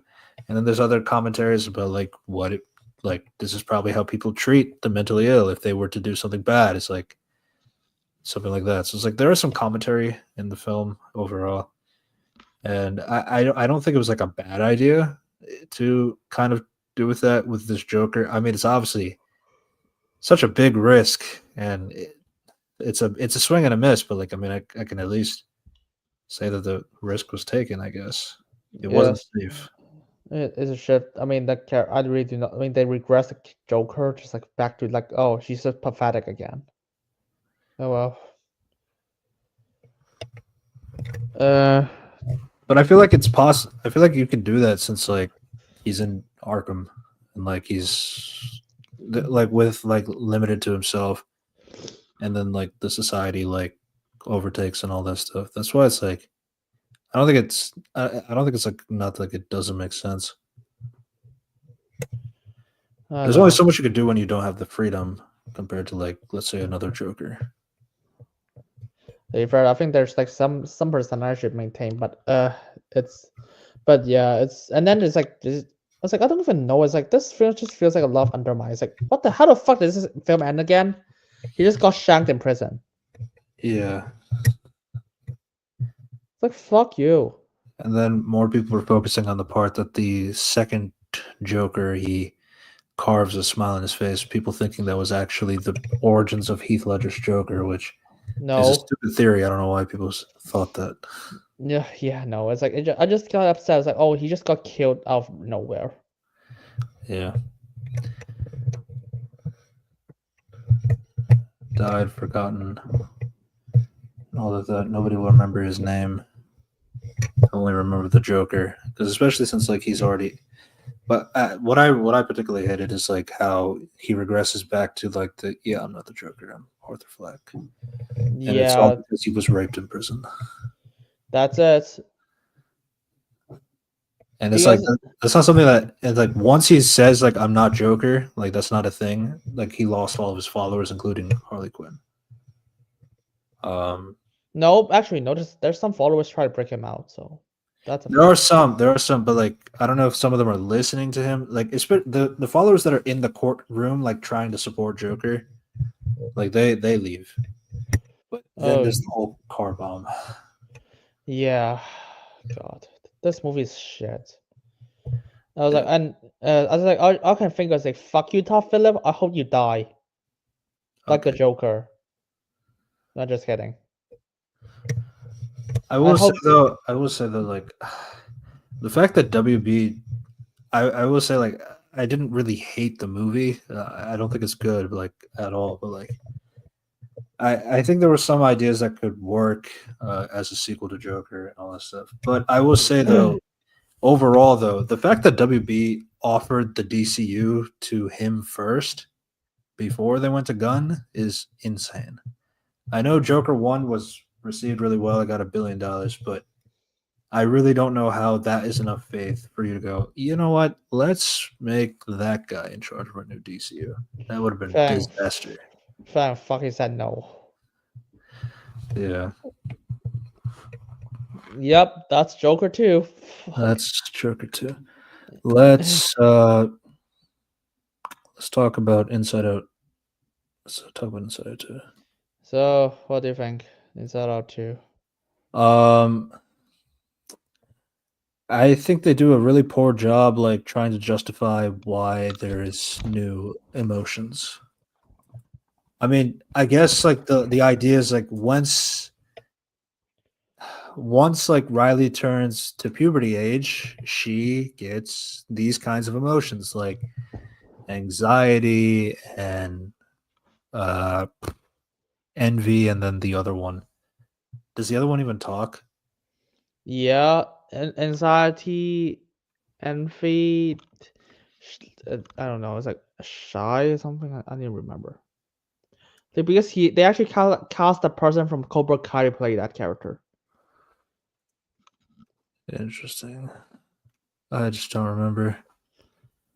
Yeah. Found it embarrassment. Embarrassment. And it's like, honestly, it's like, so first off, do you expect me to believe that none of these emotions would exist prior to puberty age, especially embarrassment? Like, let's be honest. No. Yeah, no. Anxiety is like, okay, I mean, I guess anybody could get anxiety, man. And it's like it's also like weird too, because like the justifications of like these other emotions is already kind of stupid. Because like anxiety is pretty much a mix of fear and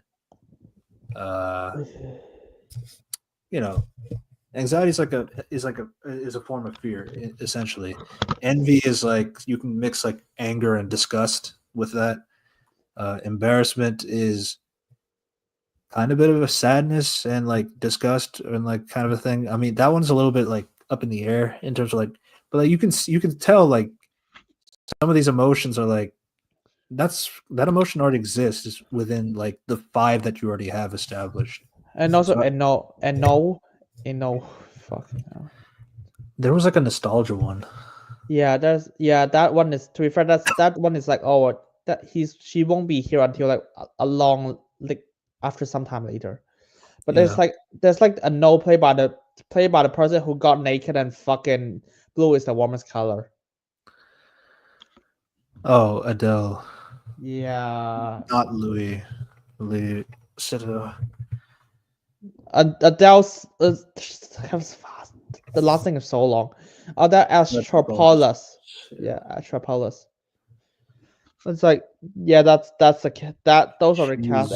Basically, she deflects the uncomfortable emotion situations like sarcasm, pain, boredom, in particular. Okay. Yeah, it's just a lot of like, oh yeah. Oh, and I mean, Paul Walker's embarrassment. Okay. Yeah.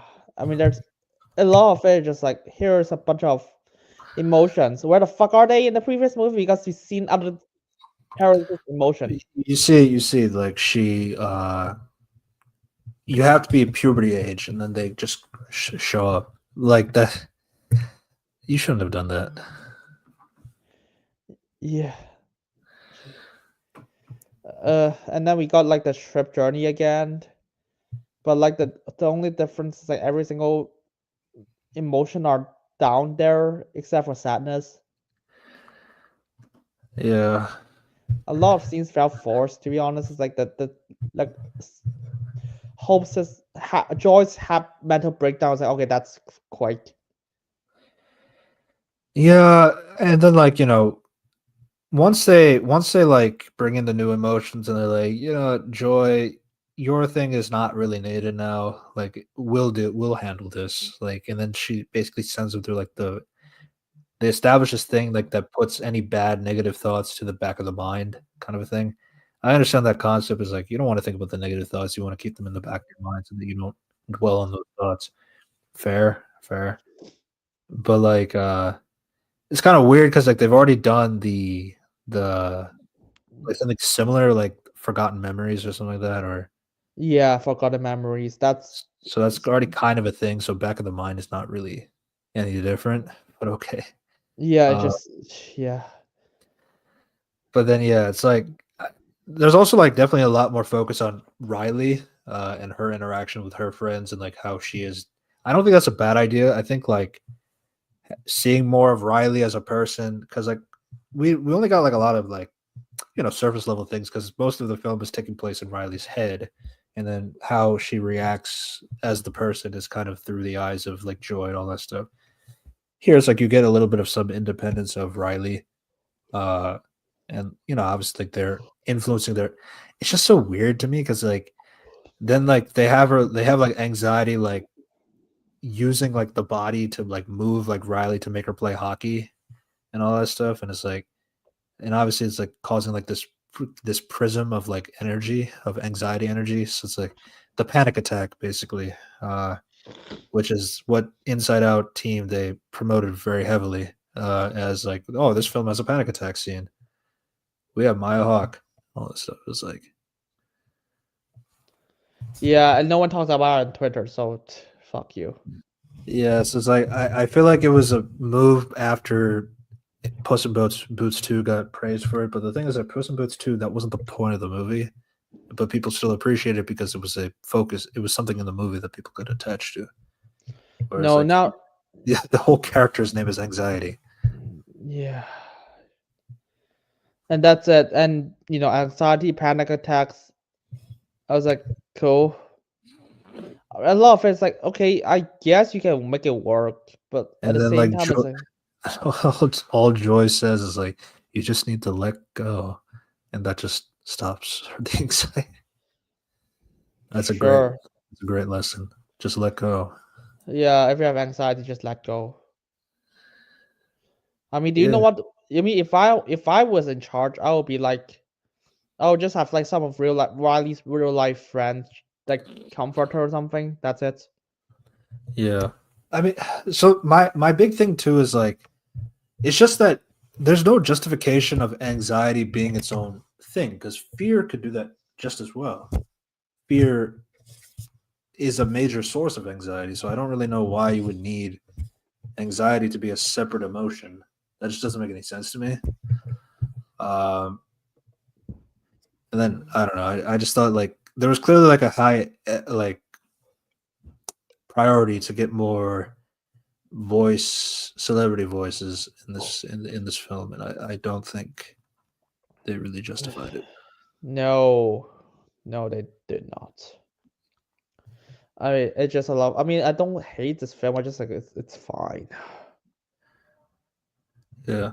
And it's like the only thing I really liked about it was like I liked how in the back of the mind they had like this Dora the Explorer like ripoff, and then they had the discount link, and it was like a shitty PS2 like cutscene, like as her like it's basically like her old crush back in the day. I thought that was really cool. Yeah, I mean, I like some concepts. It's like, oh, like like after the first film, that this is how they're doing. It's like, okay, cool. 30 minutes, like, oh, I like this, like, and then fuck it, and then it's like downhill afterwards. Because like everyone just flips stands out of nowhere. Yeah, but you see it got $1.7 billion, man. So fuck you. I mean, it's fine. That's it. I didn't hate the movie. It's just like, but I feel like a lot of this stuff is like to justify the new emotions, and I don't think the emotions really make sense. In fact, like in the sense of like, especially like when you consider that we see adult emotions too, and it's always the same five. I mean, and then at the end credit, it's like, oh, you see, anxiety is always there. It's like, fuck you. Yes. And I believe they already made a spin-off show set in this universe. I forgot what it was called. I honestly don't even care what is it called. But yeah, let me just look. It was just like Dream Productions or something like that. Have you tried just not having anxiety? Wow, that would solve all my life issues. Yeah, just get over it. Yes. I mean, I guess the only other thing I like is Mindy Kaling does not return. I like that. That was a good choice. Was Velma the reasoning? Probably not. Yep, no. I mean, the reasoning is because they paid the other actors a lot less than Amy Poehler. Amy Poehler, yeah. That's it. That's a reason. The thing is, like, Amy is like a actress, but like I feel like her voice is like wacky enough that like she can make Joy sound natural. I just feel like Mile Hawk just doesn't, like, her voice just doesn't really suit anxiety for what it was going for. It's unfortunate because like I know Mile Hawk was like really attached to the character, particularly because of the whole like, because she like deals with a lot of anxiety growing up, so it just didn't really sound natural on. Yeah, but that's it. I mean, that's all I say. I hope there's no Inside Out 3. Bob Iger is interested. $1.79 billion is a lot of money, man. I want to die. But yeah, that's all I have for Inside Out 2. That's fine. Honestly, we might have to do a part 2 tomorrow. It's getting late. No, Jesus, I can't. I don't think I can do tomorrow. Yeah, that's fine. Otherwise, we could maybe try the weekend. Yeah, let's just try the weekend. Yeah, but that'll be more like a short, like some additional thoughts. But we can expand a little bit more, especially for stuff like Nosferatu, Argylle in particular, and Furiosa. And if you want to add anything else, I'll tell you more about that, because if there's one more podcast, we'll probably just talk a lot more. Yeah. Should we just talk one more or something? I really have to head out. Oh, that's fine. So yeah, we talked a lot about a lot of movies. We do have a few more planned before we finish this topic overall, but it's getting pretty late. I want to again thank all of the guests that were here today. We thank Operation Bagel, Shaq from the Trikage, Rangi, Burger, Gizo. And we just like to thank all of you for listening this video. 2024 was an interesting year, or it's probably the usual. It's probably just the usual, to be honest. Yeah. But yeah, we're going to talk about a few extra films probably over the weekend, so just keep an eye out for that. We're just subscribe to Unity Review and Analysis. Again, he made a really good video about the Penguin and Agatha episode 1. So Oh, check that right. out. We should talk about Agatha. We'll save that for the weekend, I guess. Yeah. Subscribe to my channel, Red Devil's Reviews. Subscribe to another Reviews Corp podcast where we archive these videos. And subscribe to everybody else that we have mentioned before. Their names are tagged in the title as well, so it'll be easy access to click and go to their websites or check them out in the description down below. We will see all of you next time. Goodbye, everybody. Bye.